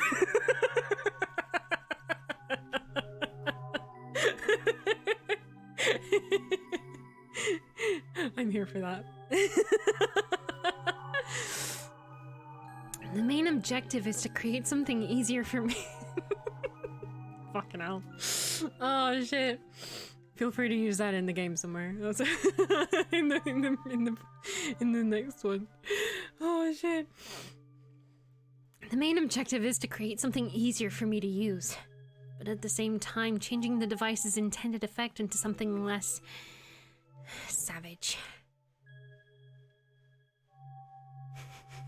I don't want it to be too savage. By combining this powerful device with an ordinary object like this kitchen knife, I can lessen the potency and danger of the result. Besides, it's not like I can wield the device in its current state anyways, with my grace quickly depleting as it is. And even when my grace was at full strength, I still wouldn't have been able to. This device simply wasn't created for an angel of my type. This is a weapon intended for warriors, those who specifically hunt down demons. Stupid demons, and angels who have fallen from grace. No, I have to focus. I can't let other thoughts distract me now at the last step. All my careful preparations would go to waste if I don't give this my all. Alright, let's do this. Focusing every last bit of my grace into the device, I will it to reshape into what I intend. The device lights up a seething blue. I can feel its magic fighting against mine. Come on. The force of it pushes me backwards. Scrambling, I try to find purchase against a desk, but my legs give out under me. My hand slips and my head hits the wooden surface with a heavy thud. Oh, fellas. Nugget, wake up. I don't know how it's gonna be. I groan weakly, batting away the insistent hand on my arm. Much to my dismay, the shaking only intensifies, making me feel like my brain is rattling around in my skull. An explosive headache and nausea quickly overwhelm me.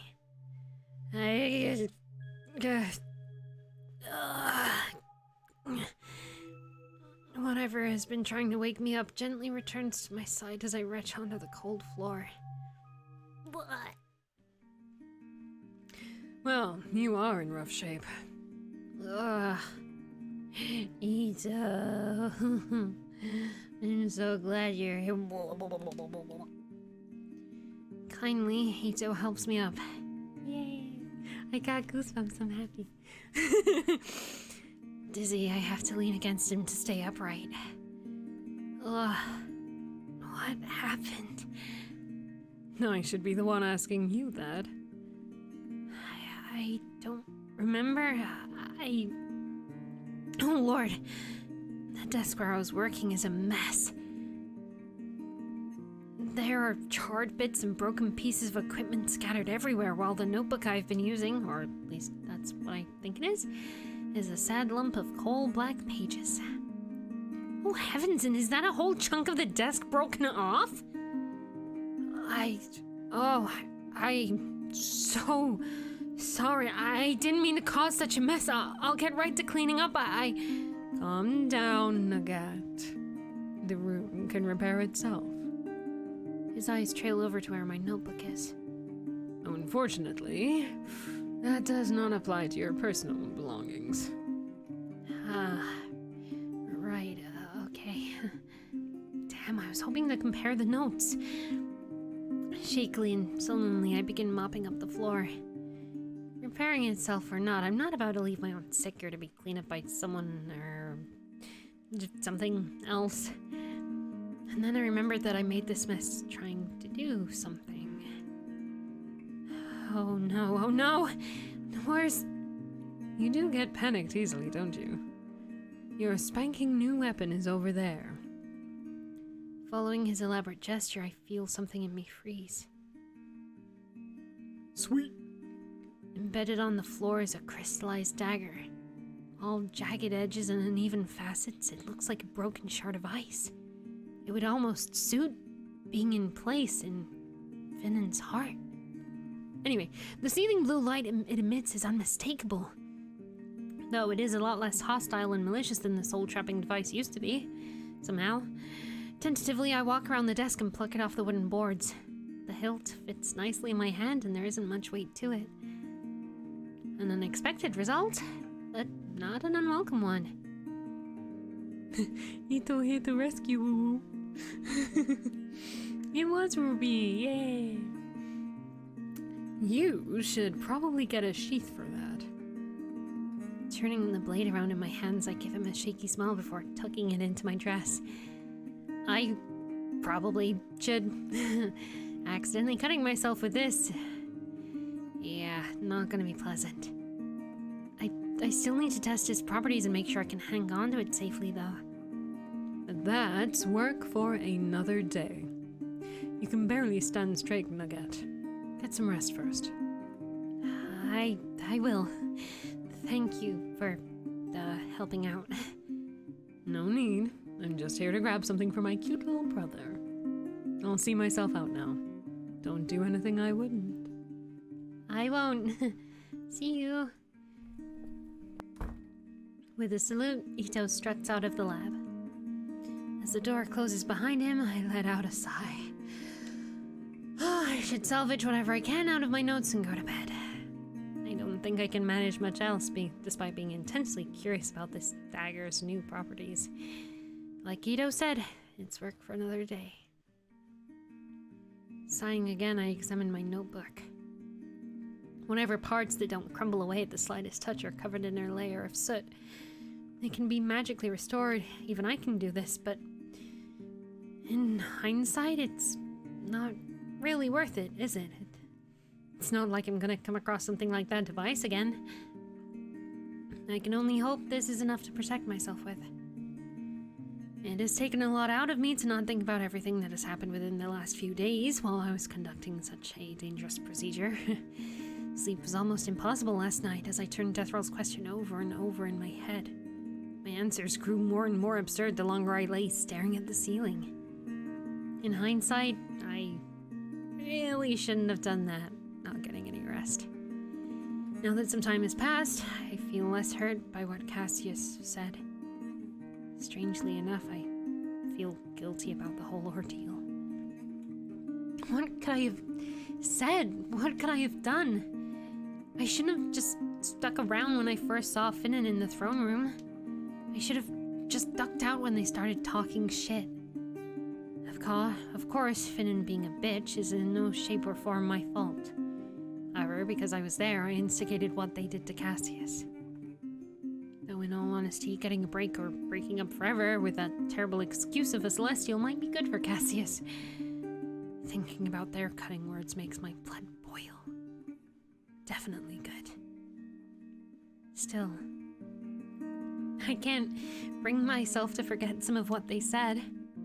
What was my purpose here? Was I really brought here for a task? Was it Deathrell who did this? Or was my lie not that far from the truth?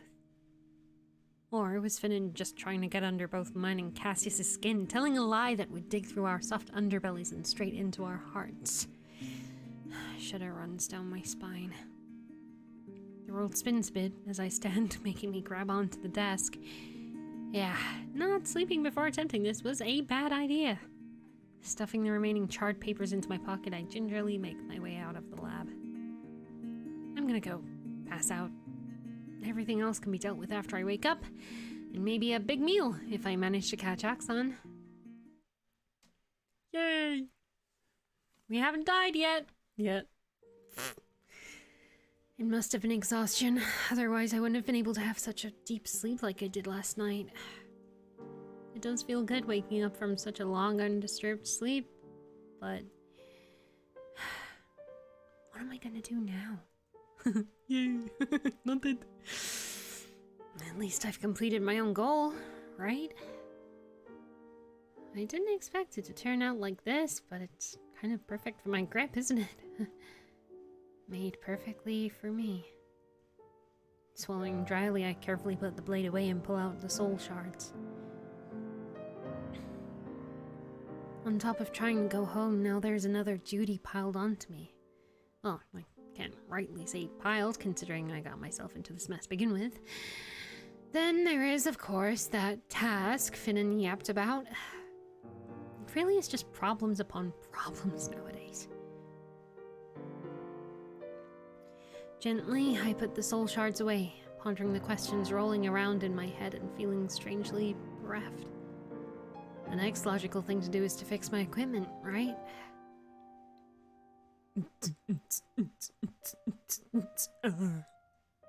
I feel the urge to hold my head and scream. Sorry. And maybe cry for a while, intensify. But that's not going to solve anything. If I keep thinking I can't do it, then wouldn't I be trapping myself in a helpless hole I dug on my own? I can't run away from this. And time is ticking away whether I like it or not. Is it really okay if I keep going as I always have been? Is it really okay if I refuse to budge in the face of everything that has changed? Shouldn't I already be used to not getting what I want? I curl my fingers around the old clipboard, unaware of how I've been staring down at the jumble of words and symbols. That's right. Just because the situation around me has changed doesn't mean that would change too. I've always wanted the position of a scribe. I was denied it for almost all my life. And when I got to it, even if all these fuck-ups didn't happen, that position definitely wasn't what I imagined it to be either. Aside from my wants, nothing has ever been certain for me. I turned to the door, feeling something cold slipping down my stomach. Well, at least there is one thing I know for certain. Hello, little angel. Hi. Don't. Why you gotta be like this though? Why you gotta be like this though? I don't think it's ever gonna get normal. Time to find a bitch! I like that it has a stabby that's actually dagger sized and then the crystal is stabby over that. Yeah, it's very cool. Remember, little angel, cry is a free action. God, imagine if I was cool like Death Row. I'm just not. It's no cool, no chill, all wah, all woo, you know, just. I can pretend to be like Death Row, which is very fun. But then I'm just a derp. I can't help it. It's my party. I can derp if I want to. Hello, little angel. Hi, Deathrel. Hi, Axon. Little angel. Oh, is there something you want? Not having expected Axon to be here, I stumble over my words. But the queen herself cuts in before I can form a hasty excuse for a retreat. I suppose she may stay. Considering she brought the matter to my attention, she should be hearing this as well. Well, what is she talking about? Very well. You must understand, Dark Sun, that Cassius needs the Yonder far more than I need him.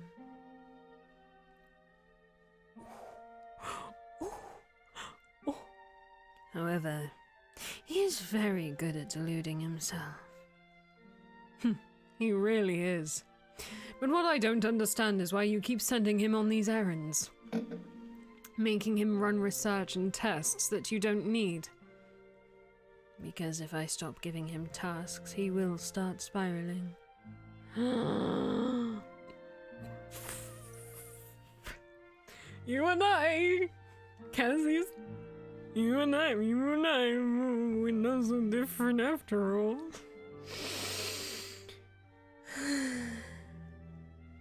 You are about to say the same thing as Ito did. He needs to leave the Yonder, doesn't he? In a sense. They're talking about what Finnan said, aren't they? They're talking about whatever Cassius has been assigned with, how it's actually not needed. Oh. Do you want me to interfere? That is not what was asked of you. True. I suppose I do feel a little sentimental.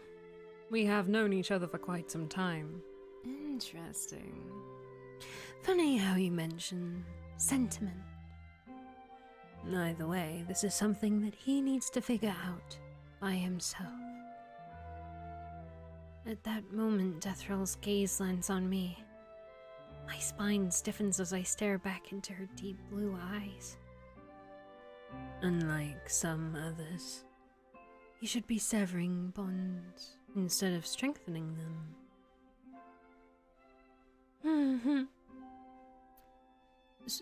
So, what Finnan said is true, then? That Cassius has failed his purpose here? Interesting choice of words. I would not put it quite like that, little angel. I feel like we have touched upon this subject before, and we must have, but I shall repeat it for you. The Yonder only opens its doors to those who need it most. Cassius, however, came here wanting something, while actively avoiding what he needs. I would say he has failed himself more than anyone else. You cannot help someone who does not want to help themselves. Indeed. But why? Does he even know what he needs? Is Finnan the one who distracts him from that?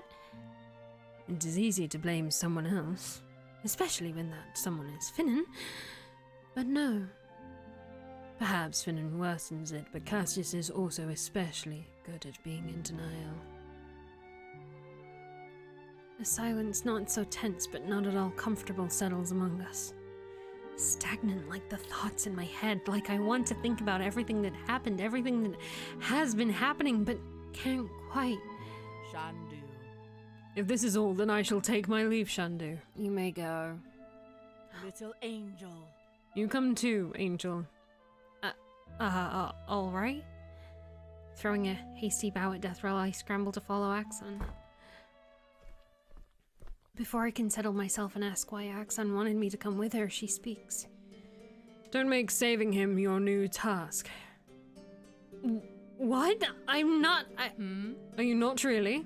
Are you not thinking about it? The obvious answer should be no. But it doesn't roll off my tongue so easily like I imagine it would. That, more so than Oxon's sudden statement, order, surprises me. I'm not because he's a stupid demon doesn't even sound at all convincing in my head. Cassius is a demon, alright. But it doesn't dictate him from trying to do something right. That doesn't mean I, as an angel, should stand by and watch him suffer. Shouldn't I? There's something I don't understand. Why does everyone here, at least everyone I've met, dislike him? Oh. That question is just what I should expect from you, little angel. If this has something to do with me being an angel, then For once, that has nothing to do with it. Your question perhaps sounded shallow on the surface, but there is much more to answer than it might seem. Sit. Blinking, I obey without any objection. This is gonna be one of those long and difficult conversations, huh? I mean, Mum's just sat us down at the fucking kitchen table, I imagine so. I resist the urge to cover my face with my hands and groan into them. Why do I always stumble into these situations? Wasn't I the one complaining about having too many problems to deal with earlier? Oh, hot ones with Dithra. Always. Many, many hot ones this time, Jesus. Axon just like, why? Don't be stupid. Axon smacking sense that she fucking needs to, yeah. That's her duty in the Yonder, I'm pretty sure. Why do I keep making things harder for myself? You're going to need this. Pineapple. Pineapple whiskey? Pineapple whiskey. Whiskey pineapple. Ow! Axon smacks my hand away from the smaller drink. Ow! That's too strong for you. Pouting, I take the hollowed out pineapple instead, realizing that Axon has just poured us both alcohol. Oh shit, she's gonna be like, we fucking need this shit. I don't want to get drunk over this. Please. You insist on knowing more about Cassius. You practically asked for this. I can't even say anything to that. So I sulkily take a sip of the drink and resolutely refuse to tell Oxon how delicious and sweet it actually is. In a sense, you're not exactly wrong with your observation. We don't want to linger close to Cassius. Some of us find his personality distasteful. Most of us think he is a distraction. Well, he does have the tendency to be very annoying. That, but also in a completely different way from what you're thinking right now. It takes me a moment for that to sink in. When it does, I'm both flustered and strangely annoyed. How vulgar! Wouldn't an angel have known that better than most? Demons are creatures of sins, aren't they? What would stop them from granting the easier parts of their own desires? So, you and Cassius, something like revulsion overcomes Oxon's features. I wouldn't touch that with a 10-foot pole. Everyone knows where that has been. Besides, I don't swing that way. Where the hell is this conversation derailed to? That's not what I want to know. Sure. But what I said stands true. Cassius is a distraction in every sense of that word. And for those like us who came to the Yonder in search of what we absolutely need, getting involved with him only ends up in losing sight of what one wants, and sucked into the void he tries to fill with every unnecessary thing he comes across. He deludes himself, and thus deludes others who get too close. That we know. The more I listen, the more uncomfortable I grow. It makes me think not about Cassius in particular. It makes me think of myself. Is that something you know, or something that you assume? We are all very selfish creatures. Something dry and tough forms in my throat, a sensation that's been steadily growing familiar to me. What is it that he needs, then? That isn't for me to say. Figures. So it's alright to leave him to drown as you go on to fulfill what you need, then? I expect Oxon to get angry. I expect her to shout, to call me insolent, among other things. I probably deserve it. What I don't expect is for something complicated, haunted, to flash across her features, for the Wandering Queen to throw back her drink and pour herself another. It is very simple. Sometimes you can't save everyone. Oh, fuck, yeah, shit, fuck. Oh, I'm sorry, Oxon. Oh, no, we don't know how much of a jerk we've just been. We don't know how much of a jerk we've just been. Oh, I'm sorry. I didn't mean it like that, I'm sorry. That is just a no better. She hasn't romanced you in that room, and yeah, that was Nugget, not Nugget.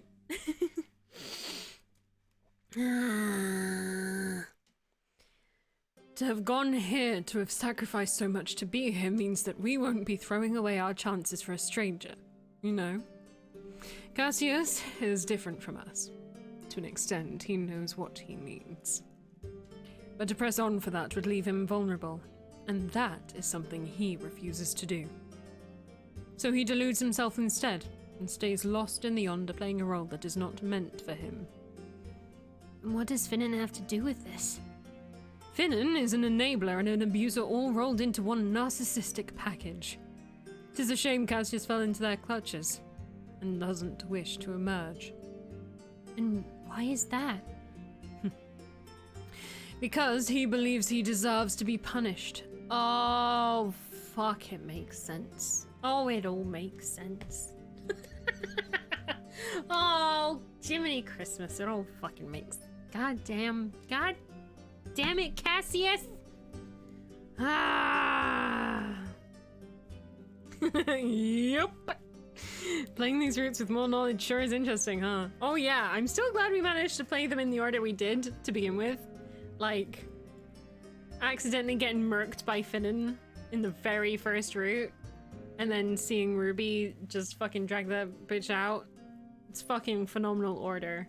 And then knowing that Ito can do it a lot gentler.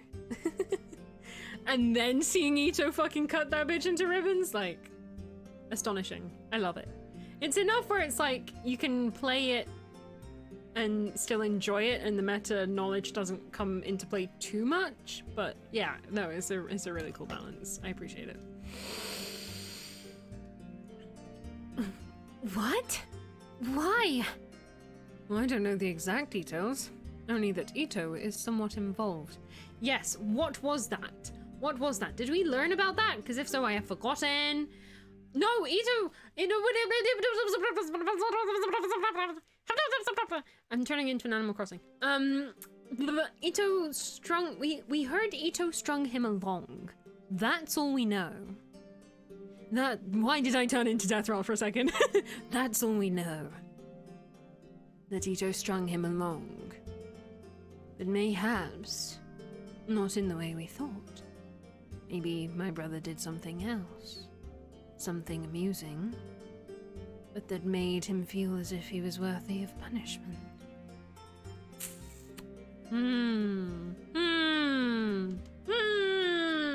Laughs in Ryder. Oh, you do an excellent job. Excellent job. Ito?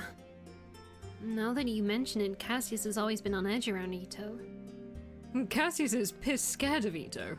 He tries to act tough, but Ito is the one person who can run him beyond the worst thing Finnan could do to him. Heffy, Ito can ruin us all beyond our worst nightmares. Yeah, he can. Sorry. But Ito has always been nice to me. Oh yes, that means that he's never been mean to anyone before. And he is nice. Sweeter than honey if he wants to be. Doesn't make him any less dangerous. Sighing, Aksan knocks back her shot and pours yet another. The problem with Ito... the problem with Ito, and Drubeus as well, is that he is fiercely protective over Shandu, even though there is absolutely no reason to be. Perhaps he does that out of a sense of duty. He enjoys coveting those who are loyal to Deathroll for her. But there is a certain line that he absolutely would not let people cross. It's still unclear where exactly that line lies. And Cassius crossed it? So goes the story. He literally simped too close to the sun's boyfriend. Cassius... Wrong voice. Cassius would like to believe that Ito pushed him towards it, but it's difficult to tell. And I'm not too curious about the specifics. Is Ito responsible for Cassius getting into... becoming like this with Finnan? Aksan drains her glass, but it doesn't refill this time. She turns it over on the table, staring at me with intense, piercing eyes. Don't do this to yourself, little angel. There are always choices to be made. Don't choose the one that might ruin you. With all due respect, Your Majesty, it's a little too late for that. At least we know! At least we fucking know! Yeah, we could just be like, oh, we're just trying to help, we're just trying to be a good angel up in here, but no, we fucking know. We fucking know. We on this route. Let's go. Ugh, need a fucking narrative stretch. We're getting all the lore droppages. The conversation of the day before, as with every day I've been here pretty much, it feels like since, weighs heavily in my head as I drag my feet to the lab. I don't even know why I'm here. The project has been a success and there's nothing left to do. Perhaps it's just something that has become a habit, and in my state of mind, my body just brings itself here. What exactly can I do? I can make a sheath for the dagger. Who am I kidding? What am I even doing? I don't even know what I'm doing, do I? I really should have just drank everything in that stupid pineapple. Maybe then I'd have been able to sleep last night. At least for once, it's not helplessness that keeps me awake. It's frustration. Guess it's nice of Accent to actually tell me the things she did, even though she had no reason to. But at the same time, I wish she didn't. Then again, isn't my own curiosity to blame as well?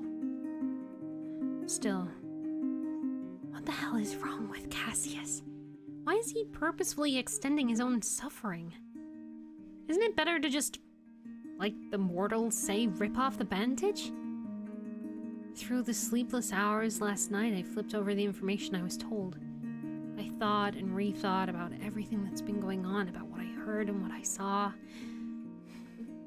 It's not that Cassius doesn't know about what he needs and is completely oblivious to what's going on around him. It's just that he refuses to get to the heart of the matter. Unlike with Finnan, I'm fairly certain that neither Deathroll nor Axon lied to me about anything. They don't have any reason to. Neither needs me in any way, nor are either of them looking for ways to antagonize Cassius. When I decided that I couldn't just lie around forever, my mind came to an irrefutable conclusion.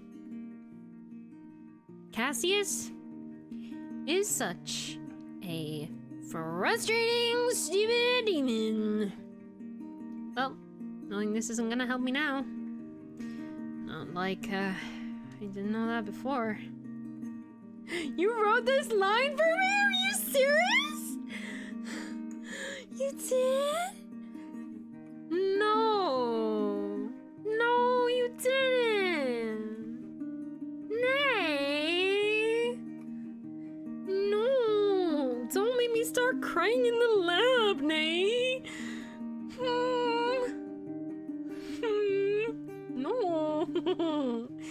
I did. It's not. No, I didn't know. I didn't know that before. You're right. You're right, fellas. Go back. I'm gonna do that again.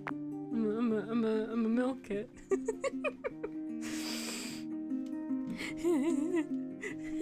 That's so kind. What the heck? I'm just pouting over you. I don't know what to do with that information. I don't know what to do with that information other than read it out again. Aww, you guys are the best. That's genuinely. You put me up. You put me up. Thank you. Shit. Deathroll, they put a line in the game for me.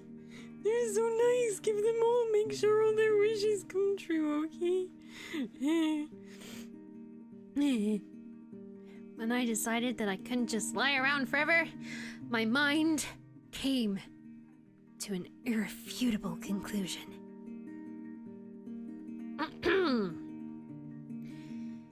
Cassius is such a frustrating stupid demon. Frustrating stupid demon. Well, knowing that isn't gonna help me now. Bless you guys. Seriously though, for real. Very, very, very. I don't know what to do with that. That's very kind. Holy shit. I'm gonna cry now. Next sad scene, so it's fucking over because it's gonna be all the real emotions spilling over. Happy or sad, it's gonna be stupid demon. And the number of times I saw Stupid Demon and just heard it in my head while editing. This is like, because I've been marking down all the times I've said it, and this is like the biggest plot twist. This is like the biggest plot twist. It's gonna be like, oh, fucking Cassius, what a fucking stupid demon, right? And then it's gonna get to this part in the montage, and it's gonna be like, wait, that stupid demon was for me? What the fuck? That's the nicest stupid demon ever.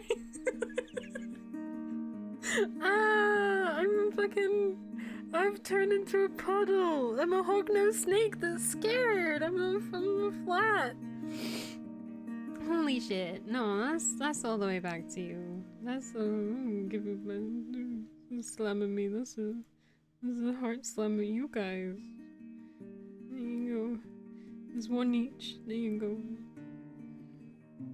Many, many, many, many. Oh, look at the Platty heart. Yay. Platty love. Yeah, that's very kind though. Thank you. Yeah, surely. I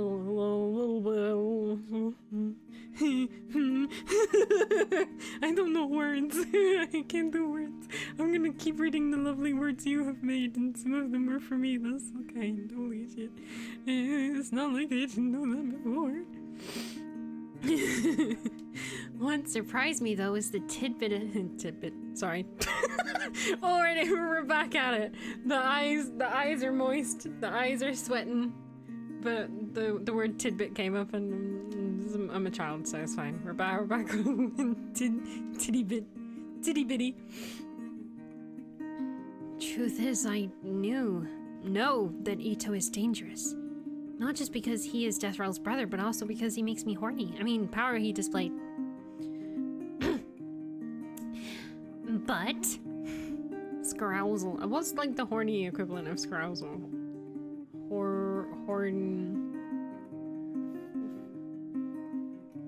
I'm trying to blend it with the word for fear. Fearny. But Ito has also used that power to help me. We haven't had a chance to speak much, but he has always been nothing but kind to me. It's almost impossible for me to think of him negatively. Fearny's also like low-key enough where you can say it and it doesn't sound like it's NSFW, you know? Just like, oh my god, yeah, I was watching this film the other day and like Ito was in it. Oh, I can't think of any examples right now. Ito was in it and like just a super Fearny performance, you know? It's like, oh my god, yeah, no, incredible. It's like, what does that mean, sorry? Oh, fearful and horny. Oh.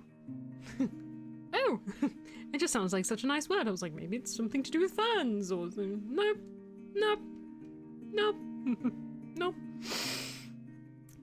That might not be the case for Cassius, though. Oh, that's mean after what we were just saying. Oh. What might not be the case for me? Were we narrating out loud again? God damn it. Gah! Speak of the devil and he will appear, huh? Can you, like, not? Ha! Come on. What? Sir, excuse me. Excuse me. You can't just make... You can't... No. No. No. No. No. I've got the fan today, we're fine. I've got the hand fan.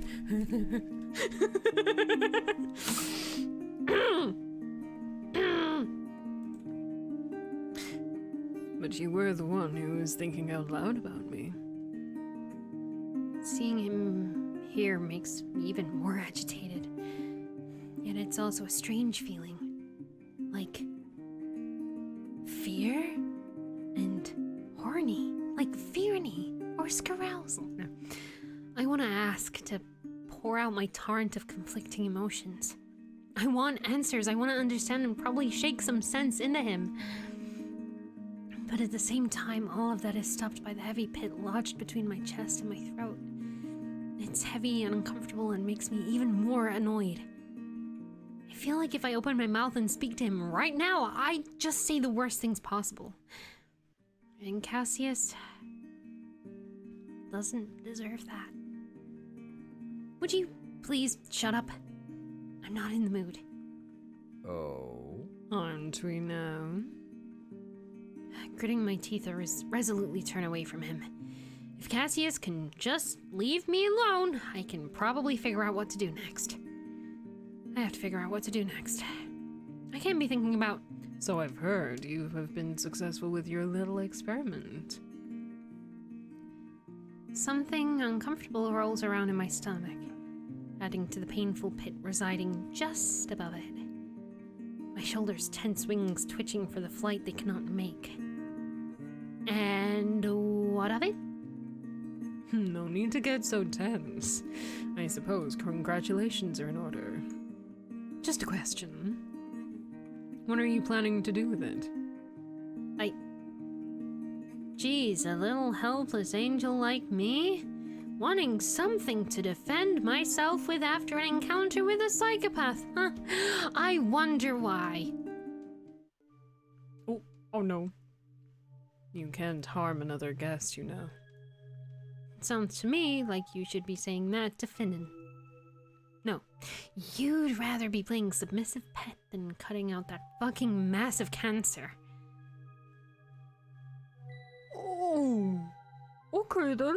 Okay, like, I thought we'd be like, hey, was you know, winged to winged. What's the fucking deal with that little bitch, huh?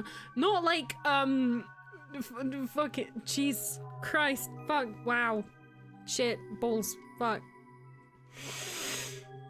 The split second I say those words, everything tenses. Cassius's gaze sharpens as he looks down upon me, a mouth a flat, unhappy line. I'm sure there is a part of me that's terrified, but that painful pit in my chest has grown too large, too white hot and churning so violently. I have no choice but to let everything out. You could have left. You know what you need. You could have just completed your task and got what you needed. So why are you here? Why are you here tormenting yourself? Over nothing? Is that what I should have done? Or is that something you would have done in my shoes? Those like me would have given anything to know what to do. And you just threw everything away. Oh no.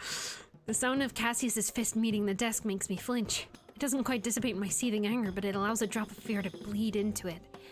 Instinctively, I snake my hand into my pocket to wrap my fingers around the dagger. Those like you? Please.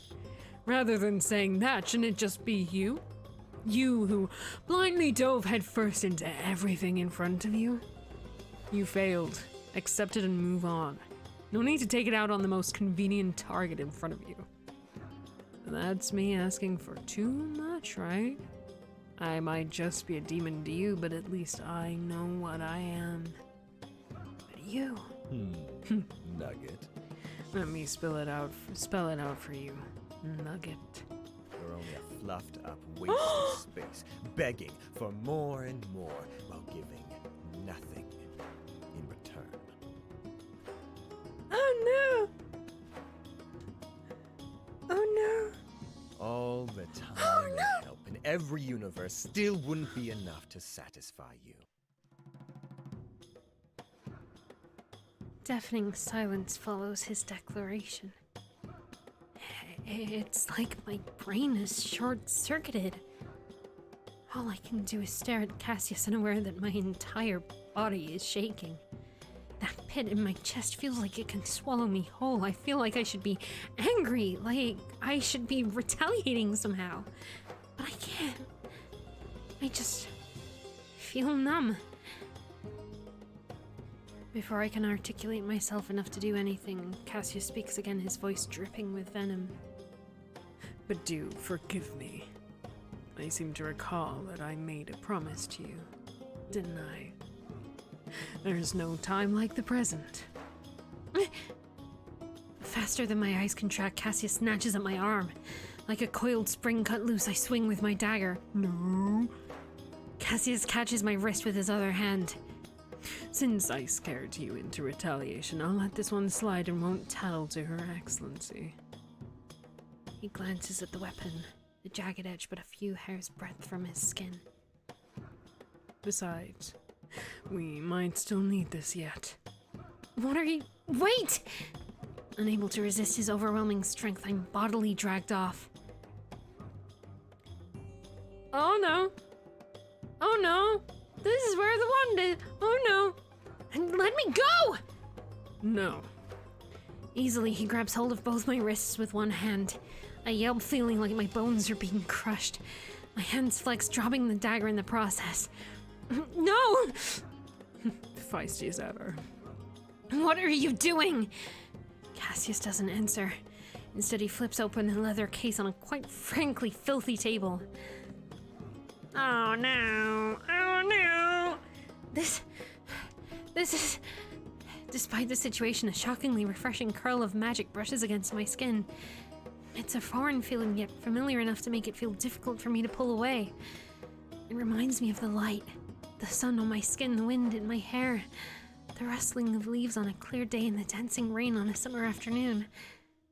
Pretty, isn't it? It's the last remaining piece of the world tree of a now destroyed realm. What? A world tree branch? You heard right. See, Nugget. I can be a submissive pet like you said. Is this like a horny death note? But that doesn't mean I don't have teeth. What does this have anything to do with me? Why, everything, of course. I've damaged your grace, and I said in front of Her Excellency nonetheless that I would make it up to you. Well, I fully intend to fulfill that oath. What are you babbling about? Once again ignoring me, Cassius gathers up both wand and my disregarded dagger, before hauling me back to the main hall of the lab. Much to my surprise, Cassius lets go of me. I flinch backward, wild eyes moving between Cassius and the two objects in his hand. Once again, he surprises me by offering the dagger back to me, hilt first. Take it. I don't dare move. What is this demon plotting? He rolls his eyes at my hesitation, his smile taking on an edge that makes my insides churn. How coy. What are you doing? Are you really that stupid? I've already told you. Take the knife, Angel. A stuttering exhale escapes my lips, the too loud rhythm of my heart and the rush of blood to my crushed wrists making me dizzy. Dancing on to the rhythm of my heart. Shaking, I reach out for the dagger and almost crumble at the spot when Cassius lets it go willingly. Still, I hold it with both hands, pointing it at Cassius despite knowing that this is a pitiful, futile display. Good. Then he swings his arm at me. Yelping, I hold the dagger up.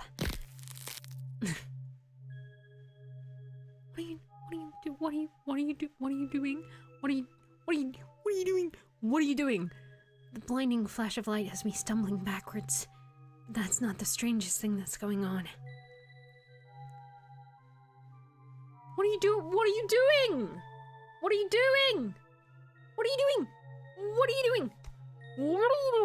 Cassius has taken several steps away, almost to the other side of the lab, and is watching me with a sense of morbid satisfaction and curiosity that makes me want to vomit.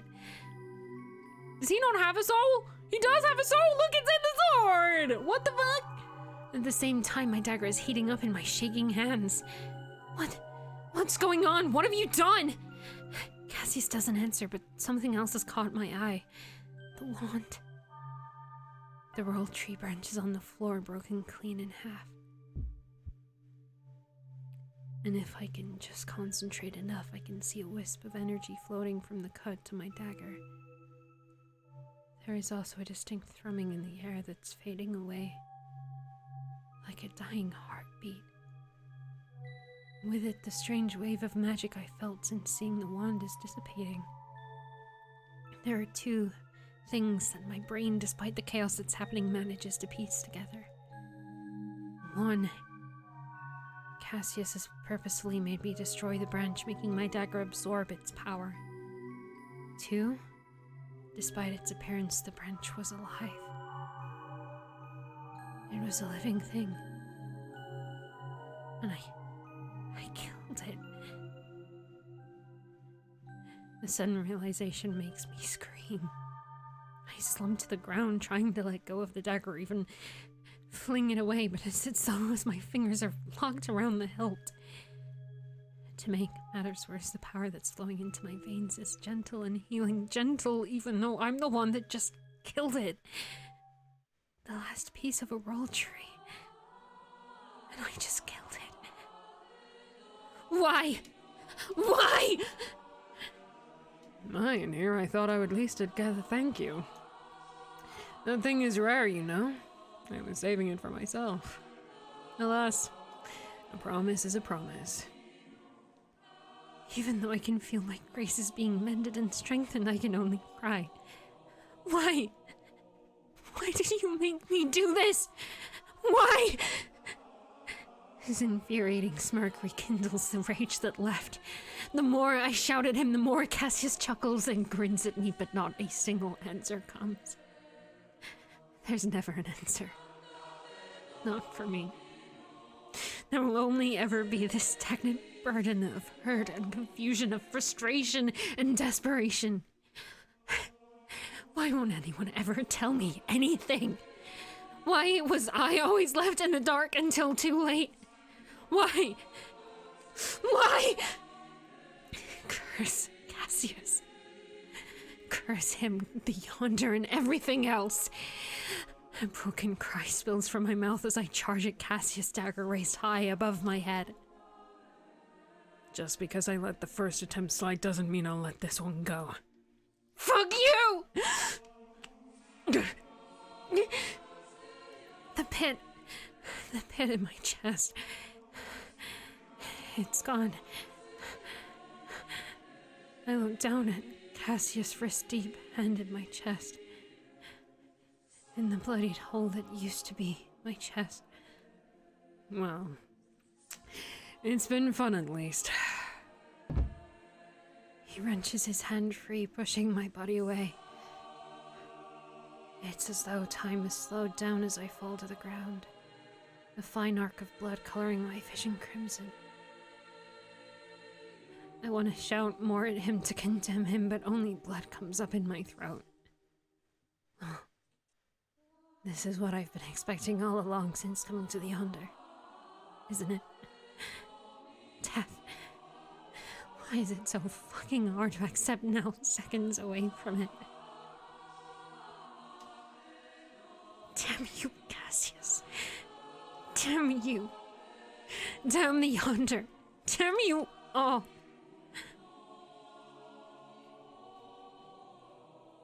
Okay, if that wasn't gonna say bad end for a second, I was gonna be like, where is this going now? Holy shit.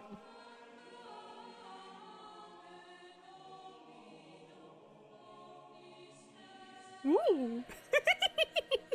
Ooh. Oh, we fucked up. Oh no. Oh, fuck. Ah. Ah. Ah. Yay! Button 2! There's more left to get. Wow. Holy fuck. That shit got me fucked up. Alright. Okay. Damn it, he killed us again! No, I'm proud of him. He's been owed one for a while, you know. It's been a while for him. Maybe he'll get some satisfaction out of that, because God knows he's not getting it from his romantic partner. I am gonna go on a BRB to go and put my heart back where it was.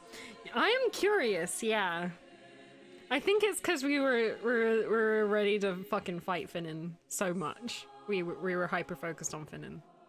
I would imagine, at least. But please do enlighten me. It is! It absolutely is. Oh, I love acting out death scenes as well. Shit. Not enough points with Cass? That makes sense. You know... That makes sense. Maybe if I go... Yeah, it's been a long cutscene thing going on. Not enough points. Yeah.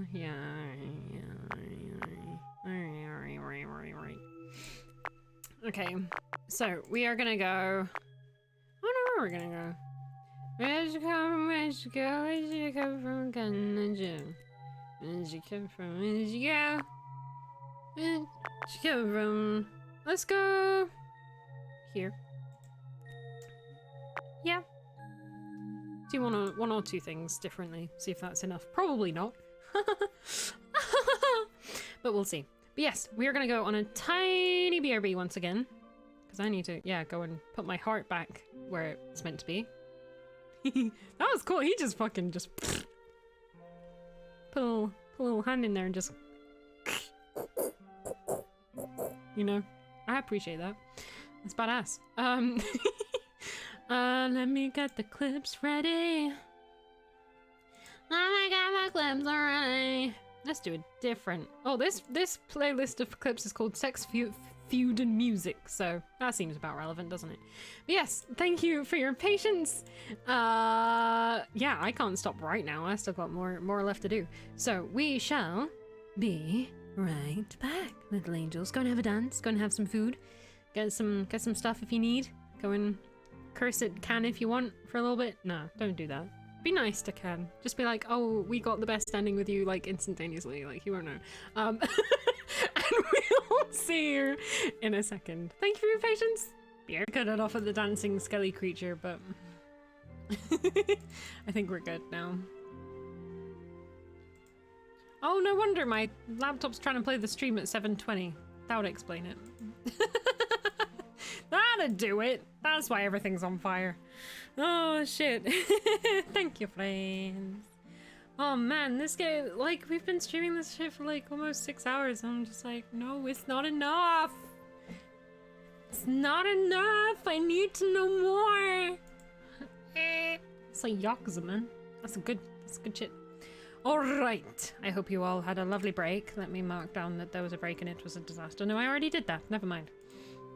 Need more. Need more. Tell me about Cassius. Because I've realized between this point and the point where we died, Cassius hated us more. We did something that he didn't like, and I assume it was ask about Finnan. So let's appeal to his nature.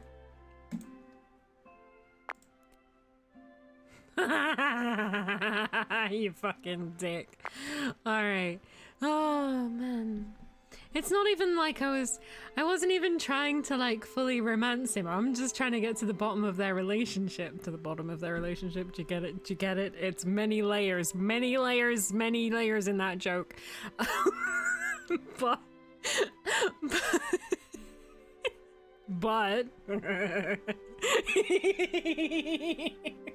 stupid.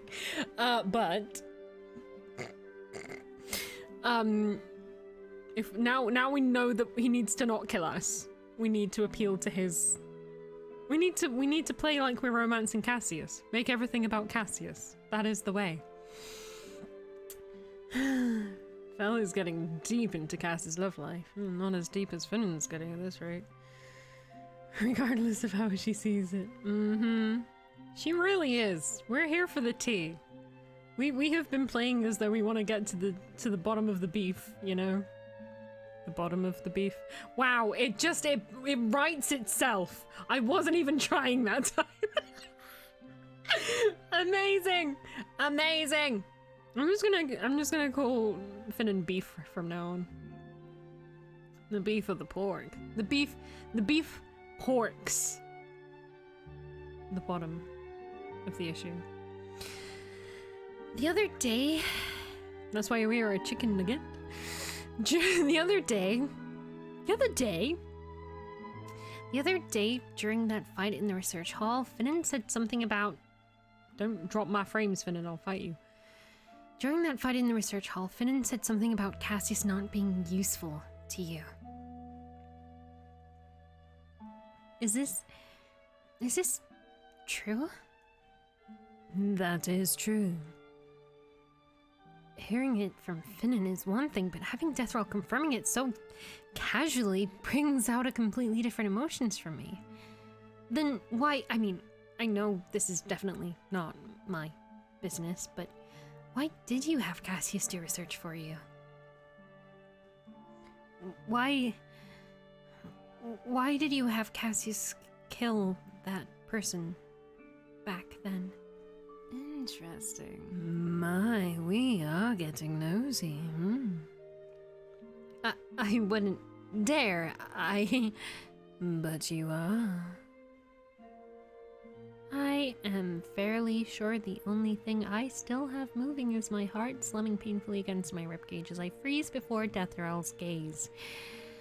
I don't even dare to exhale as Deathral's smile loses some of its edge, taking on a piteous quirk instead. Because Cassius wants to feel useful despite there being very little he is capable of doing. Wow, what a distant, unrelatable problem he's having. And oh, that is pain rippling through my body. Pain because I know I am the same. For me, at least. Then why do you keep giving him tasks? Isn't that a waste of both your time? Before I answer your questions, do resolve mine. Why would you want to know? What can you possibly do? Even if you do know. Well, so hot ones with death around. Very, very hot ones with death around. Okay. I don't know if we're still quite undieable enough. It's been a while since we've made a decision. Ow.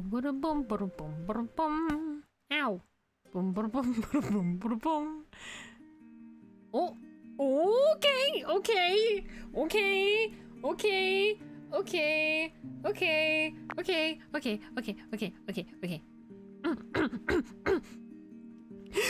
Sucking in a sigh, I turn around and walk out of the lab. Oh. I was getting ready! Cassius seems weirdly smug. Don't miss me too much. Don't rip my heart out of my chest again, you fuck! I barely managed to stop myself spitting out something vile. Instead, I just glare at him and slam the door closed. Oh no! He's slightly ahead? How? How is he slightly ahead? No! Oh, he knows how to romance himself. Yeah. Fair enough. He doesn't want to be aware of how terrible his romantic partner is. And that's, very Cass of him. So, that's fine. I'm not ashamed. I'm not ashamed of that.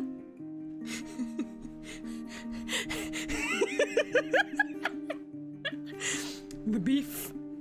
The beef. That is all to be said. I'm happy for him. I don't get to be that bitch very often. It's fun. Look, we killed him a lot. It's only natural. It's only natural. It's gonna come back and bite us at some point. But also, I want all those endings, so I am an ending closer to the end. Ha! I barely managed to stop. I already read it. Bye! At least Deathrattle doesn't really say anything as I slip into a different room. Why am I here again? Ooh, achievement! Why am I here again? Why couldn't you just shut up? I take in the hall's presence just like I do every time I come here. It always makes me feel small. Suddenly feeling cold, I rub my arms as frustration deflates. It does nothing to the pit lodged in my chest, though. Hey, at least you helped us remove it last time, you know what I'm saying? Is it possible to feel a sense of loss so great it fills every cavity in your body to the point you feel like you're gonna implode under the suffocating weight of it? I feel so tired. I feel stupid as well. It doesn't make sense to avoid the person I have most questions about. Perhaps it's because I still haven't been able to get over the fact that Cassius is a stupid demon. Is that why? Or is it something else? Unbidden, my eyes drift over to where his memory pillar is. Contract, huh? I want to know about that whole ordeal, that particular point in time where Cassius entered whatever relationship he now has with Finnan. But it seems like there is a gap between that memory and the point where they first met. Maybe I'm being too fixated on Finnan being the biggest problem in Cassius's life, yes. Maybe Cassius really is just that stupid of a demon. Maybe blaming Finnan alone is too easy. But it's so fun. Maybe a tiny part of me... Oops. I'm trying to... I've forgotten how to do a thing. There we go. Make sure I get all the stupid demons. Maybe a tiny part of me wants to prove to Cassius that his whole attitude towards Ito is completely unfounded. Well, there is one way to look for the truth. Oh, please don't make it between the contract and what happened with Ito, because... I head over to my pillar, sucking in a deep breath before inserting the key. Okay, thank God. Oh wait, the lights are just changing. Are they? Yeah, the lights are just changing. God. I thought putting in my memory of how I got to the Yonder would be a walk in the park, but it wasn't. I didn't think about the image of Deathrattle sitting on her throne ready to rip me apart until I was confronted by it in the memory once more. This really has been a wild experience, if nothing else. If my body wasn't in the state it's in, maybe I'd have enjoyed this whole experience a little more. Is this how a mortal feels when their body is sick and in a constant state of deterioration? Is that too far-fetched? Shaking my head, I turn my sight toward Cassius's memory pillar again. The pit in my chest constricts and expands at the same time, forcing out a stuttered exhale. Why do I feel so intimidated? With every step I take towards Cassius's pillar, the louder and faster my heart hammers. A tremor works its way from my bottom lip to the top of my fingers as I turn the key. It's Nugget. Well, is there any memory regarding Ito? Okay. I was kind of gonna side with that again. Whatever contract they have, like... I don't know. Maybe it's the thing that's binding them. Maybe it's not. I don't know. But I'm more curious about this. Regret! Oh, is it gonna be a multiple one? Figures. Right, how many would I need to exchange for this one? Memory exchange assessment requested. Nugget's requested this is a fucking sentence. Nugget's requested exchange. Cassius Silverblade Archdemon second hierarchy the confrontation. Calculating. Nugget's estimated equivalent exchange 3. 3? No thanks, that'd be it for now. 3 different memories, huh? If I want to view both this one and the contract one, I would need a total of 4 more memories. Important memories seem to have more value here. But how does the hall determine the value of them? Or is it the user who determines the value of their own memories? I run a hand through my hair only to realize how clammy my palm is. Despite myself, I regret not asking Finnan enough questions about this place. I guess I can go to Deathrattle herself, but standing before her only worsens my crippling anxiety and dredges up issues that I don't want to torment myself over. Taking a deep breath to try and tamper down my roiling emotions, I look between Cassius's and my memory pillars, contemplating my options. Do I really want to put myself through this? Yes! The answer is pretty easy. Yes! I wonder if being stupid is contagious. Right. Closing my eyes, I insert the key and turn, focusing... Oh shit, I was kidding, but okay. I insert the key and turn, focusing on fiery hair, emerald green eyes, and a smile so pretty it blinded me from what was to come. Nugget! Sorry. Nugget! Over here! Lily! I quickly make my way over, careful not to run and giggle when Lily drapes her wings over me in a hug. Her wings are always so soft and warm, smelling of sunshine and something very, very sweet that I can't quite place my finger on. I saw you in the library earlier, but I was on duty, so I couldn't come over to say hi. That's fine. I was pretty engrossed in a book anyway, so I didn't even notice you were there. We begin walking down towards our favorite hangout spot, overlooking just at the edge of heavens. Lily never flies when she's with me, mindful of how I'm unable to fly yet.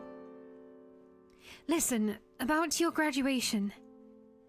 I try not to flinch, but I think she's noticed it anyway. I told you, don't worry about it. You have your duties. Besides, nobody really goes to watch those ceremonies other than caretakers and superiors anyway. Still, it's something important to you and I can't be there. Just her remorse alone makes me warm from the inside. Knowing that she cares enough to say those words is enough. I just realized her voice is a mix between Zelda and Dead Mums. So, I'm here for that. I tell her as much, but somehow Lily's expression turns sadder. Nugget, you are allowed to be a little more selfish, you know. What do you mean? It's not wrong of you to want a little love for yourself.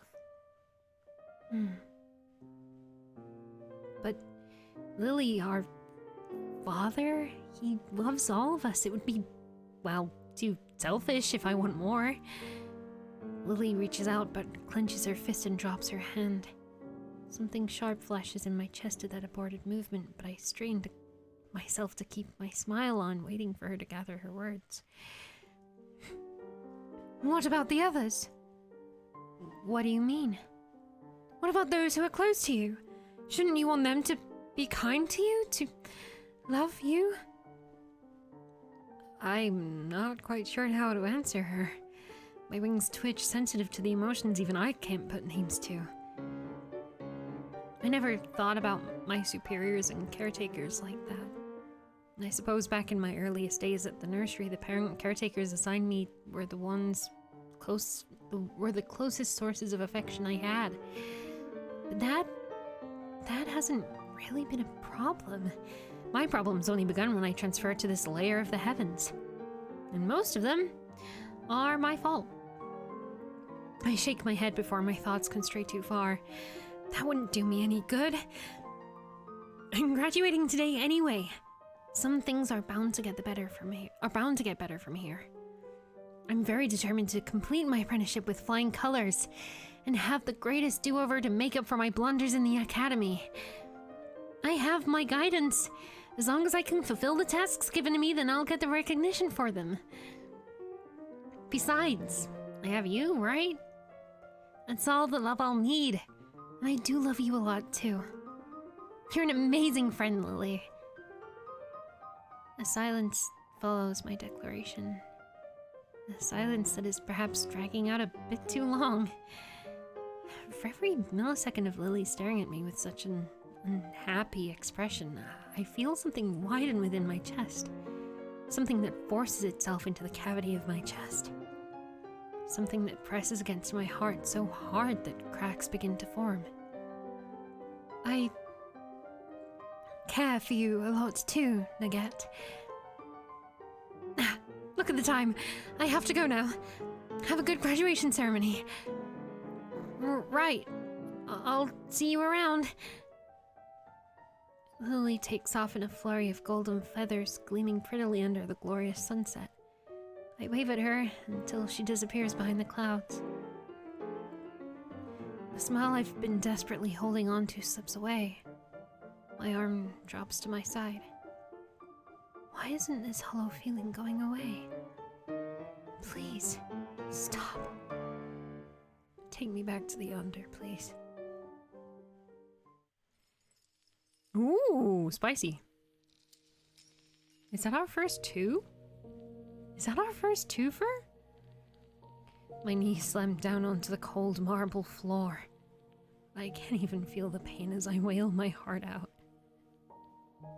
A terrible voice in my head, a voice that sounds like both Lilith's and Finn's combined, laughs at me. How pathetic. My existence in heaven was sad and lonely. Across every floor and every superior I was assigned to, I was treated poorly. I've always craved positive attention from my superiors. I've always wanted respect from my peers, whether I was conscious of that or not. I've always wanted it. I've always wanted it so badly. I've always wanted to be loved.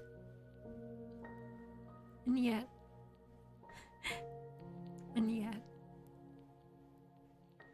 if one word could accurately describe my entire existence, it would be loveless. The pain that seizes my chest is almost unbearable at the mere thought of it.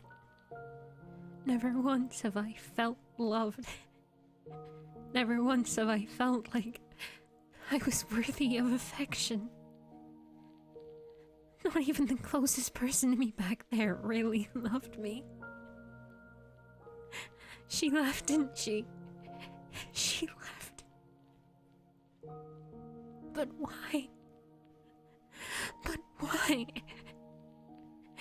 The only fault I've ever committed was not being enough, wasn't it? That memory. That is probably when my heart began breaking.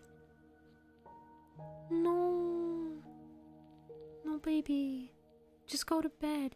No, go to bed. No. No, don't just stay here. No.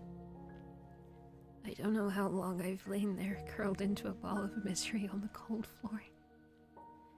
I don't know how long I've been crying either. I cried until tears no longer came. I probably cried my throat raw too. I've cried myself empty, and yet that pit in my chest never loosens. Nobody has come into this hall since. I don't know if that's a blessing or a curse. A shiver courses through me as I force myself to get up. My legs stagger as I stand. Despite the fatigue welling up and piling on top of the fog in my mind, I still want to get what I came here for.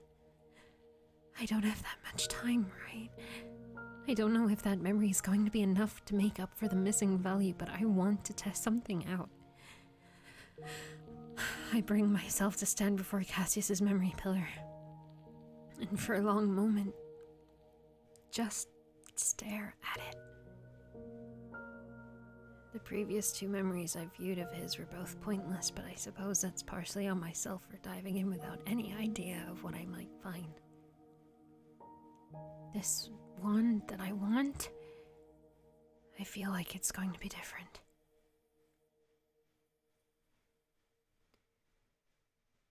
I want to view the confrontation. This request will empty all available exchanges. Proceed? Yes. Request granted.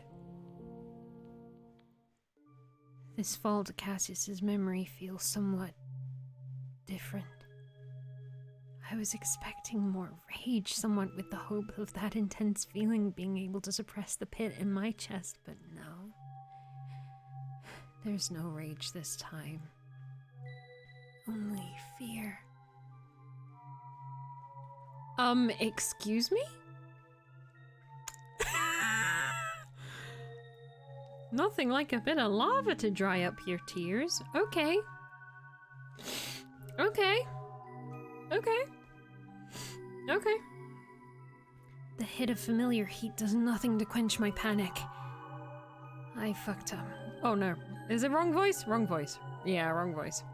Maybe. I fucked up so badly. Fuck! My fist meets the railing. Chunks of rock fall into the lava below, sizzling as they immediately melt on contact. That's gonna be me. Why did I say that to her? What possessed me to have that kind of audacity to even think that? I slap both my hands over my face, muffling a scream that threatens to spill out.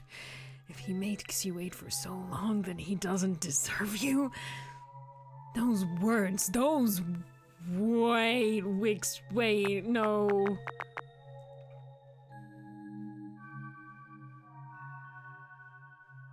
Just picture Key, very gently with her elbow on the table, leaning into the back of her hand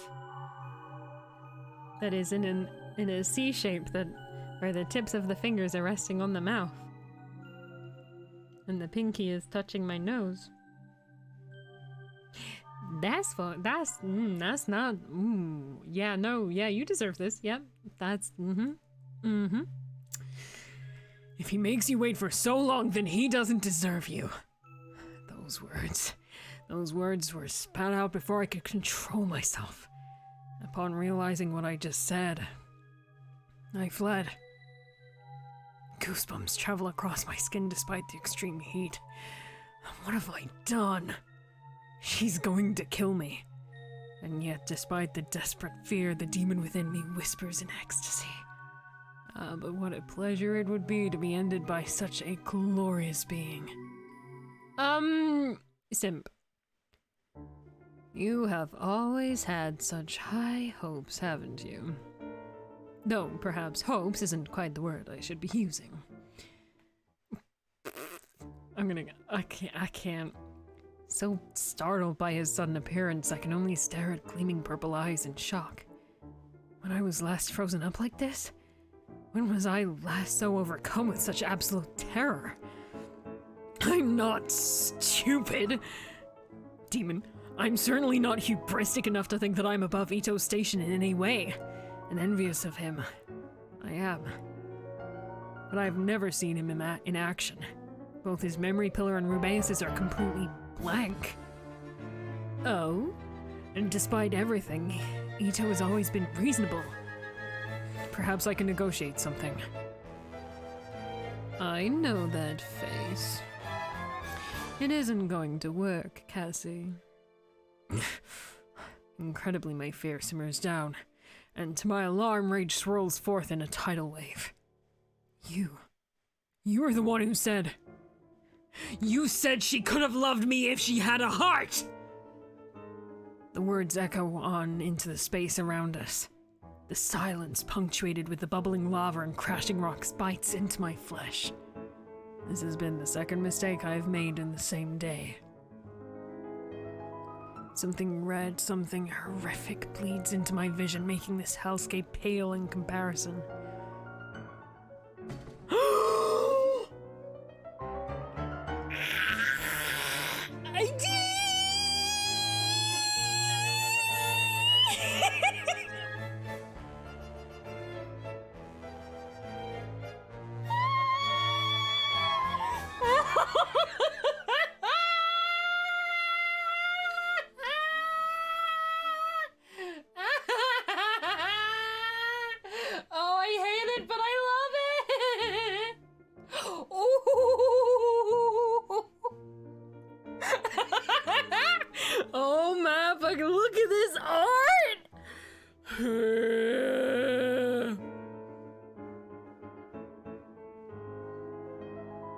Holy fucking shitballs, nigga! Oh my god, my guy! Oh!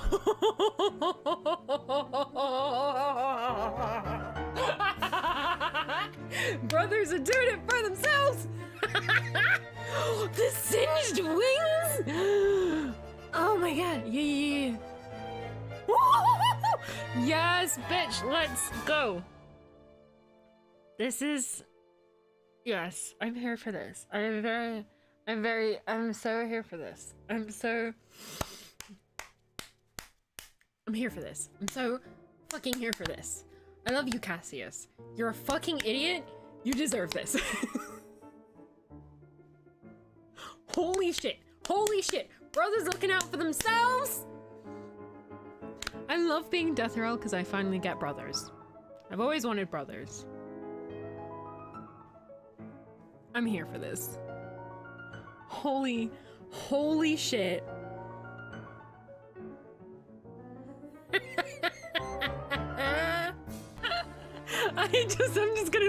I'm just gonna spend the next 2 hours of stream just looking at this.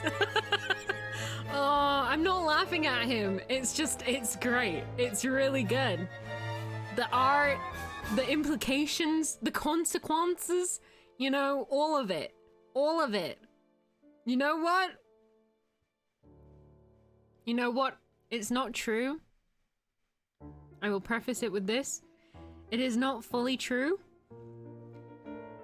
But for this, Ruby is my fave. He's the fave of the day. He's the fave of the day. For this, specifically. Fuck yes. Alright? It's a compromise, alright? He's not forever fave. But for today... I hope I said the next bit fast enough for it to have context, but I probably didn't, so... There we go.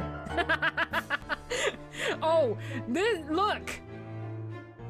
All you need to say to me is that fucking Cassius thought it would be a really good idea to say maybe she doesn't deserve scale.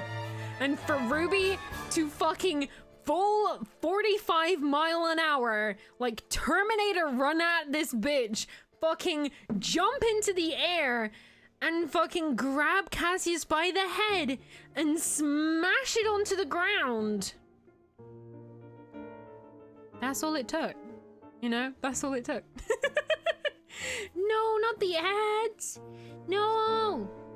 Let us know when you're back. Yeah, that's fucking incredible. That art's really good as well. I mean, it's always been really good, but shit. Fuck, look at that hand! Fucking hand! Oh my god! Yay, GG! Holy shit. Holy shit, I can't read right now. As my head cracks open on the ground, I realize that for the first time since the last 2 millennia, my heart is in a state of disarray. Yeah, no wonder this cost at least 2 memories. Holy fuck. Instinctively, I grab hold of Rubeus' arm. As expected, it doesn't even budge. It doesn't take a genius to know that barely a twitch of his fingers would crush my skull like a pitiful grape. Somewhere above us, Ito's voice floats lazily to my ears. Oh my god, they're so great. I fucking love them. I fucking love them. Ito's just over there, like, fucking eating some shit, being like, I fucking told you, man, what do you want me to do about it? And Ruby's over here like, I will fucking crush you, my guy. It's hot. It's hot. It's good shit. I approve. It's good stuff. Ruby's my favorite. Thank you, Angie. Obedient, proud dove nom nom indeed. Not irrelevant from what's happening. Somewhere above us. Wrong voice, goddammit. Somewhere above us, Ito's voice floats lazily to my ears. Don't kill him, Ruby. Not yet. No, no, no. Don't kill him. What? Why? He deserves to die for what he said. Oh, I didn't realize you held such love for our scale. What? What? I literally just quintuple took. What? You didn't like scale? Despite the iron grip on my face and the tumultuous fear that's grasping at my heart, I can't help but notice a shift to Rubeus' expression. A childlike annoyance, a glaring half-pout. Chills run down my spine. It seems my reservations towards Rubeus have been proven correct. I don't care for him, but this insignificant creature insulted Kara. He must die. That would be too easy. At the edge of my vision, I see Ito's purple glaze dancing with fire and malice. What I said is true, you know. She loved very easily, our precious sister. And it is so very easy to love her. But you don't love her as who she is, Cassie. You love her for what she is. You love her because she can very easily replace the god you lost. The god you helped kill. Oh my goodness! The truth come out! Something crumbles inside of me. I scream, thrashing and lashing out at Rubeus above me. But he doesn't move. He doesn't budge. I know he wouldn't. But the last shred of intellect left within me hopes that he would retaliate. That he would destroy me. Maybe that would draw out the legions of hell too. Maybe he would destroy all of them. All of us. All of this miserable world. But Rubeus doesn't. He tilts his head, staring down at me with those eyes that promise so much pain and fear and utter annihilation. I want to scream at him to do it. But he doesn't. He is listening to Ito instead. All the while I scream profanities and taunts and jaunts, words that mask pleas begging for release, for the final judgment upon my piling guilt and sins. We won't kill you, Cassius. Instead, you will watch. You will watch as the Yonder moves on with its cycles as it always has. You will watch as others come. You will watch as they forge the paths you have neglected, blinded by your empty wants. Until she departs. No! I watch on helpless as he calls out to Rubeus in that language of theirs, that language so ancient that they are but musical notes from beyond the void. The pressure is released. I am alone once more. But I do not get up. I cannot get up. All I can do is weep. I need the hand fan again. It's too much. It's too much. It is a relief when my thoughts are my own again.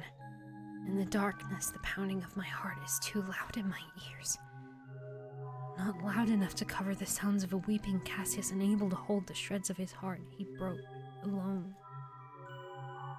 Right, I'm not being funny though. They're the words you want to hear after that scene. Yeah, no, Ito not wrong in doing that. I was fully convinced we were gonna get some shit on Ito. He's more of a fucking mob boss than I thought he was, but I do not disrespect it. I do not. Am I biased? Yes. Obliviously so. Right? But, you come for scale. You deserve that. I like that the bros stood up for Deathero. I like that they looking out for her. I love that a lot.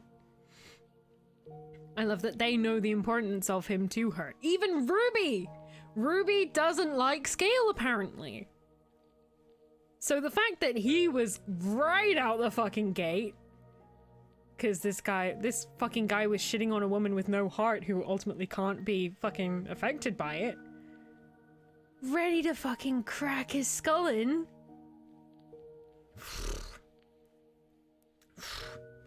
Ruby only likes Deathero. Yeah, I get that, but damn. Yeah, it's not a surprise, but it's, yeah, even just hearing that he wasn't necessarily fond of scale is like, oh, okay. Yeah, makes sense, but like, okay. We do love some mob bosses in this house. This is very true. But yeah, Hess, ooh, very spicy time to come in. Holy shit. Wow. Ruby fucking went for it. Whew. I mean, that's up there with favorite scenes in the game so far. Holy shit. Wow.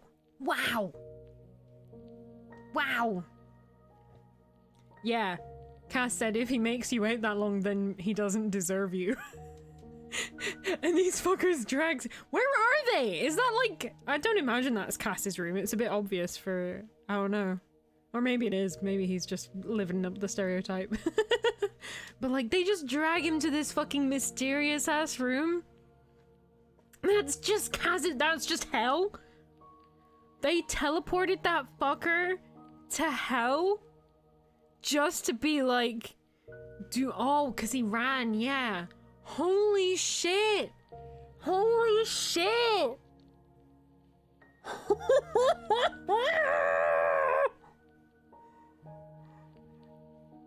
Oh my god! Ito got there first to be like, don't fucking do it, and then immediate, like, just again, Terminator running it is Ruby. Just the whole way. Like, big ol' like fucking rigid arms. Like a little fucking Lego man running. Immediately goes for the head. Just smacks him down on the floor. Amazing. Fucking amazing. Very sad. Very sad for everyone involved. But goddamn. That's fucking sick. That's so fucking sick. Oh my god. The ground is cold where I fall. But this time a hand reaches out to steady me. You don't Hey. know why. You fucked up, Cassie. You fucked up. You fucked up, my guy. Like, I love you. You're great. But God, Jesus fucking Christ, damn it. We knew you were stupid, but that? I understand, baby. Like, I know. I get it. I get it. I totally get it. But that's a fucking stupid fucking demon. Fucking stupid fucking demon shit you could have fucking done, you stupid fucking demon. Hey, he really fucked up. I'm gonna do this again. Hope you're doing well, Hez. He's so smart, yet stupid demon. He's got the emotional intelligence and the actual intelligence. But the management of those emotions is the capability of a fucking spoon. Nugget. There are too many emotions warring within me. The combined weight of my own memory and the burden of knowing Cassius's is too much. Distantly, I hear myself croak. Why? Why did you go and have to go and save that, you... You stupid demon! Cassius looks to me from his pillar. From me to his pillar. Understanding dawns in his golden eyes and he sighs, wings twitching as he looks down upon me. Make the delivery genuine and emotional, but also make it the meme. Hopefully I got both criteria. Hopefully. That's what I was aiming for. Cassius! Oh no! Like you said, I'm a stupid demon. I made a choice. No, not Satkan! Now I have to live with it. Hey, you're alive, my guy. Hey, oh yeah, oh yeah. Oh yeah, man. And like every other day, I wake up because of a knock on my door. Disoriented, I sputter. Go. Yeah. Nugget. Such grace. Startled upon seeing a literal demon just casually walking through my door, I roll right off the bed. Of course, that asshole starts laughing at my pile of tangled limbs and comforter. Shut up!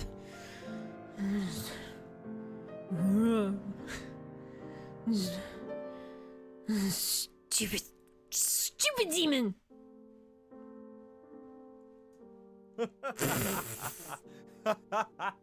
Laugh it up. Come on, laugh it up. You done? Alright. Creative in the morning, too. Ugh. Come on. Stop sulking. Here, heave ho! Without me asking, he grabs hold of my arm and pulls me upright. Still not completely coherent yet, despite the rather dramatic awakening, I sit slumped on my bed trying to rub the tiredness out of my eyes. My very swollen eyes. But before I can regain my wits to feel sorry for myself, and Cassius, he speaks. Alright, come on. Stop sulking. Come on. Stop. Get up, I have something to show you. It's way too early for spooking Nugget round 2. God damn it, I just fucking am her. I just am. Sassy, I like. Ugh. Despite not really wanting to do anything today, I slip out of bed and follow Cassius out of my room. Though the moment we get to the lab, Cassius ducks into one of the side chambers, leaving me alone. Huh, really well prepared, aren't you? Cassius yells back something unintelligible. Stupid angel. I roll my eyes. He returns before the silence becomes too loud, carrying something carefully in his hands. Whoa.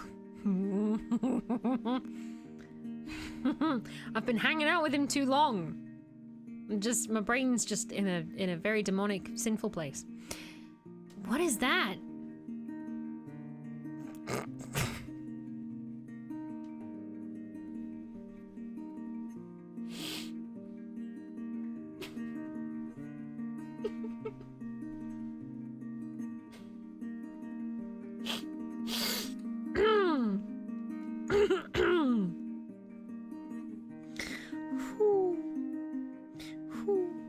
Hall of Memories, currencies and memories, it's emotional trauma. It very much feels like it is, doesn't it? That makes perfect sense. Holy shit. Alright. Sorry. No more dirt. It's a very fancy one you've got there, Cassius. This is a wand. Fellas probably hasn't seen one before. I give him an unimpressed look. Cassius snickers. Come on. Stop being such an uptight little wart. Alright, I'll admit. I heard about your project's success, and, well, got inspired. It's very bejeweled. I came into... Even that, just gone. God damn it. I came into possession of a...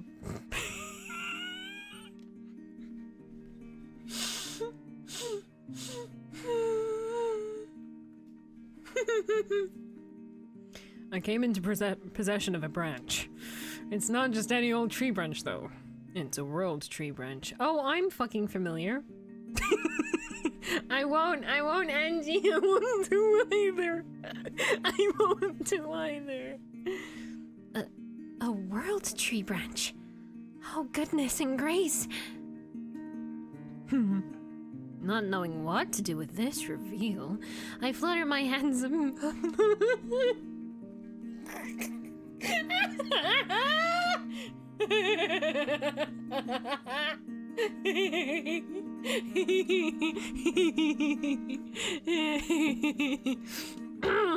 It's a wand. It's just a wand. There's no euphemistic capabilities within that. He just went into a room, came out, it was out, he revealed it. And we looked at it surprised and unimpressed. Like, Alright. Not knowing what to do with this reveal, I flutter my hands above the wand, not quite confident enough to touch.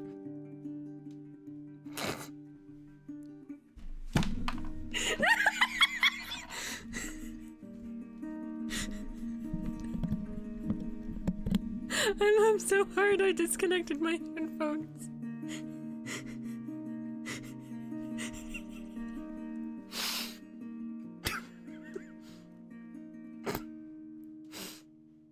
No, we're gonna go back. We're gonna read it. We're gonna be serious. And we're gonna be serious, and we're gonna read it like it was meant to be written. Okay. I roll my eyes. He returns before the silence becomes too loud, carrying something carefully in his hands. Whoa! What is that? This is a wand. I give him an unimpressed look. Cassius snickers. Come on. Stop being such an uptight little wart. All right. I'll admit. I heard about your project's success and, well, got inspired. I came into possession of a branch. It's not just any old tree branch, though. It's a world tree branch. A world tree branch? Oh, goodness and grace. Not knowing what to do with this reveal, I flutter my hands above the wand, not quite confident enough to touch. A refreshing curl of magic brushes against my skin. It is a foreign feeling, yet familiar enough to make it difficult for me to pull away. It reminds me of the light, the sun on my skin, the wind in my hair, the rustling of leaves on a clear day, and the dancing rain on a summer afternoon. Pretty, isn't it? It really is. The aura it gives off is really gentle. What does it do, though? What'd it do, Cassie?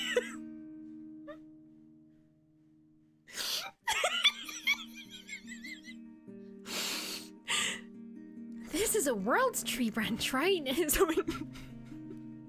So it must be able to do something absolutely wondrous. You said that like it could repopulate.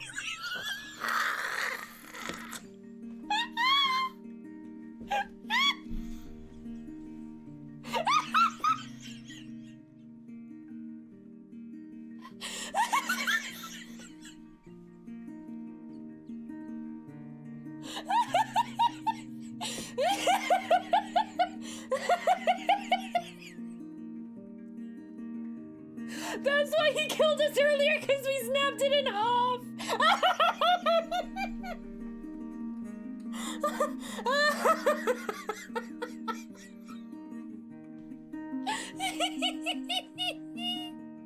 Oh god! Oh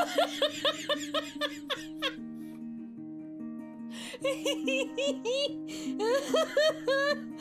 Oh god!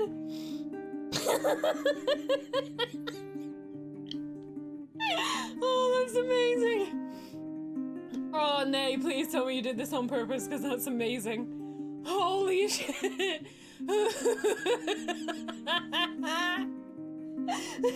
You did! Fuck yes!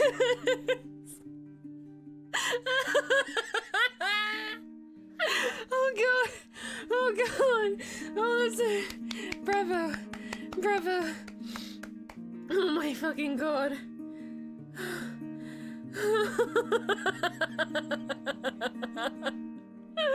See, I thought I was overreacting, but it's the perfect.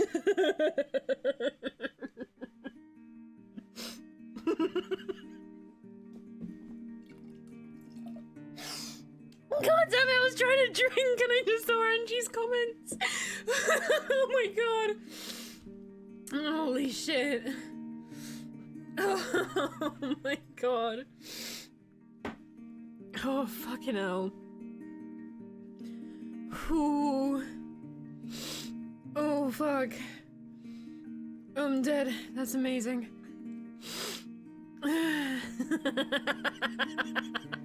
And you didn't see him coming. You know what? I don't think anybody does. Sorry, Cass.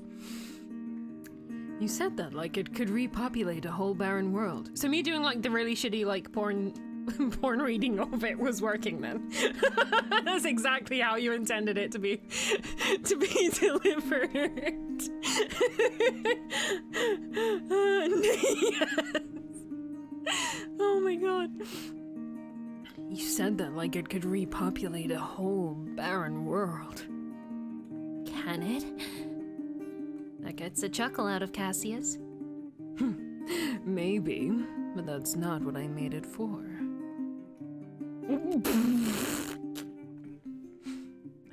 It continues. Suddenly, Cassius reaches out to grab my hand and places the wand in it. I recommended this game to my aunt.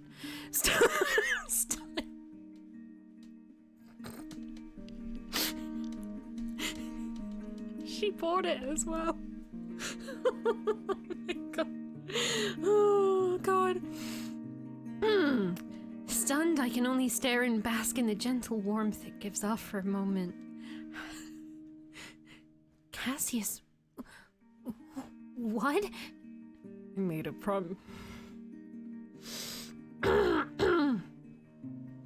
made a promise to you, didn't I? He closes my fingers around the wand, his smile soft.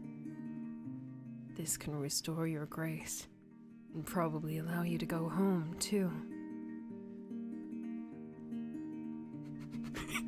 Just extends. Just extends like a Mr. Stretch. Unable to form words, I clutch the wand close to my chest. Ow, ow, ow, ow, ow, ow, ow! The thrumming of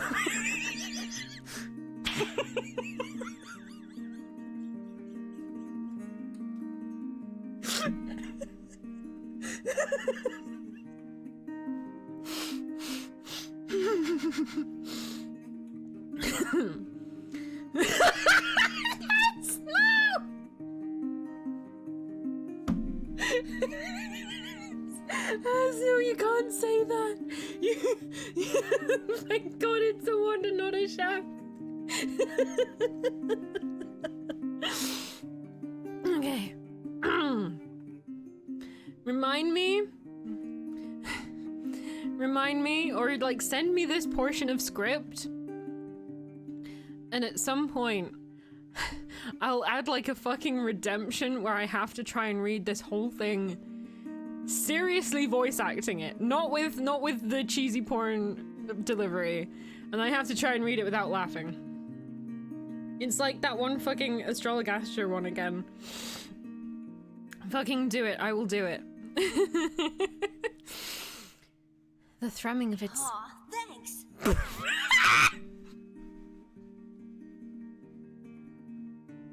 Miss Leslie!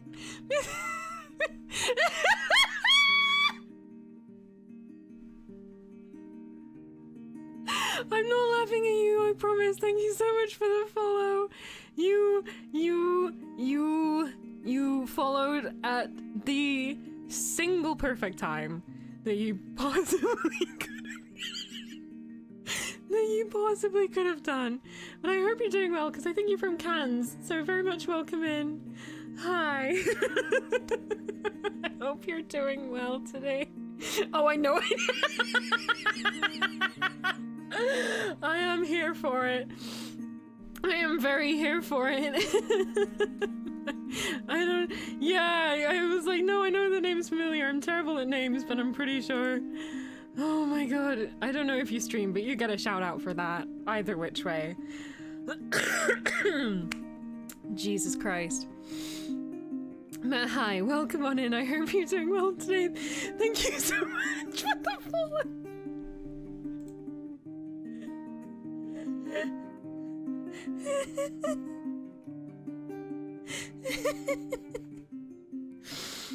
Oh my god. Oh my god. Ooh. But I do hope you're doing well today. Oh man. Do I try it all again now? Because I don't know how much longer this this goes on for.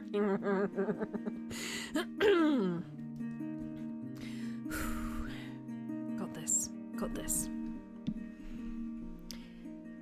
The thrumming of its magic is so soothing. I feel my eyes sting a little. It's like having someone running their hand through my hair, leaving my scalp pleasantly tingling. Please go to the next frame before I die. Is it all right to just give it to me? Of course. I made it for you. I can't make use of it otherwise. I probably would just break it eventually. These good, pure things aren't going to last long in my hands, you know. Cassius, that's not... Don't give me that sad puppy face. There's nothing to be sad over if it's the truth. You say that, but sometimes the truth is the most painful of all. That's what wands are for. The conversation sinks away, making room for the thoughts and emotions I have yet to process from the day before. I hold the wand close, taking solace in its tender warmth. I want to talk to Cassius about, well, everything that I saw in his memory. But standing here holding his wand, I don't know what to say. What do you even say to that? Do I start just talking to the wand? Cassius made a terrible mistake, and he's paying for it. He's taking his punishment, and that's why he is here. That is why he's been avoiding his needs. Oh, sweet release. Liz, thank you so much for gifting us up to Can. That's very, very kind of you. Very, very much appreciated.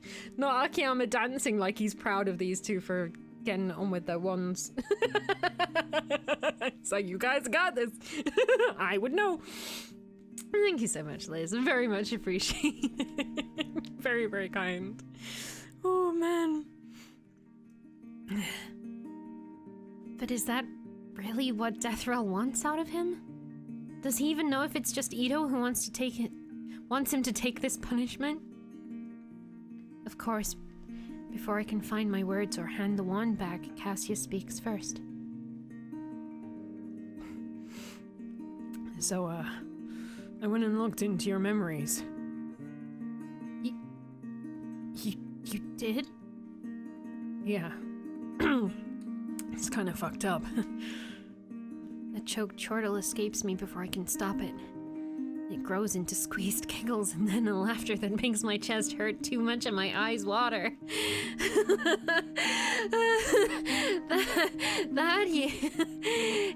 Yeah, it's pretty fucked up, isn't it? No good. I know, It's so hard to swallow back the tears, especially when Cassius puts a firm hand on my shoulder. It's alright. It's alright to be hurt over that shit. You know? Thank you for the gifts up to Can, Liz. Very much appreciated. Thank you, lovely. Oh, man. The love. So much love. So much wand. So much love. Repopulate a barren planet, don't you know? Thanks so much, Liz. It's very kind of you. Very much appreciated. It's alright. It's alright to be hurt over that shit, you know? I can understand why you laughed, though. Seems all the heavens are the same. They never care about the individuals, only their pride and greed. We never matter to them.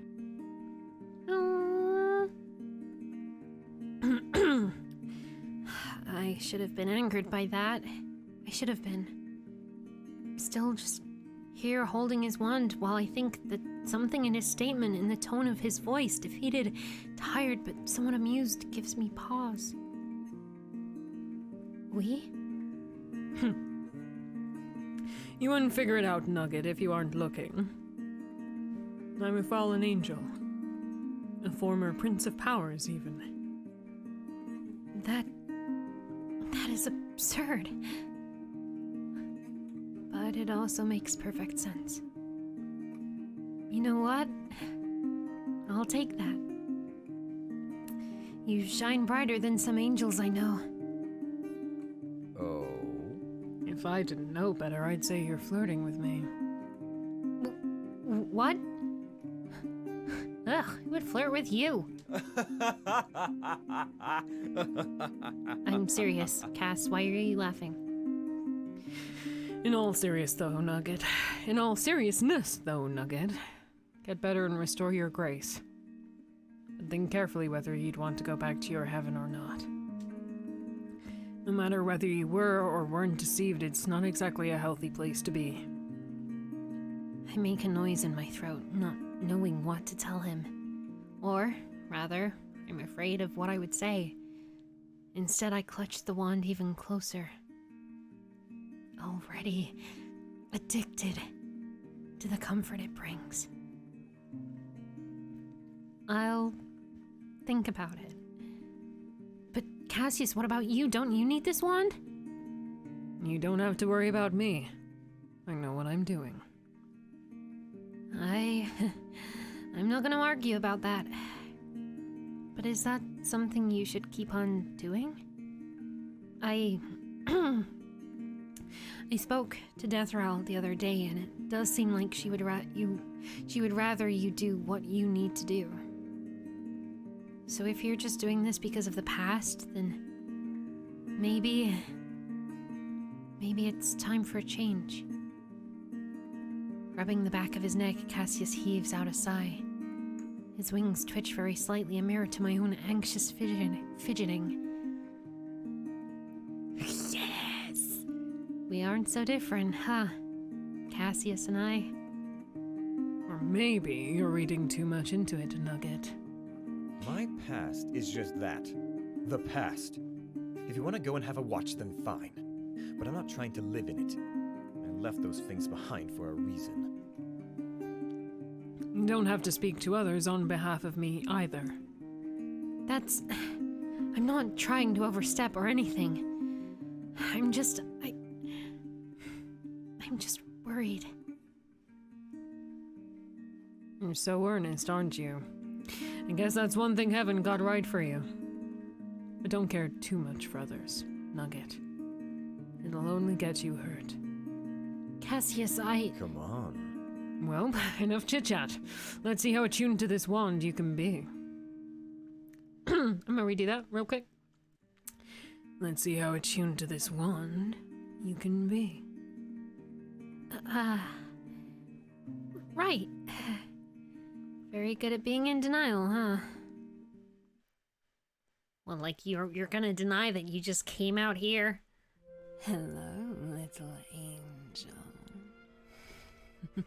Hi, me. How are you doing? Hi, Deathral. I ended that sentence on purpose where it was left, by the way, in case you were wondering. You wish to speak? I do, yes. There is something I'd like to ask. Then ask. Swallowing dryly, I try to compose myself. Whenever I'm standing before Deathral, it feels like my brain just evaporates. But I'm not here for myself today.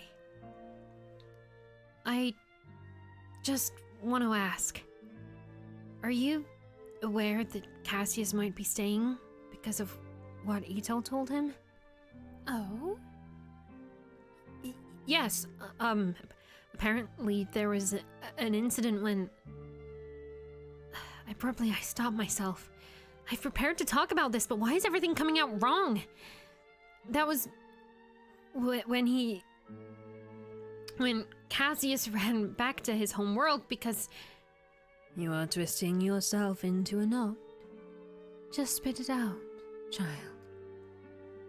Oh dear, I'm totally annoying her right now, aren't I? The time when he insulted you when he... I see. Ah, that.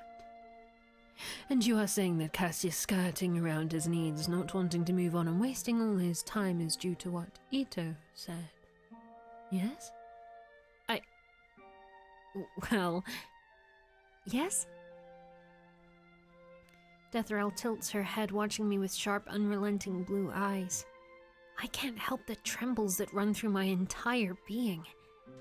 She's not mad about this, is she? It is easy to pass around the blame for the hardship of someone you care about.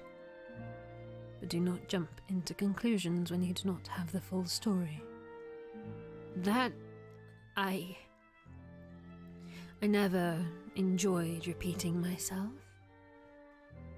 The problem with you, little angel, is that you do not listen with your mind.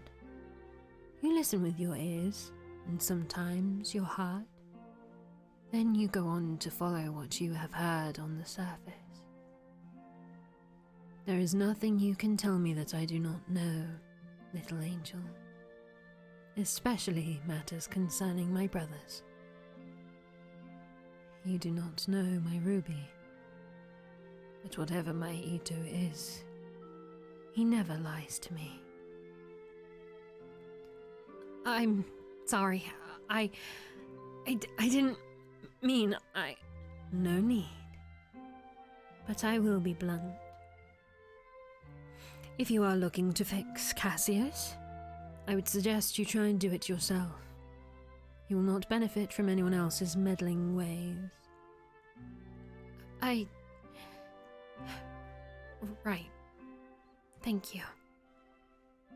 Deathral doesn't seem like she's interested in speaking anymore, and I don't dare to linger around for too long. I slip into the dining room because I don't think I can be in Cassius's presence right now or looking into more of his memories, or going through my own, for that matter. But I certainly didn't expect to see Ito here. Hey! It's no less of a comfort. It's no less of a comfort. It's different, but it's no less of a comfort. Deathral is judging us all. He doesn't need the wand.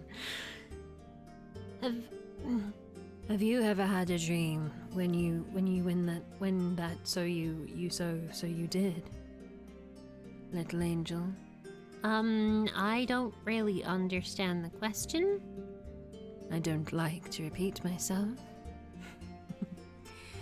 Hey, Nugget. Ito! Sorry, am I interrupting you? No, just having my cup of tea. Want some? I don't know what possesses me to not. Accepting Ito's cup of tea, putting it into my hand, feeling the radiating warmth and comfort of it, almost reminds me of the one. I feel a myriad of emotions war inside me. After seeing Cassius's memory, the palpable fear Cassius has towards Ito feels very conflicting to me. It's no secret that Ito is a powerful individual. But even with Cassius's memory, it still doesn't feel to me like Ito has ever abused his authority. As much as I felt for Cassius, he had done something wrong, something that guaranteed retaliation. Whether the judgment passed on to Cassius was just or not, I can't say. Deathral is right, I don't have the full story. I don't have the full context of what really happened and what kind of damage Cassius's rash words could have done. You seem tense. Something on your mind? You can say that. Say, Ito, what's your opinion of Cassius? Oh, Cassie, Yes. I don't have a strong opinion of that kid. Cassie is rash in his actions, but he's been trying not to be so hasty with his words as of late. You know. You can say he's been rather considerate lately. Right. When you say recently, you mean like in the last few months, or like in the last few 100 years, the last few minutes? I'm not that out of touch, you know. I mean specifically when he began associating with you. What? Me? But I'm not. The last of my words dies out in an intelligible stutters. Ito smirks at me over the rim of his cup. For some reason, his words make me feel both flustered and warm inside. My hand wiggles into my pocket, wrapping itself around the wand and bringing... Nay! My hand wiggles into my pocket, wrapping itself around the wand and bringing yet another wave of pleasant comfort through my body. You're not just saying that or using your powers on me, are you? Ito chuckles, pouring himself another cup of tea. Please, Nugget, give me more credit than that. You might be hanging around Cassie a little too much. You, of all people, should know about the art of utilizing languages to convey a message to the best of its meaning. You know, I might have been created with the ability to understand any language, but I've never been that great at, well, word arrangement. This time, Ito does laugh. Your honesty is truly refreshing. I think of the lies I've said upon entering the Yonder and sweat nervously. Oh, don't look that way. Even if your words intend to deceive, you are still very honest at heart. Thanks, but you're totally saying that I'm a terrible liar, aren't you? I guess it's not so bad of a criticism after all. Mm-hmm. But, going back to our initial discussion, I don't have a very strong opinion of Cassie. He certainly does think that I do. For all that he tries to convey the world, Cassie is very impressionable, very easily tied down with ideas. He is, isn't he? So, you're saying that you wouldn't mind so much that he does what he needs to do and maybe leaves the Yonder? He may walk whenever he wants. What he doesn't seem to grasp is that what I spoke of to him back then wasn't in the context of him physically being here. What? Cassie is a very lost child, Nugget, just as most of us are.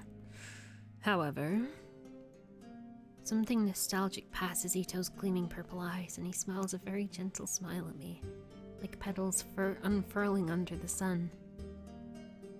Sometimes it is much more bearable and perhaps even incredible to be lost together with someone else. Huh? Oh, you mean me? Oh.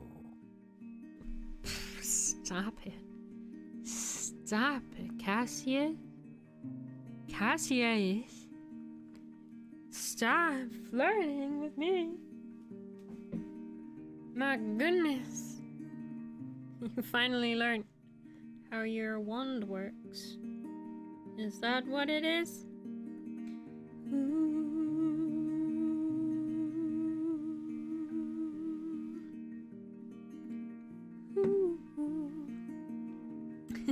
Shaking my head.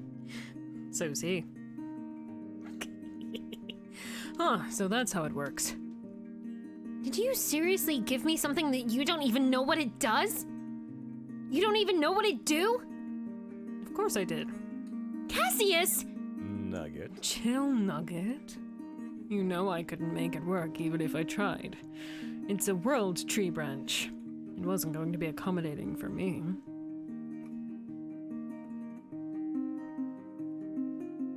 There's a joke in here somewhere and I can't quite find it. I roll my eyes, but I still can't help a small smile when looking down at the sprigs of wheat on the desk. Is it like the wand is a maze? Like, is that the joke? Oh. I won't tell Cassius, but it's incredible how this wand works. It seems to be able to imbue life with everything it touches. Though it doesn't work with just anyone holding it, or at least according to Cassius anyway. Either way, it makes me feel good. It does make me wonder if it's going to last, though. It does seem too good to be true. Hmm? Huh. Crap, did I say that out loud? Sighing, I shake my head at him and sit down, tucking the wand away. The warm, thrumming energy is soothing, but my mind is already wandering off to darker reaches. What's wrong, Nugget? Words try to come up, but I don't know how to quite articulate them, so I shrug. I don't know. Say you're not tricking me, are you? With the wand being able to mend my grace and all? That would be too cruel even for me. Yeah, I didn't think so. The silence stretches between us, chasing away the last remnants of light feelings and letting the pit in my chest overtake my mood. I cling to the wand, desperately seeking that warmth.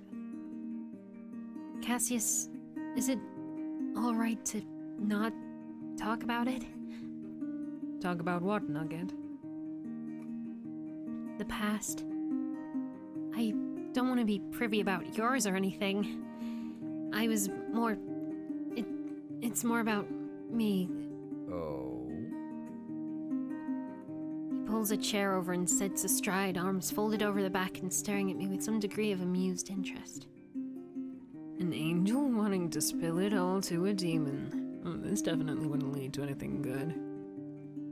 It's hard not to spill to you, Cassius. I've got your wand in my pants right now. I glare at him. Cassius holds up a hand, smirking. I jest. So, what's on your mind? My flash of annoyance disappears at that. My shoulders droop and I stare at my lap. My legs are bouncing, yet another anxious trait I can't really hide. It's true, Has. What are you taking from that? Thank you, Angie. I just wonder if there's a point to this. You saw my memories, right? Cassius nods, my fingers lock together. That girl, Lily. Her real name is Lilith. Cassius raises an eyebrow but doesn't interrupt. I'm thankful for it. If he says anything now, I probably won't be able to talk again. She's a pretty bad person in my world, or so the records say. She sneaked her way into my heaven, you see, and I guess befriended me. Friends, huh? I doubt that's the correct word to use. Long story short, she finished up what she wanted to do, and she left me. Now, I don't say that I don't want to return to my heaven because of her, but I guess if the person closest to me didn't even care about me, then what's the point of going back, you know? A sharp pain twists inside my chest, tied and biting under the growing pit. The warmth lended to me immediately rushes to soothe it, wrapping its magic around the hurt. Still, the echo remains. But even then...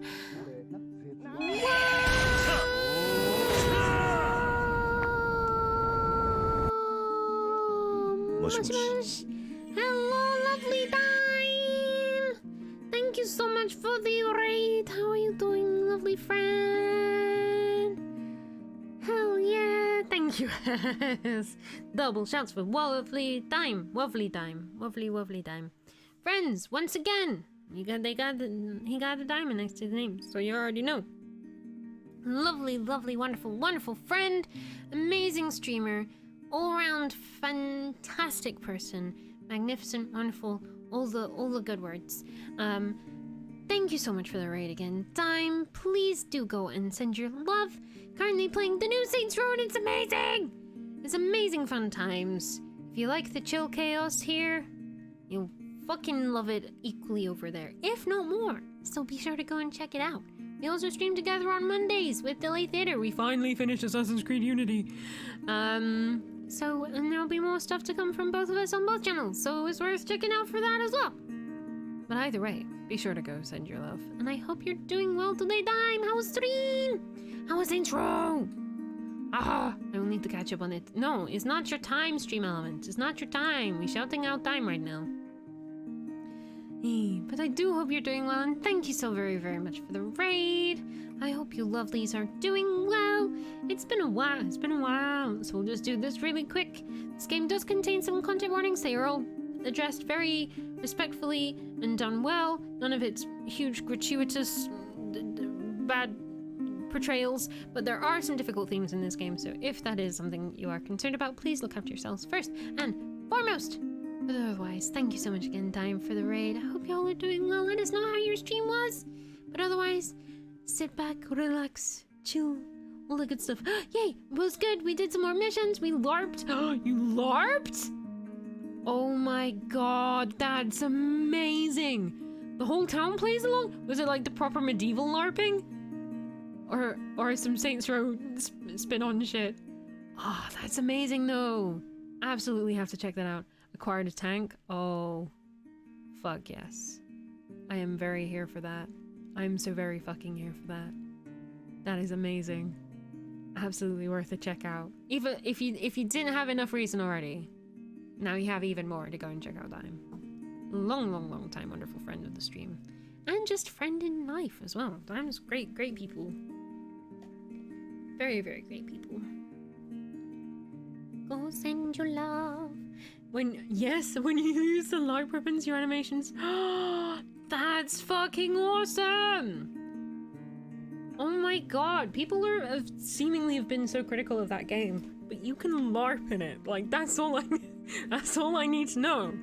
It gives you so many reasons to be interested in it. The character creation, amazing. The humor and the vibes of Saints Row. A tank! Booms, chaos, explosions, LARPing with new animations. Bruh, I'm here for it. I'm fucking here for it. And for those who are joining us for the first time, welcome to Yonder World Interview with the Void. This is a game that is by the lovely Angie and Nate and lots of amazing artists that are all part of the lovely Fluttering Abyss. And we are currently playing it, and we are also in it, and it's very weird that we are in it. The game itself is very weird, but in the best way. You join us as we are playing through a new update, where we have a new means with which to romance the lovely Cassius over here with his white hair, angel wings, all that good stuff. Well, not angel wings, fallen angel wings, and all that good stuff. And we are getting to the bottom of some trauma together. And we've got his wand in our trousers. And it is both what it sounds like and not what it sounds like, thanks to Nay's incredible writing.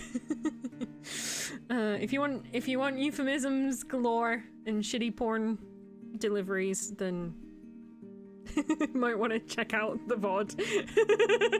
I still can't believe you didn't notice it, Angie. That's amazing. As beautifully subtle work on your part, Nay.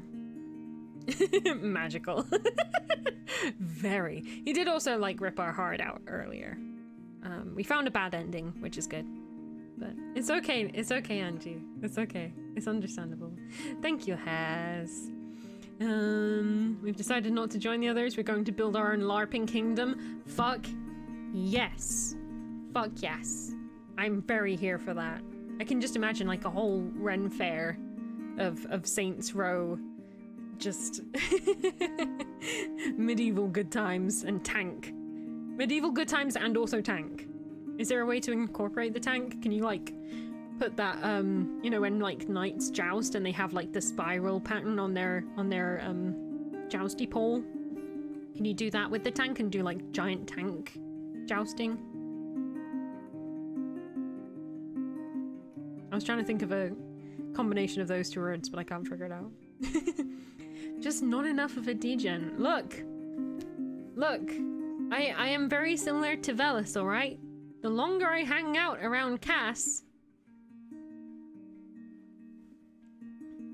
the more my grace fades from me. Not allowed to kill whilst LARPing? Fair enough, yeah. Fair enough. We'll see if jousting is on the round table. Yes, I am here for I am so here for that. I am so very fucking here for that. But yeah, I'll absolutely have to check that out. And thank you so much again. Lovely time for the raid. It's very, very much appreciated. We going deep into this in many ways. We have found one new bad ending. We have found one of the new CGs, which is fucking amazing. And now we're seeing what's going on with Cass. Seeing what's going on. There is a different euphemism. There is a different euphemism that was a little more personal to me that I latched onto. Oh. Have we got to it yet? Oh. I try not to go for the obvious blows all the time. I try not to go for the obvious ones all the time. But sometimes you gotta. But even then, I don't think it really scratches the surface of what I'm being so conflicted about. It's about me, isn't it? That's... Cassius sighs, running a hand through his hair. Seriously, dealing with honest people like you is the worst. Ah! That's why you fuck Finnan. I see. You don't have to fear the consequences or punishment, Nugget. If you desire, there's something that can be arranged. They wouldn't find any trace of me on you. Oh, wow. We just go in there? When you say that, Cassius, right? When you say that, I'm slightly afraid. But also, what do you... To do my best DJ Mule impression, what do you mean? What do you mean? What do you mean? Okay. That's not what I'm worried about, but I am now. I don't need your pity. I can handle myself. I know you can handle yourself, but can you, like, not accidentally tell Deatheral that the bae that she's doing all of this for doesn't deserve her? Maybe. You know, just throwing it out there. That's not what it is. Would you just please listen? He does look like he's just gonna stand up and leave at any moment. I don't want that. I don't want that until he at least listens to my piece. You're not a bad person, Cassius. You're a bad angel. That's why I'm so conflicted. Oh. Are you saying that I'm a decent demon? Please don't joke. Just listen. Yes, it does have to do with the fact that you are a demon. Stupid demon. You were an angel once. You must understand that we were all taught that every demon, every fallen angel is bad to the core. No redeeming qualities. I can't say anything about your past because I don't know enough to say anything, but at least to me, you have been good. And I can't stand the thought that if I go home, I might be punished for that, just for associating with you. What is just about that? You can't throw everything away just for that either. Can't I? The truth is, I've thought about it even before, well, this. But I just didn't have the courage to, well, explore it or say it out loud. It's not something that I wanted to consider because deep down inside, I hoped that there would be a way to go back to the way things were. But I also know that the way things were is not all right. I have realized that even with guidance, I was still lost. I was still lost in navigating the wants of others, floundering in what they desired from me. Talking to Deatheral and then Ito made me realize that even without clear-cut instructions, I'm still doing all right. I'm still alive today, even though everything I had ever known is so far away. I've realized that what I want to know and what I've seen is not enough. I've realized that this is what mortals would call a second chance, and I would be foolish to just turn it all away and go back to the way things were. A loveless existence, forever waiting on others' approval when it will never come, just because of who I am. I know if I'm to return, even if there wouldn't be any punishment, it would just be a dragged-out existence that has no colors. I don't want to live like that anymore. Having no one who cares for me and no one to care for? I think, regardless of what is in the past, everyone deserves to have a try at the future without being so scared of the hurt on the way. I don't want to torment myself over what could have been, what I could have done forever. I want to be able to look forward without fear. I want to move forward with my own thoughts as myself. Even if I don't know what's ahead of me, even if there's no guidance to hold my hand, I want it. You've made your choice then. I think I have, yes. I wouldn't mind having a companion on the way, though. Ha! You cheeky little shit. Aww. Well, I told Finnan we can come for their man anytime. Maybe not in that way. Oh, Angie, not the unhear juice. Oh, shit. Holy shit. Ooh. Alright. Cassius, after I've mastered the wand, I want to go to places I've never been before. Would you consider playing tour guide? Ah, that sounds terrible, like I'm about to bother him. How about... I've decided not to go home, but I don't think I'd serve any purpose here. Maybe we can... Something painful pierces through my chest. I'm no longer shocked by it, just sad, I guess. Despite my disposition over whatever has been happening to my body since my arrival in the Yonder, when I began using the wand to heal my grace, I can feel it changing. You're protecting me, aren't you? The crystal gleams back serenely. I hold it closer to my chest, drawing on the gentle magic to calm myself. The wand is mending my grace, but it's also separating my grace from my roots, providing me with new ones, at a lack of better words.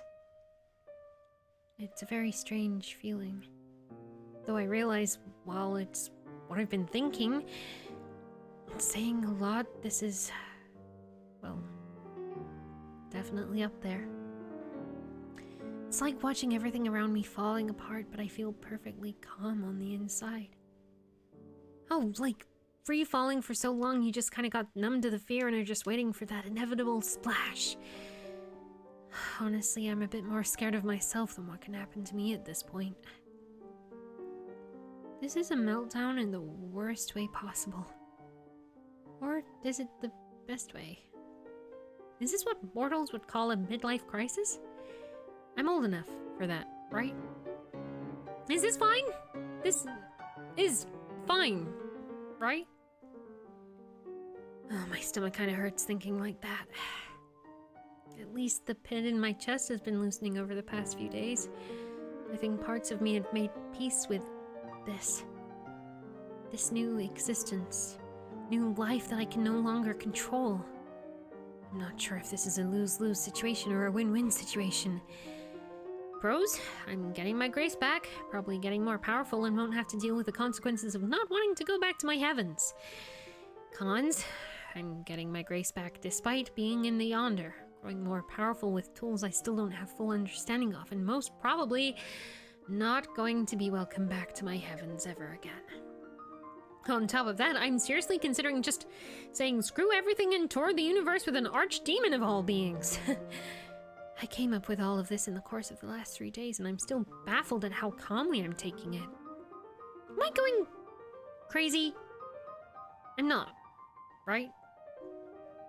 Well, at least this is better than having panic attacks, which I don't think I'm completely exempt from.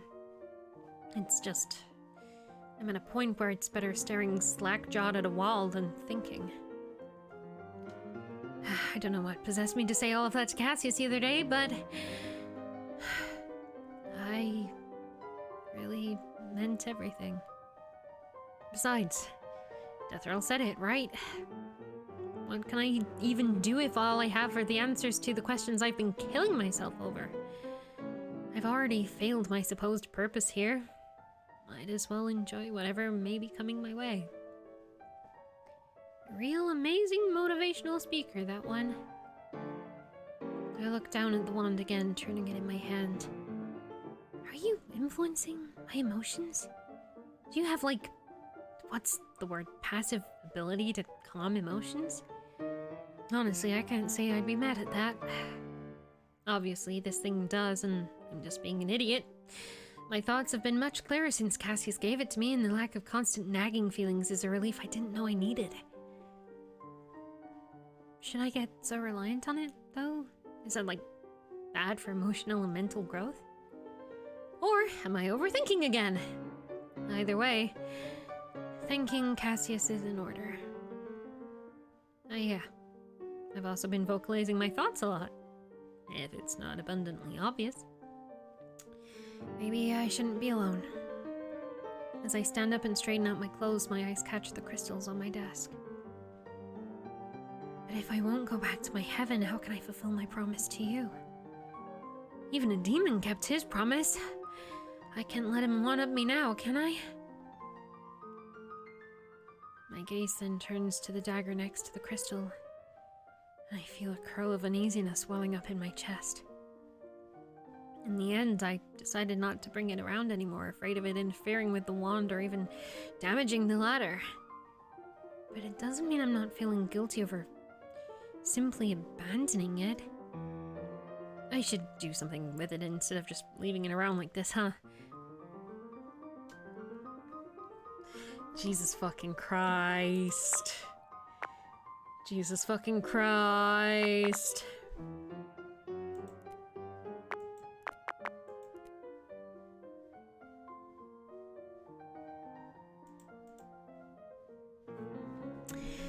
Might as well make a sheath for it.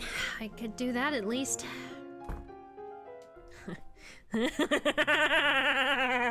no, I have the knife. Oh no, I have the knife. Oh no, I have the knife. Oh no. Oh no. Oh no. Let me just emotionally prepare for this.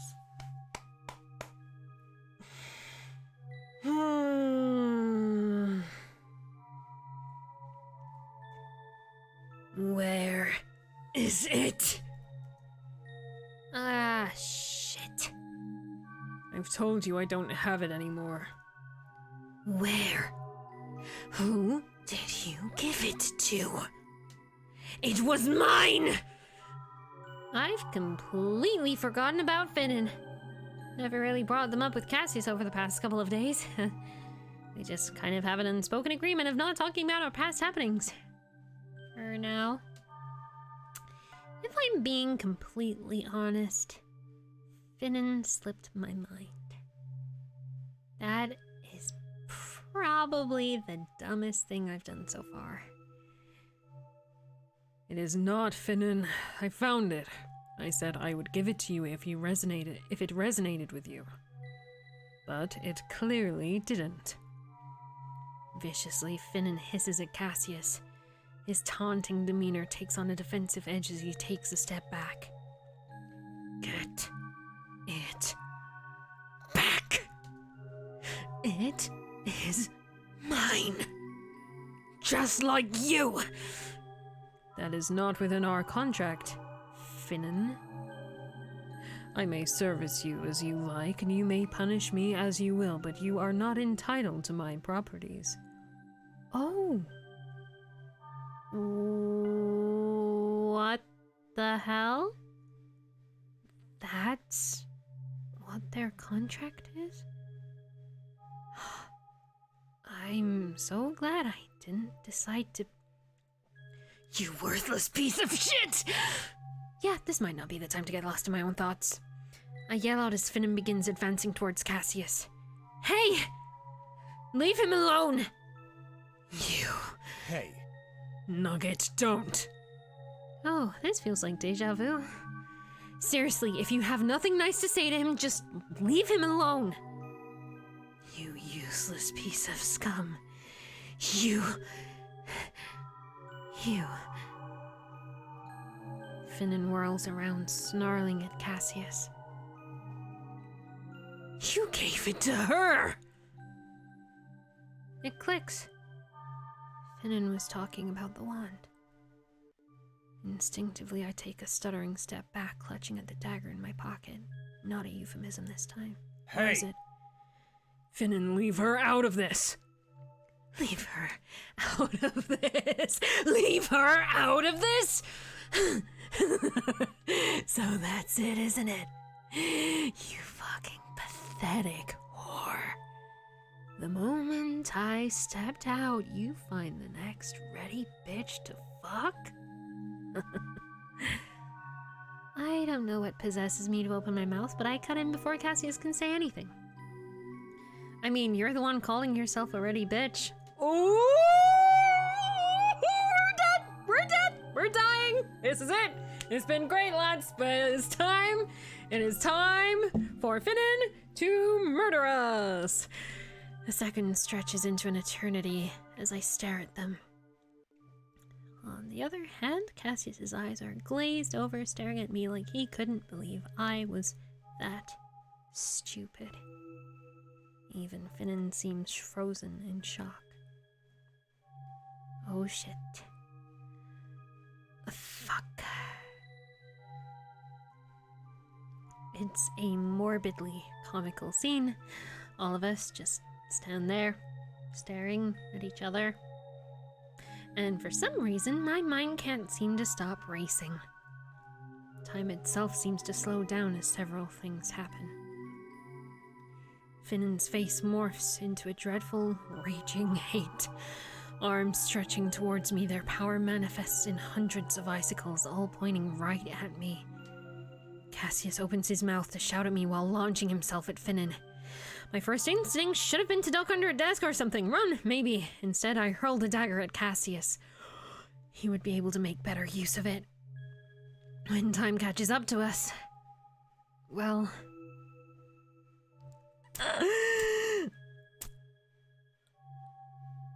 I immediately become a pincushion.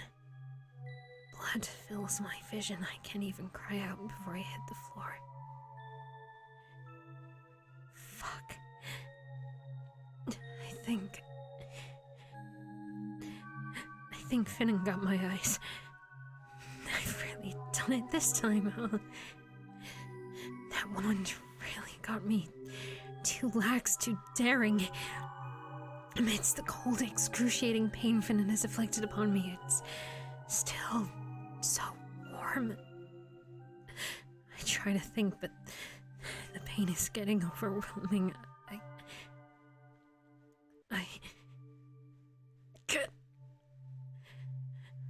I'm going to die, aren't I?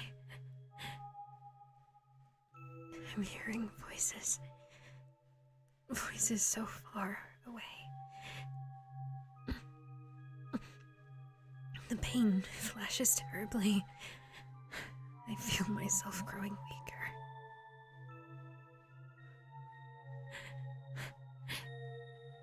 I can't. No. Cassius.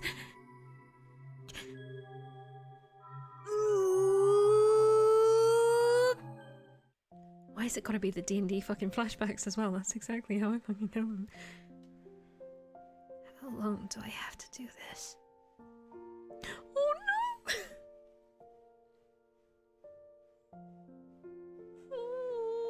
We can't even see him! We can't even see Cassius, no, I mean Udon. We can't even see him! How can I see him be a pancake if I'm blind?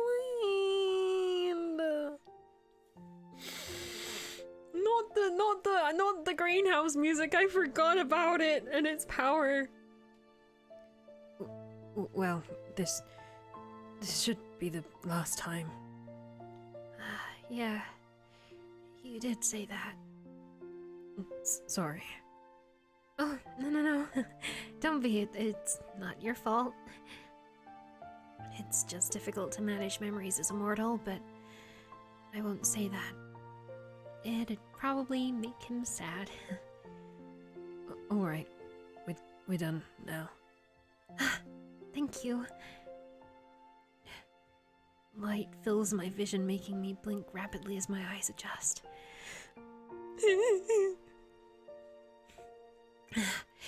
It takes my breath away every time I get to look at this spectacular verdant green. Udon really does take his duty seriously, huh? How is she? Everything seems to be alright. Just need to be on a medication for a few months and synchronize with the branch, and it should be fine. Right. Here. Thank you. Once every week, right? Yep. Just 2 drops diluted in water. Gotcha. Thanks for all the help, Aksan. Udon. Of course. Just don't get into troubles you can't handle from now on. Don't plan to. Though being around Cass is troublesome on its own. Okay, he's alive. That's good. Oxon raises an eyebrow at me. I shrug. She rolls her eyes. I feel like I played a hand in this whole outcome somehow. You kinda did, yeah. Oh well, nothing to be done about it now. That's true. I'm going to go see Death Row now. Oh. Scared? Always. Though I guess we have her to thank. Little angel. That's right. And you had better be grateful, little angel. I hug my now completely drained and just regular office supplies devices to my chest, feeling the warm thrumming of the wand nestled against my scarred abdomen. I'll never forget. Don't you worry. I guess this is goodbye. It is. Sorry, I would stick around, but... Don't worry about it. I don't think Cassie wants anyone to see us off anyway. Oxon clicks her tongue. Imp.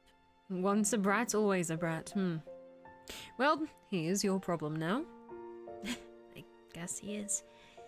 Well, I shouldn't be keeping Death Row waiting. Thank you both. Again, I couldn't have made it without the two of you. I really mean it. Don't mention it. May your business be fruitful and your journey safe, Nugget. Thank you, Udon. They accompany me to the throne room before we part ways. It saddens me to say goodbye to them, but I'm also excited for what's ahead of me. Hello, little angel. Hi, Desiree. Getting ready to go? I am, yeah. I just want to come and say thanks to the both of you. I haven't done much. Oh, you definitely have. Huh. Though I would say the most credit should go to my sister. Of course. She did save my life. Interesting. And you are taking an interesting path with this new life you were given. My hand goes to my chest at her words. It's strange, reaching out to something that you're so used to being there. But it's no longer there. My wings! Kind of like how it was with those in my past. That's still a strange thought to have. Stranger still that I'm feeling glad I don't have to care so much about that anymore. I clutch at the wand, feeling the reassuring warmth. You worrying? I do. It has changed me before I even realized it, before the incident with Finnan. Cassius said it's because the branch synchronizes so well with me. It had taken root before I was ever really conscious of the fact. And when I was, it was already too late. I don't want to keep saying it, but it's strange how I don't care about this, about the changes. Because angels are not supposed to change? Yes. But I am no longer an angel, am I? Just like Cassius is no longer a demon. What a twist of fate. Just as I was making peace with myself about what he is, was, too. In the end, which one is the more responsible one out of us, I wonder. Either way, you both have chosen your way forward. To think Cassie picked something out of a want and getting his need fulfilled. It has taken a while, but seeing growth is always a joyous occasion. Uh-huh. You just want to be rid of him. You wound me. I would say it would do him more good being out there finding, let us be poetic and say himself rather than bearing his time doing pointless tasks. Now, brother, you make me seem cruel. My apologies. Well, it is going to be a good thing. I think. Indeed. Now, we have gone off track a little. Regarding your concerns, let me ask you this. Oh no. Is it not better this way? This newfound apathy is perhaps too convenient. An easy way for you to look forward instead of backward. But would you not consider this a blessing for all that you are tormented over your own misfortune? It's kind of difficult to say no when you put it like that. Under the fabric of my dress, I trace the veins of the wand and the lumpy scar tissues on my skin.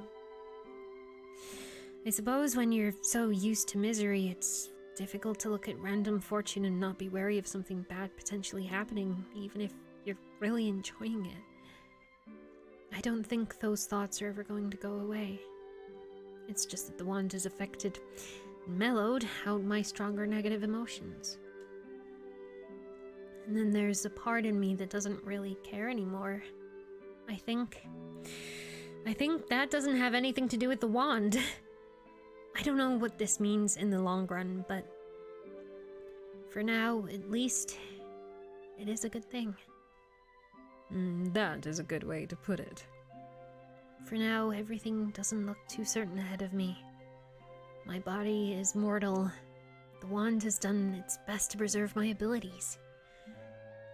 I'm likely going to have to get a pair of glasses at one point. For the price Cass paid, and Udon's combined effort with Oxon's were not able to save my vision fully. Oh god, now we're both fucking half blind as well. Hey, hello Mitch, hope you're doing well. There is a guilt, not burrowed deep in me, but sitting on my shoulders over how easily I had given up on going home, returning to the heavens. But I've also lost my grace, and I've come to dread what is waiting for me at home. I've already died once. Oh! Guess we did. I don't want to die again ever feeling like I did. Oh? What are you hoping to find, little angel? When you put it that way, it does seem a bit too grand. I think I just want to get out there, see what the rest of the universe has to offer, see things outside of my books and experience what I could only read about before. I guess if I have to put it into words, then perhaps I'm in pursuit of happiness. Besides, I believe I still have a leftover task to do. Interesting. It would be interesting to see how you will complete that task. Go and be at peace, little angel. Thank you. Since I don't have that much luggage, I don't go back to my room. Even if I was still back in heaven, I wouldn't have much to take with me anyway. The most important things are the wand, which I have with me always now, the dagger, which is now Cass's. I can't deal with the fact that it has absorbed Finnan's essence, and the soul crystals. I can't return them to my heaven now, but based on the research Oxon and Udon have conducted, that might not be a bad thing. Even though there is not much else I can do for them, the least I can do is find a place where they would resonate with and put them to rest. Sitting down under a tree, I pull out the wand and examine it like I haven't learned every detail and texture already. A soft exhale escapes me as I smooth my fingers against its barky surface. I wonder if I'm growing obsessive over this thing. Would that be such a bad thing, though? After all, I've already died once. Why did Cassius save me? Why did he sacrifice so much to get me back? Placing a hand over my chest, I suck in a deep breath.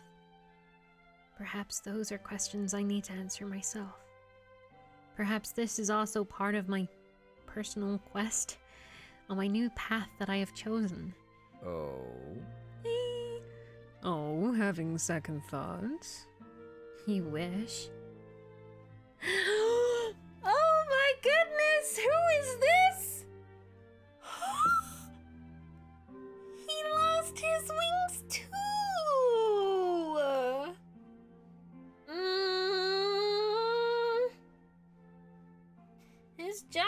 looks like a banana! But like not in a bad way. Look at his little ears and his hair and his beard and his all of his. Last time we saw you, my guy, your head was cracked on the floor, but you kinda deserved it. Banana Cass, banana Cass. Aww. He's got a lot of potassium, okay? My Bella's still looking impressed. The Cassius before me is different from the Cassius I knew. Not just appearance-wise, but also... His shoulders don't look as heavy as before. His grin is a little more sincere. It only takes my angelic grace and his demonic corruption to get here. Steep prices for my physical life and his life ahead. But Death Row is always fair, isn't she? I guess we have Finnan to thank. Partially for this very abrupt change of fate. Something that forces Cassius to move forward, for now he cannot stay in the Yonder. Something that forces him to take a new path instead of drowning himself in what could have been. Well, he did choose this. He chose to save me. He didn't have to. He doesn't tell me why. He probably never will. But isn't that part of the thrill? Stepping into the unknown? This is what I've wanted, isn't it? Chuckling to myself, I take his offered hand and go willingly to my feet. Ready for the next adventure? Wrong voice. Ready for the next adventure? Wouldn't be here if I wasn't. Let's go, Cass. Let's write our own future this time.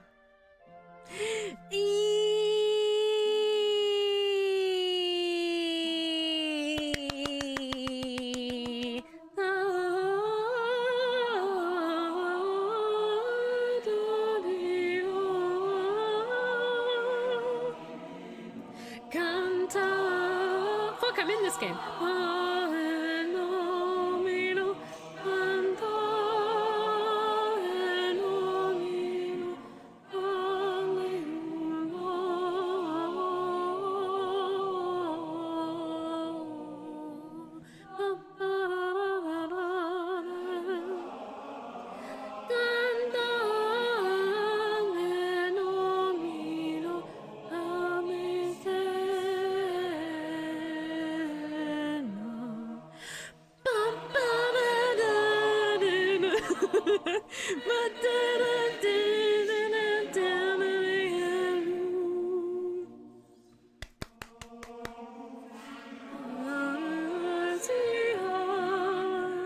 He does! He looks happy!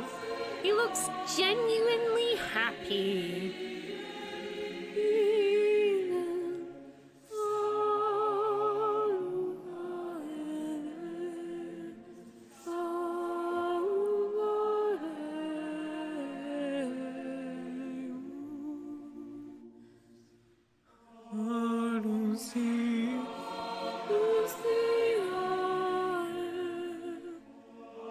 So heckin' good!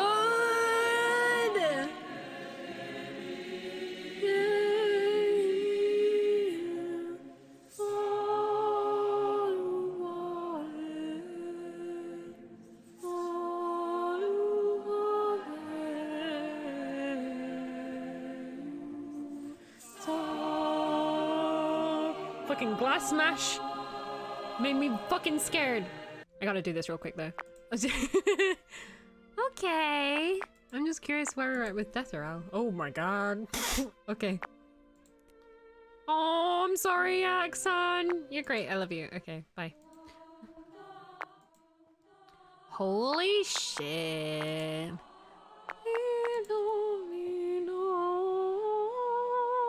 Good end 2. So we got good end 1. I like that route though. That was really sweet.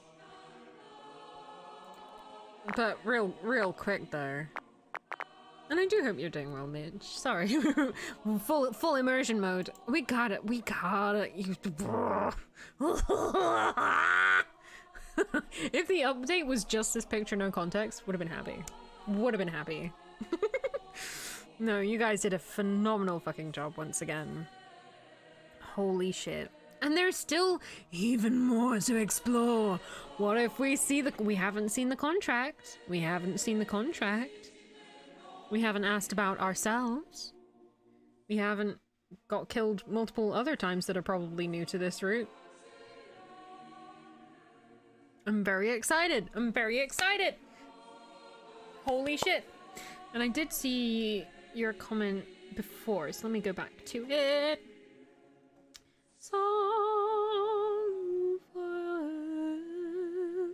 So other than the meme, there we go. The wand is metaphor for medication. Is it good? Is it bad? We don't know yet. Cass is trying to help Vel the way that he wanted someone to help him when that kind of help would have worked.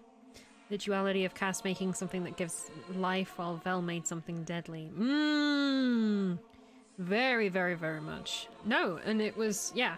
The meme was great, but then it was like, yeah, no, this genuinely feels like, yeah. Yeah, we've got one bad ending more at least on this route. I wonder if there's an ending where Finnan just manages to kill us again. But hey, their bitch ass is in a sword, so they're not even like a cool sword. They're not even like a sentient sword. They're just a soul in a sword. And you know what? About fucking time. About fucking time. I appreciate that it was a two-way fight, you know. Sad we didn't get to literally see it.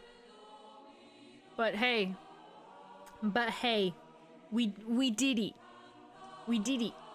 So that's what matters. I fucking love this game.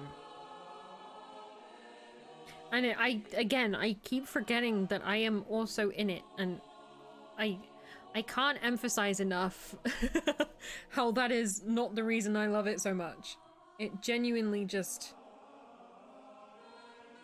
Such good. Much grand. Ruby MVP of the day. Absolutely. Absolutely. Keep being scared by herself. Yeah. Because I keep forgetting. I get so immersed. I'm like, wait. She sounds familiar. But yeah, phenomenal freaking game.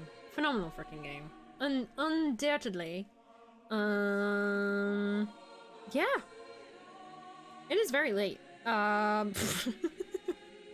be the longest session today, maybe. Almost. Getting on that way. And thank you guys very so much for coming. We will probably be back tomorrow. Not gonna lie. I don't know if I have restraint. It's only 8 p.m. I can't sleep. Look at this shit. Oh, the perspective, the pressure, the fucking for angry. He's so angry. But yeah, we'll probably be back with more tomorrow, sharing more thoughts, more scares, more freakouts, more opinions. I'll let it sink in tonight, or like a nighttime sleep mask or some shit. But yeah, it's very exciting. Holy shit. Holy moly.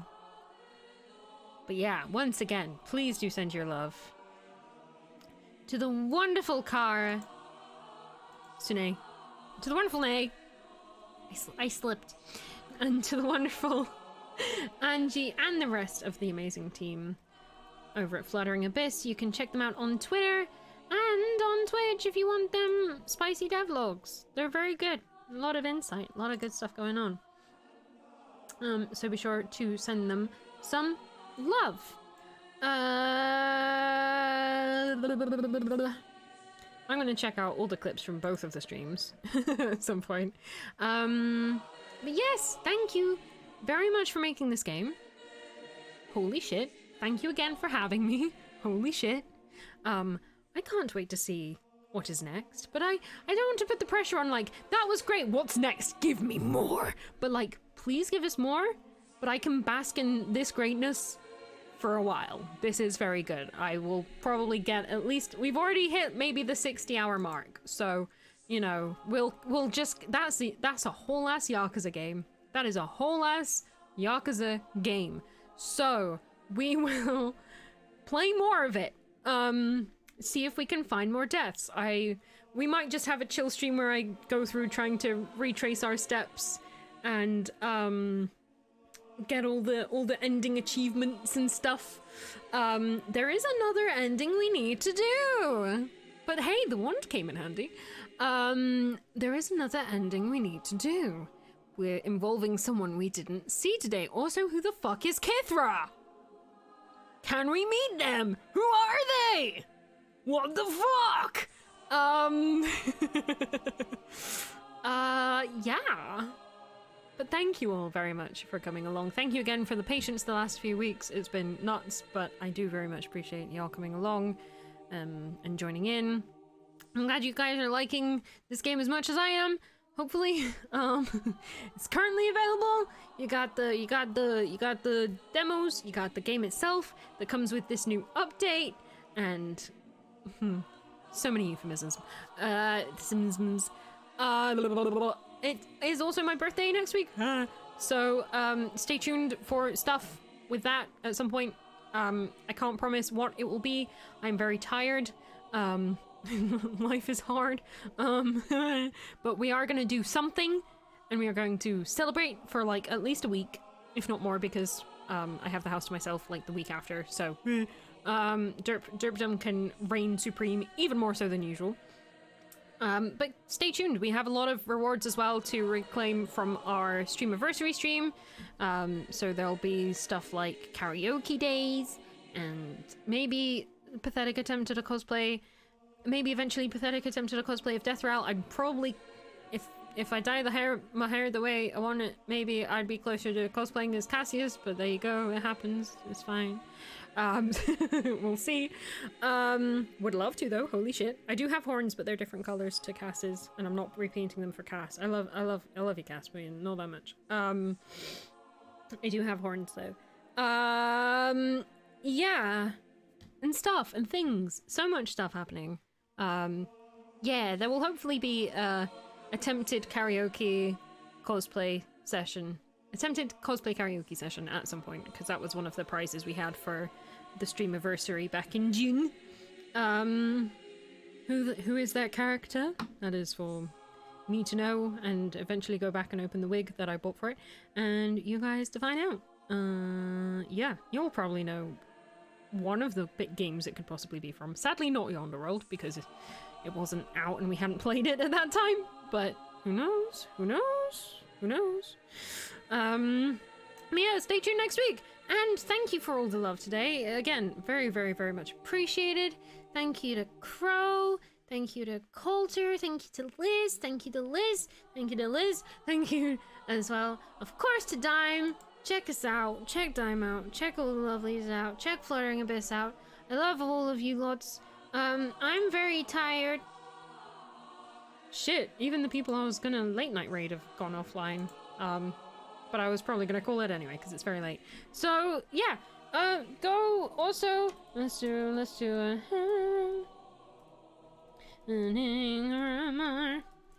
thank you for those who've been lurking as well. I see you and appreciate you. And then we had, of course, Damn Package. Thank you to Hez for holding down the fort and coming in the spicy times. Thank you to Dime, again, for the raid, and for being a wonderful and lovely friend who will put up with me talking about this game all the time. Shout out to my mentor, who also has to put up with me talking about this game all the time. I have to reassure people that I'm not a market salesperson for this game, but I will genuinely, like, sell it to everyone I fucking talk to. My aunt does own this game. I saw her on Steam the other day. My aunt does own this game. Yeah. She likes games, though. She got me into games, so hopefully she enjoys, and I don't cringe too much at her being like, oh my god, you're in this game. I'm like, oh, someone don't talk to me. Yes. Things, stuff. You guys are great. Thank you so much. More tomorrow, probably, hopefully. And yeah, keep your eyes peeled on Fluttering Abyss. Ooh, the lovelies. But until next time, thank you for coming along. Thank you for being lovely. I've forgotten how to stream. Until next time, little angels. Look after yourselves, look after other people. Lead with empathy. Lead with compassion. Be the light you want to see in the world. Be the friend you need in the world, because you never know when you might need it back. Watch out for demons who look like bananas. And stupid demons. And we'll see you next time. Good night.